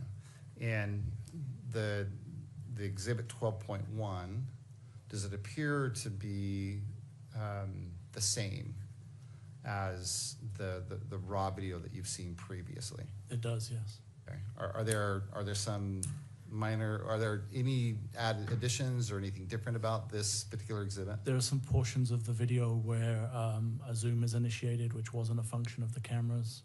I believe some specific individuals have been blurred from the footage, and I believe there are some red circles to show poignant information or individuals within the footage itself. Okay. So other than the red circles, the blur, and the zoom, does it appear to accurately depict what you've seen in the raw video footage? I believe so, yes.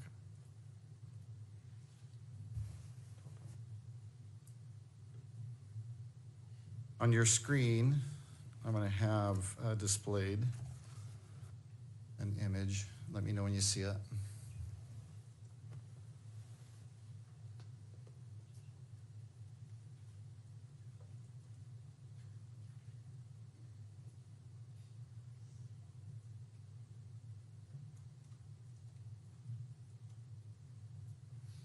The image is there now. It's gone again. Is it there? We're back, yeah. Okay, we're back. So do you recognize what this is? Yeah, this is the first frame of the video compilation that we just referenced. Okay. And again, this video portrays what you believe is Mr. Robinson visiting campus that day? Correct. Okay, and is it throughout the day? It is, yes. And then I believe he said into the early morning hours of the 11th, is that right? Correct. Okay.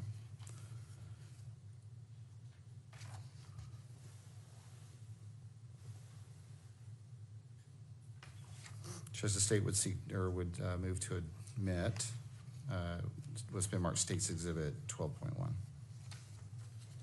Ms. Nestor? Your Honor, we have objections to its admissibility. This is a compilation video that was put together from a bunch of different sources by the county attorney's office. This individual did not create this compilation, can't testify to the accuracy of the actual materials that it was taken from. And furthermore, Mr. Olson himself is just referred to by Agent Hall. He specifically says people have altered these recordings. They've zoomed in when the actual recording isn't zoomed. They've added little circles to people they want you to pay attention to. They've blurred people's faces out. So, I mean, it's been clearly altered. And it's not, I mean, they admit it's been altered. So we have real concern about authenticity of it. Furthermore, this particular video should be protected. And so that deals with the admissibility factor. As far as the publication factor of it, the video should be classified as protected under UCJA 4-202.02 subsection 5. J is in jelly bean, and then little I and little double I, because this is going to interfere with the defense's ongoing investigation, with Mr. Mr. Robinson's ability to get a fair trial. This is basically putting together photos that are clear with photos that aren't clear, putting them all together in such a format that it makes the case that it's all one person. It would be extremely prejudicial for people that may ultimately serve on this jury to watch this video before this case goes to trial. We don't believe a proper foundation's been laid, which would make it admissible at this point. So the fact that it would be shown to the public would be extremely damaging to the ability to put on a defense at trial. And so we object to its publication both in the courtroom and to the media, Your Honor. Mr. Sturgill? Judge, Ms. Nestor is correct. This is a compilation of a series of videos. The The videos, as Sergeant Hull has testified to, is a compilation of raw videos that he has received from Utah Valley University. And he has not only seen this video, but he has seen all the raw footage. And by his estimation, or according to his testimony, these are all videos that are accurate and they depict what the raw footage depicts, other than those minor additions. Judge, if you refer to Mr. Olson's written statement, it's Plaintiff's Exhibit 12.3. He too has reviewed this video, and he has also identified this video as being accurate with the exception of those additions. In his words, it's the zooms and the red highlights. They weren't part of the original recording, according to Mr. Olson. But other than that, as he states, the same as Agent Hull, these videos are accurate, and they were captured by UVU surveillance video. Do you have a version of this video that does not have alterations, such as zooming or circling? My concern is that if the 1102 says what it says about the videos, these were the videos, right? But then it was altered, and typically an exhibit which has been altered, and if it wasn't done by the person who supplied the 1102, that can become problematic. And so do you have a version of this exhibit that does not have the zooming in or the circling? Again, I don't know all the alterations that were made, but that seems to fall outside the 1102, because you don't have a person testifying 1102 saying, I made the alterations. Right. And so that's the concern of the state, of what Ms. Nestor was talking about as it relates to the state's evidence. I have that concern about those alterations. I don't know when they were made, what they were made, how much was done to manipulate the video. And I say manipulate to, not saying it in a nefarious way, but I don't know what the scope of that is and how much it deviates from what was the original form. Well, Judge, to answer your first question, do we have a version of this particular video that has not been altered? We don't, not right now, not today. I guess there's a couple of things I'd simply like to point out, Judge, and that is that we have two witnesses who have watched the raw footage. And Agent Hull here today on the stand, and Mr. Olson in the form of his written statement, they have both said that this video, with the exception of these alterations, accurately depicts the video that was captured by UVU surveillance video. Judge, I will proffer that those changes made to the video were not done by either. I know who that person is. We could actually call that person as a witness if that would cure that. And we're prepared to do that if necessary. But Judge, I think that our burden is to simply authenticate, what this is. And it is a video that, with only a few exceptions, alterations, that really don't change the substance of the video or the content of the video, they're accurate. They depict what the cameras captured on September 10th and the 11th. And we have two people who have seen that raw footage, and they've explained that's the only difference between what we have originally in the original videos and what you're seeing here today. And the additions, I'll submit, Judge, were only added to make it easier to view. All right. Anything further from the parties? No, Your Honor. All right. I'm going to go ahead and I'm sustaining the objection. Typically, when exhibits are admitted to the court, it is without alteration. If a party circles an exhibit, a photograph, that's not the original format, and I do not have the person who made the alteration, an 1102, to substantiate that. And what I have is the original video, and Mr. Olson saying, this is the video minus the alterations. And we have Agent Hull saying, this is the video and there are alterations, but I'm missing a link. And it may be minor, but in this type of case, I want to be thorough. And I want to make sure that what is minor is still important. And for those reasons, I'm going to sustain the objection and leave it to the parties on how you wish to handle the video in the future. I don't want to provide guidance either way. Right. But as it stands today, this exhibit, States Exhibits 12.1 or is 12.1. not admitted. Okay. Judge, could I have just one moment? You may.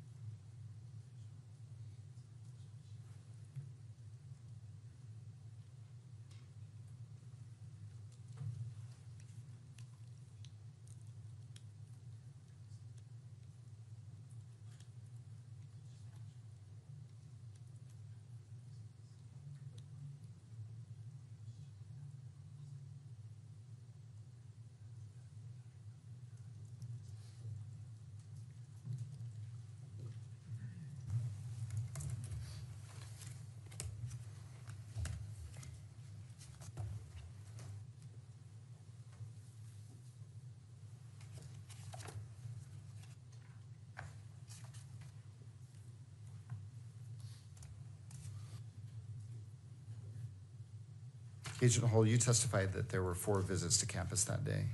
Correct, yes. And the first 3 visits, based on what you have observed, is your opinion that those videos were captured by UVU surveillance video? Is that correct? That is correct, yes. Okay. The 4th visit, well, the 4th visit too was captured by UVU surveillance video. Is that correct? Correct. Okay. Was there any other video that was collected either on the 10th or the 11th that you believe might be important or relevant to today's hearing? There was a large amount of video. Well, I'm going to be a little bit more specific.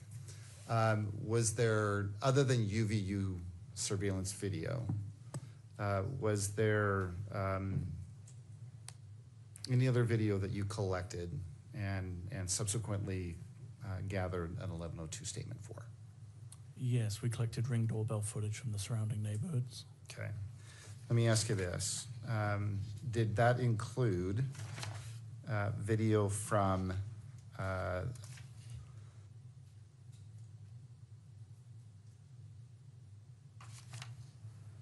residence located at 680 West, 925 South Orem? Yes, that's in the Horseshoe area, yep. Okay. That's in Orem? Correct. And close to campus? It is, yes. Okay. And what can you tell us about that video? There was a Ring doorbell video that was provided that showed a vehicle consistent with the one we had identified as belonging to Mr. Robinson, parking in front of the residence across the street. Okay. And what can you tell us about the timing and the timing of that parked vehicle? If I recall, that vehicle parked approximately 0:38 hours on the morning of the 11th. Okay. So 0:38 hours, what time is that to regular people? Just after midnight. At 12:38 a.m.? In the morning, yes. Okay. So how did this video come to your attention that you're talking about, this doorbell or whatever? This footage was obtained as part of the canvass of the area that was conducted as part of the investigation. Were you able to identify the owners of that residence? Yes. Where that video was collected from? Correct. Okay. And do you know who it was collected from and by whom? It was Mr. and Mrs. Noble. I believe Agent Davis collected the video directly from them. Okay. And do you know what date it was collected? If I can refresh from my notes. If referring to your notes will refresh your memory, go ahead and look at that. Don't read it out loud.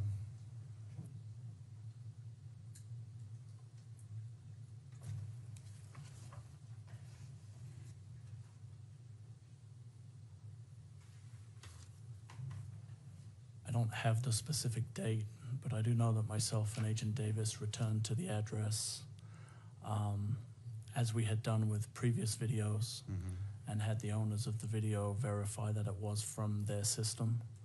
And we did have them complete an 1102 statement, which would be dated. Okay. Do you know, so let's talk about this. What does this video look like? It's a nighttime view looking from the front porch of the residence across the street. Okay. And what about that video? Why was this particular video significant to you, or why do you think it was related to this case? We know from the UVU footage that the person we believe to be Mr. Robinson had an interaction with law enforcement. And a short period after that, the vehicle comes to that house, and some additional evidence that was collected from cell phone data and things indicated that Mr. Robinson was in the area, and we were able to locate the footage of his vehicle on that Ring doorbell camera. Or at least what you believe is his vehicle? Yeah, the vehicle we believe to belong to Mr. Robinson, yes. And is there something about this particular video and this this I guess vehicle that was captured that leads you to believe that it was Mr. Robinson's vehicle? Yeah, the vehicle has very distinct wheels. I won't say that they're wholly unique, but in terms of the video footage that we were reviewing, the wheels on the vehicle are fairly unique and stand out on the video footage. So again, this is video that you received early on in the investigation. Yes. And then in preparation for the preliminary hearing, you went back out and you met with someone about this video. Correct. Who specifically did you meet with about this video? Met with Mrs. Noble. And what did you do with Miss Noble? We did what we had done before. We had a specific file that we wanted, or files that we wanted her to verify. The footage itself is broken into, I believe, 10-second segments. So we had specific files that we had her view and confirm that they were actually from her system. Those were written on the 1102 as they have been before. Okay, and who wrote those file names on this particular statement? I believe it would be my handwriting on the 1102. All right. What did you do next? We had her view the videos and then complete a statement verifying the authenticity of those videos on an 1102.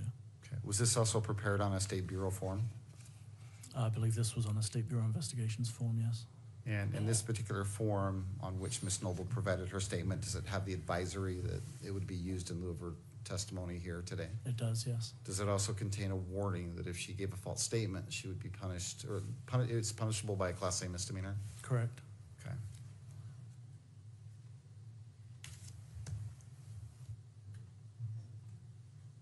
I'm gonna have displayed on your monitor what's been marked State's Exhibit number 13.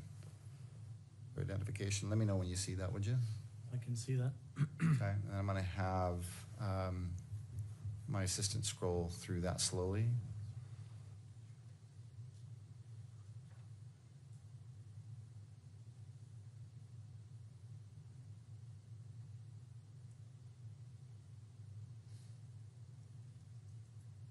Okay. Do you recognize that? I do, yes. What is that?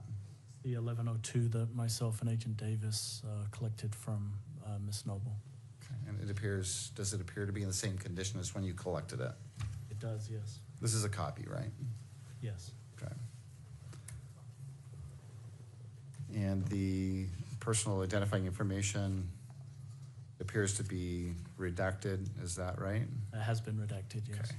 It wasn't redacted when you collected it, right? No, the original form was not redacted. So other than the redactions, it appears to be in the same condition as it was when you collected it. That is correct. State would move to admit Exhibit 13. Ms. Nestor?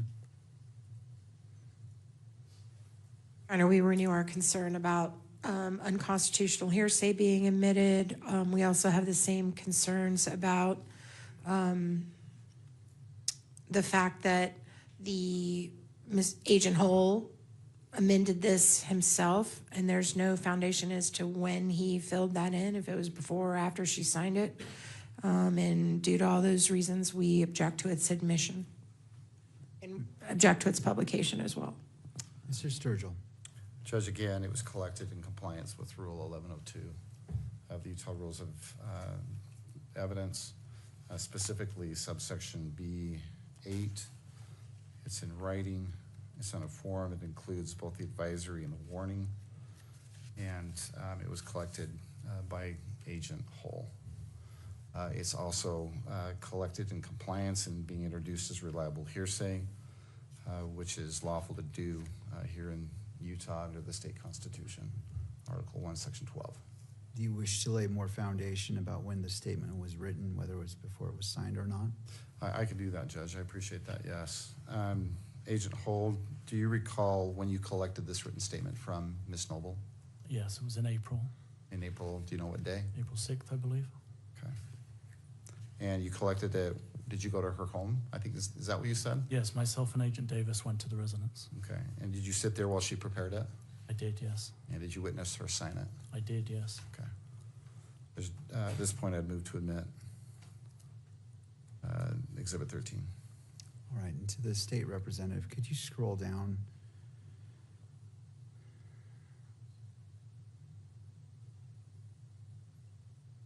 Okay.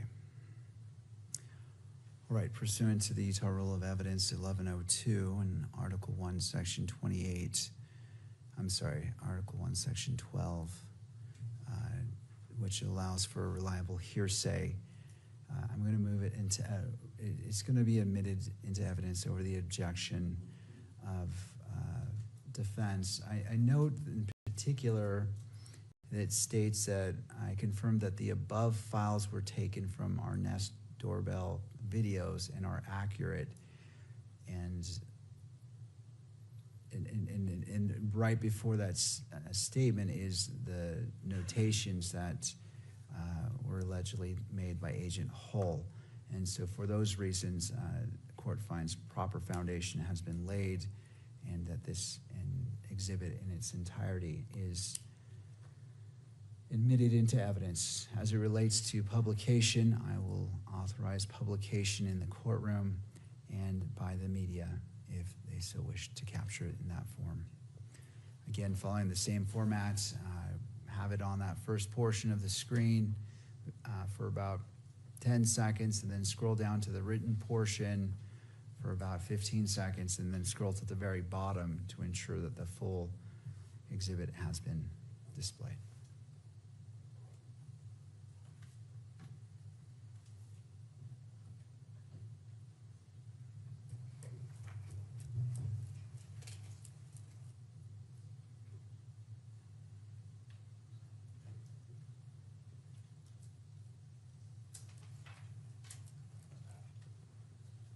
All right, that concludes the publication of State's Exhibit 13.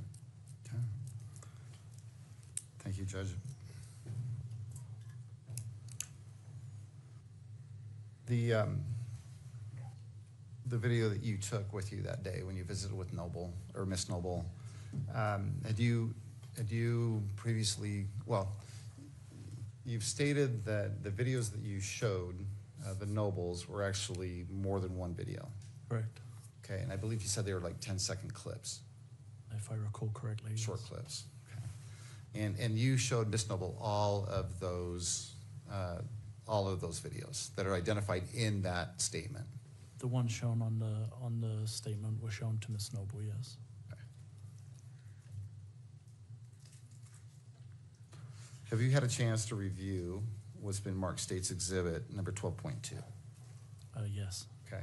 And when did you have a chance to review that exhibit? I believe that was reviewed last week, I believe. Okay. With yourself. Okay. And does that video, is it a single video that you watched? No, I believe it's 4 separate short videos. Okay. And as far as, and I understand that, but as far as 12.2 is concerned, what does that exhibit consist of? It shows the vehicle believed to be driven by Mr. Robinson arriving in front of the residence, an individual exiting the vehicle and moving away from it, followed by an individual returning to the vehicle and unlocking it, and then it shows the vehicle a short time later starting and leaving the area. And those are the videos that you showed Miss Noble? Yes. Okay.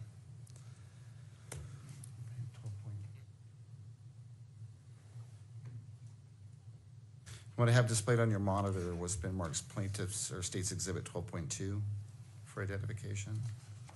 Let me know as soon as you see, should be a still image. It's there. Do you recognize what's depicted there?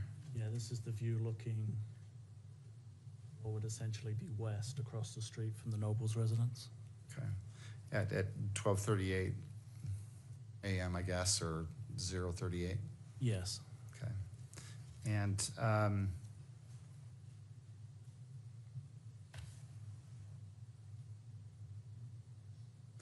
what is depicted in this? I think you've already described that. So, Judge, I would move to admit Exhibit 12.2. Ms. Nestor.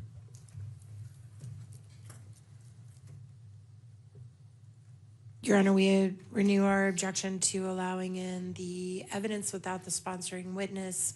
I do have some concerns because I'm not totally sure if this is a compilation, or if this is just one of the 1, 2, 3, 4, 5, at least 6 videos they took from the Nobles. So if we could have that clarification, I think that concerns me about authenticity, that I don't understand if this is just a portion or if this is the whole thing, or is this just all of them or none of them. And for those reasons, we object to the admission and to publication. Thank you. Mr. Sturgill. That's a good point. And I'll ask additional questions before I re-seek to admit it. Agent Hull, this particular video, you've described taking several videos to Ms. Noble and having her review them. Yes. Okay. This particular exhibit, 12.2, have you watched it in its entirety? Yes. Does it consist of either some or all of those videos that you showed Ms. Noble? It does, yes. Okay. And is it a single video? Is it a compilation, that is to say, or is it 4 different videos? It would Or a number of different videos? be a number of short videos sequenced. Okay. A number of short videos in sequence? I believe that's how this one plays, yes. Okay. Just again, I seek to admit it. Anything further from the parties? All right. Given my previous rulings on exhibits, I applied the same analysis and find that State's Exhibit 12.2, I believe, is admitted over the objection and may be published in the courtroom and by the media, if so chosen. Okay, so before we play this video, again, what is it that leads you to believe that this is Mr. Robinson's vehicle? The shape of the vehicle can be clearly seen as it pulls up, and the distinctive wheels on the vehicle also. And well, let's go ahead and play it. Is there any sound associated with this? There is, Judge, but it's night sounds. It's crickets chirping and. Okay, I just wanted to see if what's there was. that? I just wanted to see There's if there nothing was sound violent. or not. Okay. Yeah. All right, you may play the video.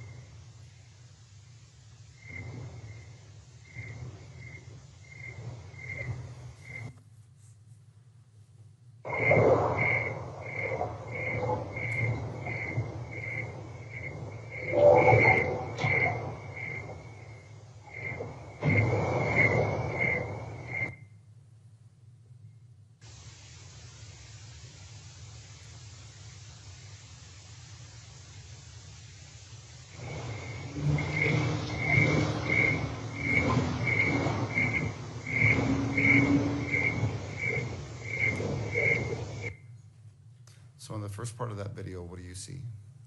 The vehicle we believe to be driven by Mr. Robinson pulling up and parking in front of across the street, but in front of the residence. Okay. And then in the next video, what do you believe is displayed in that video? There's an individual who gets out of the vehicle. You can hear the door close, and then that individual moves away from the front of the vehicle. There's actually 2 reflective panels on a dumpster, and you can see the individual past those reflective panels. And in the last of those series of videos. The second to last one, the individual comes back across those reflective panels to the vehicle, unlocks the vehicle and gets into it. And then in the last video, the vehicle is started and the individual drives away.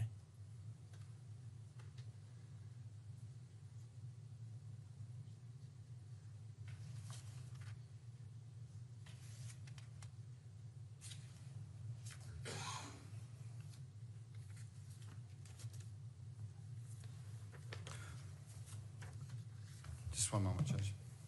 Yes.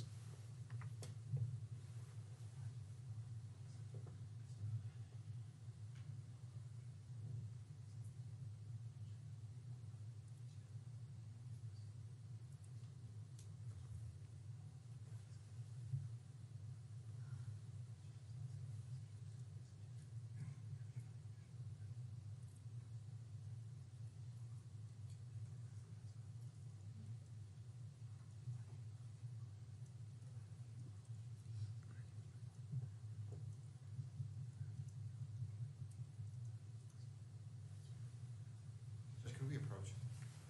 You may.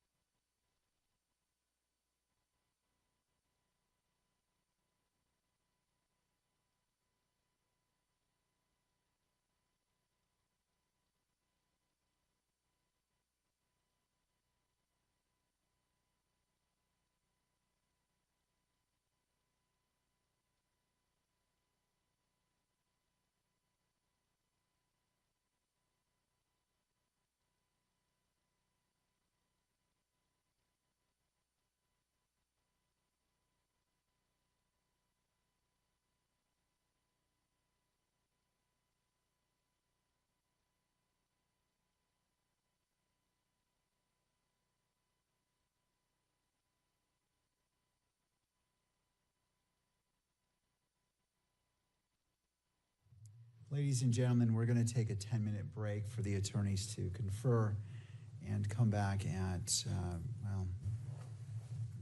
roughly 4:30. So, court is in recess. All rise.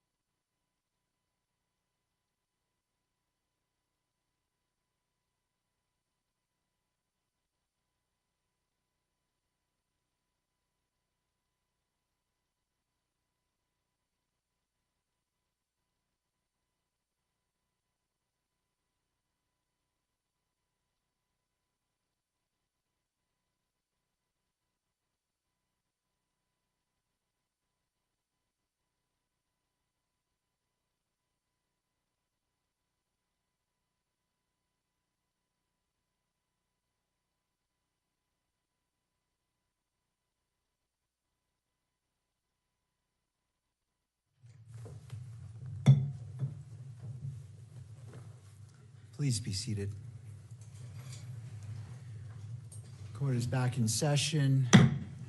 We ended with the parties, the attorneys discussing. How would we like to proceed?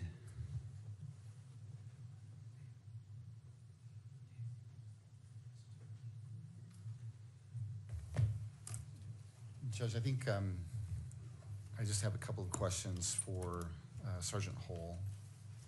To finish out the day, I think we're in agreement that once we've sorted out these few questions, we're all in agreement that we want to break for the day. Is that right, Ms. Nestor?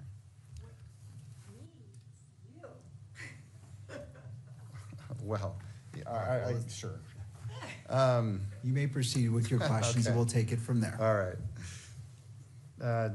Agent Hull, I asked you earlier, after you had testified about all the video that you've watched and video that you believe depicts Mr. Robinson from the UVU surveillance, and that combined with the driver's license and the DMV records, whether or not you believe that that person that you have seen in the video and on the driver's license record is in the courtroom today.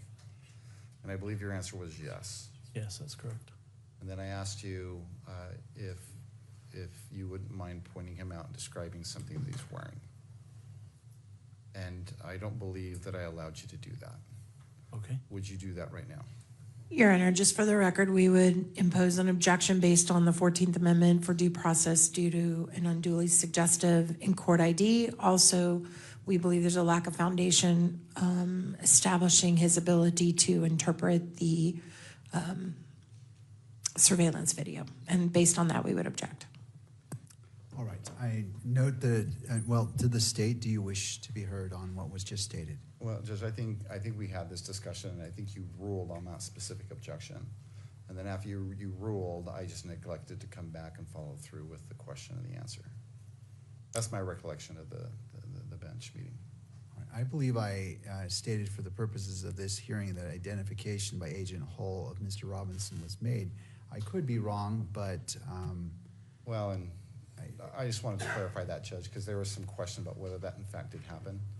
And so if that's your recollection of what happened, and if you're willing to put on the record that Agent Hull has identified the defendant, I think we're done. does the defense want to be heard?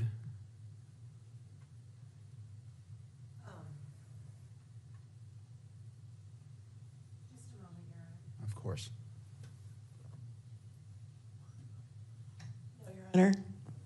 All right, well, if for the benefit of the record and for thoroughness, if you wish to re-ask that question, you certainly, well, we can see what happens. If I could, Judge, I'd like to. Would you please point him out and identify something that he is wearing?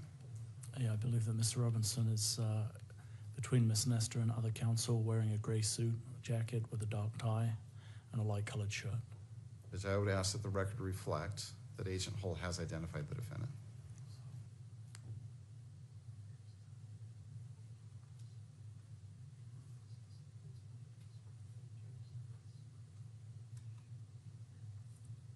I have no objection. I mean, I made my objection already. Okay, I just wanted to check. No, thank you, All Your Honor. right.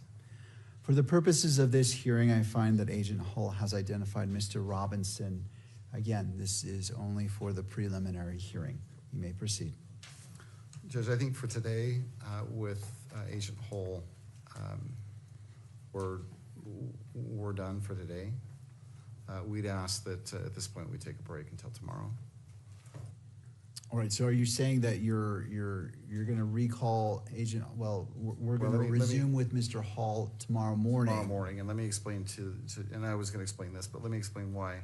Judge, our intent is to prepare an original version of the video that has been in dispute today, without the circles, without the blur, and without the zooming in. And our intent is to introduce that tomorrow as a different exhibit. And we just can't prepare that in the next hour or so. So we're going to need this evening to prepare that exhibit. And we'd like to return with that. Judge, what I would also suggest, well, let me get your take on that, Judge. All right. Does the defense wish to be heard about ending for the day? We have about 19 minutes until 5 o'clock. What is the defense? Your Honor, we're happy to accommodate the state on that. All right. So for today, Agent Hall, you may step down, and we'll resume with your testimony tomorrow morning. Anything further, Mr. Sturgill? Well, just one other thing, and it's a suggestion.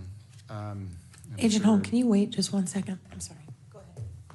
I'm sure Ms. Nestor may have a position with regards to this, but Judge, we would invite you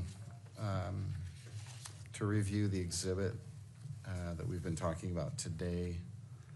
It is 12.1. We suggest that you look at it between today and tomorrow, because our intent is to seek to admit the version where it doesn't have the circle or the blur or the zoom in, and if that is admitted, we do intend to introduce that exhibit 12.1 as well. And I think it would be helpful if you saw that in advance, and you could compare that to the version that doesn't have the circle, the blur, and the zooming in. I would ask that you do that. I don't know if Ms. Nestor has a different opinion about that, but I think it would be helpful in determining whether or not that particular exhibit, 12.1, is admissible. Ms. Nestor.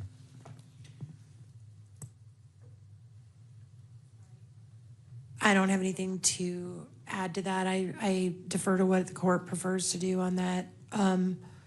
I do have another matter before Agent Hull is released that I do want to address with the court, but I don't have any concern if the court wants to look at it in advance. It's kind of a little bit of a long video. I think it's just about 5 minutes, maybe. It's not very long. So if you want to wait until tomorrow, it's not going to slow the matter down very much, but it's up to the court on that.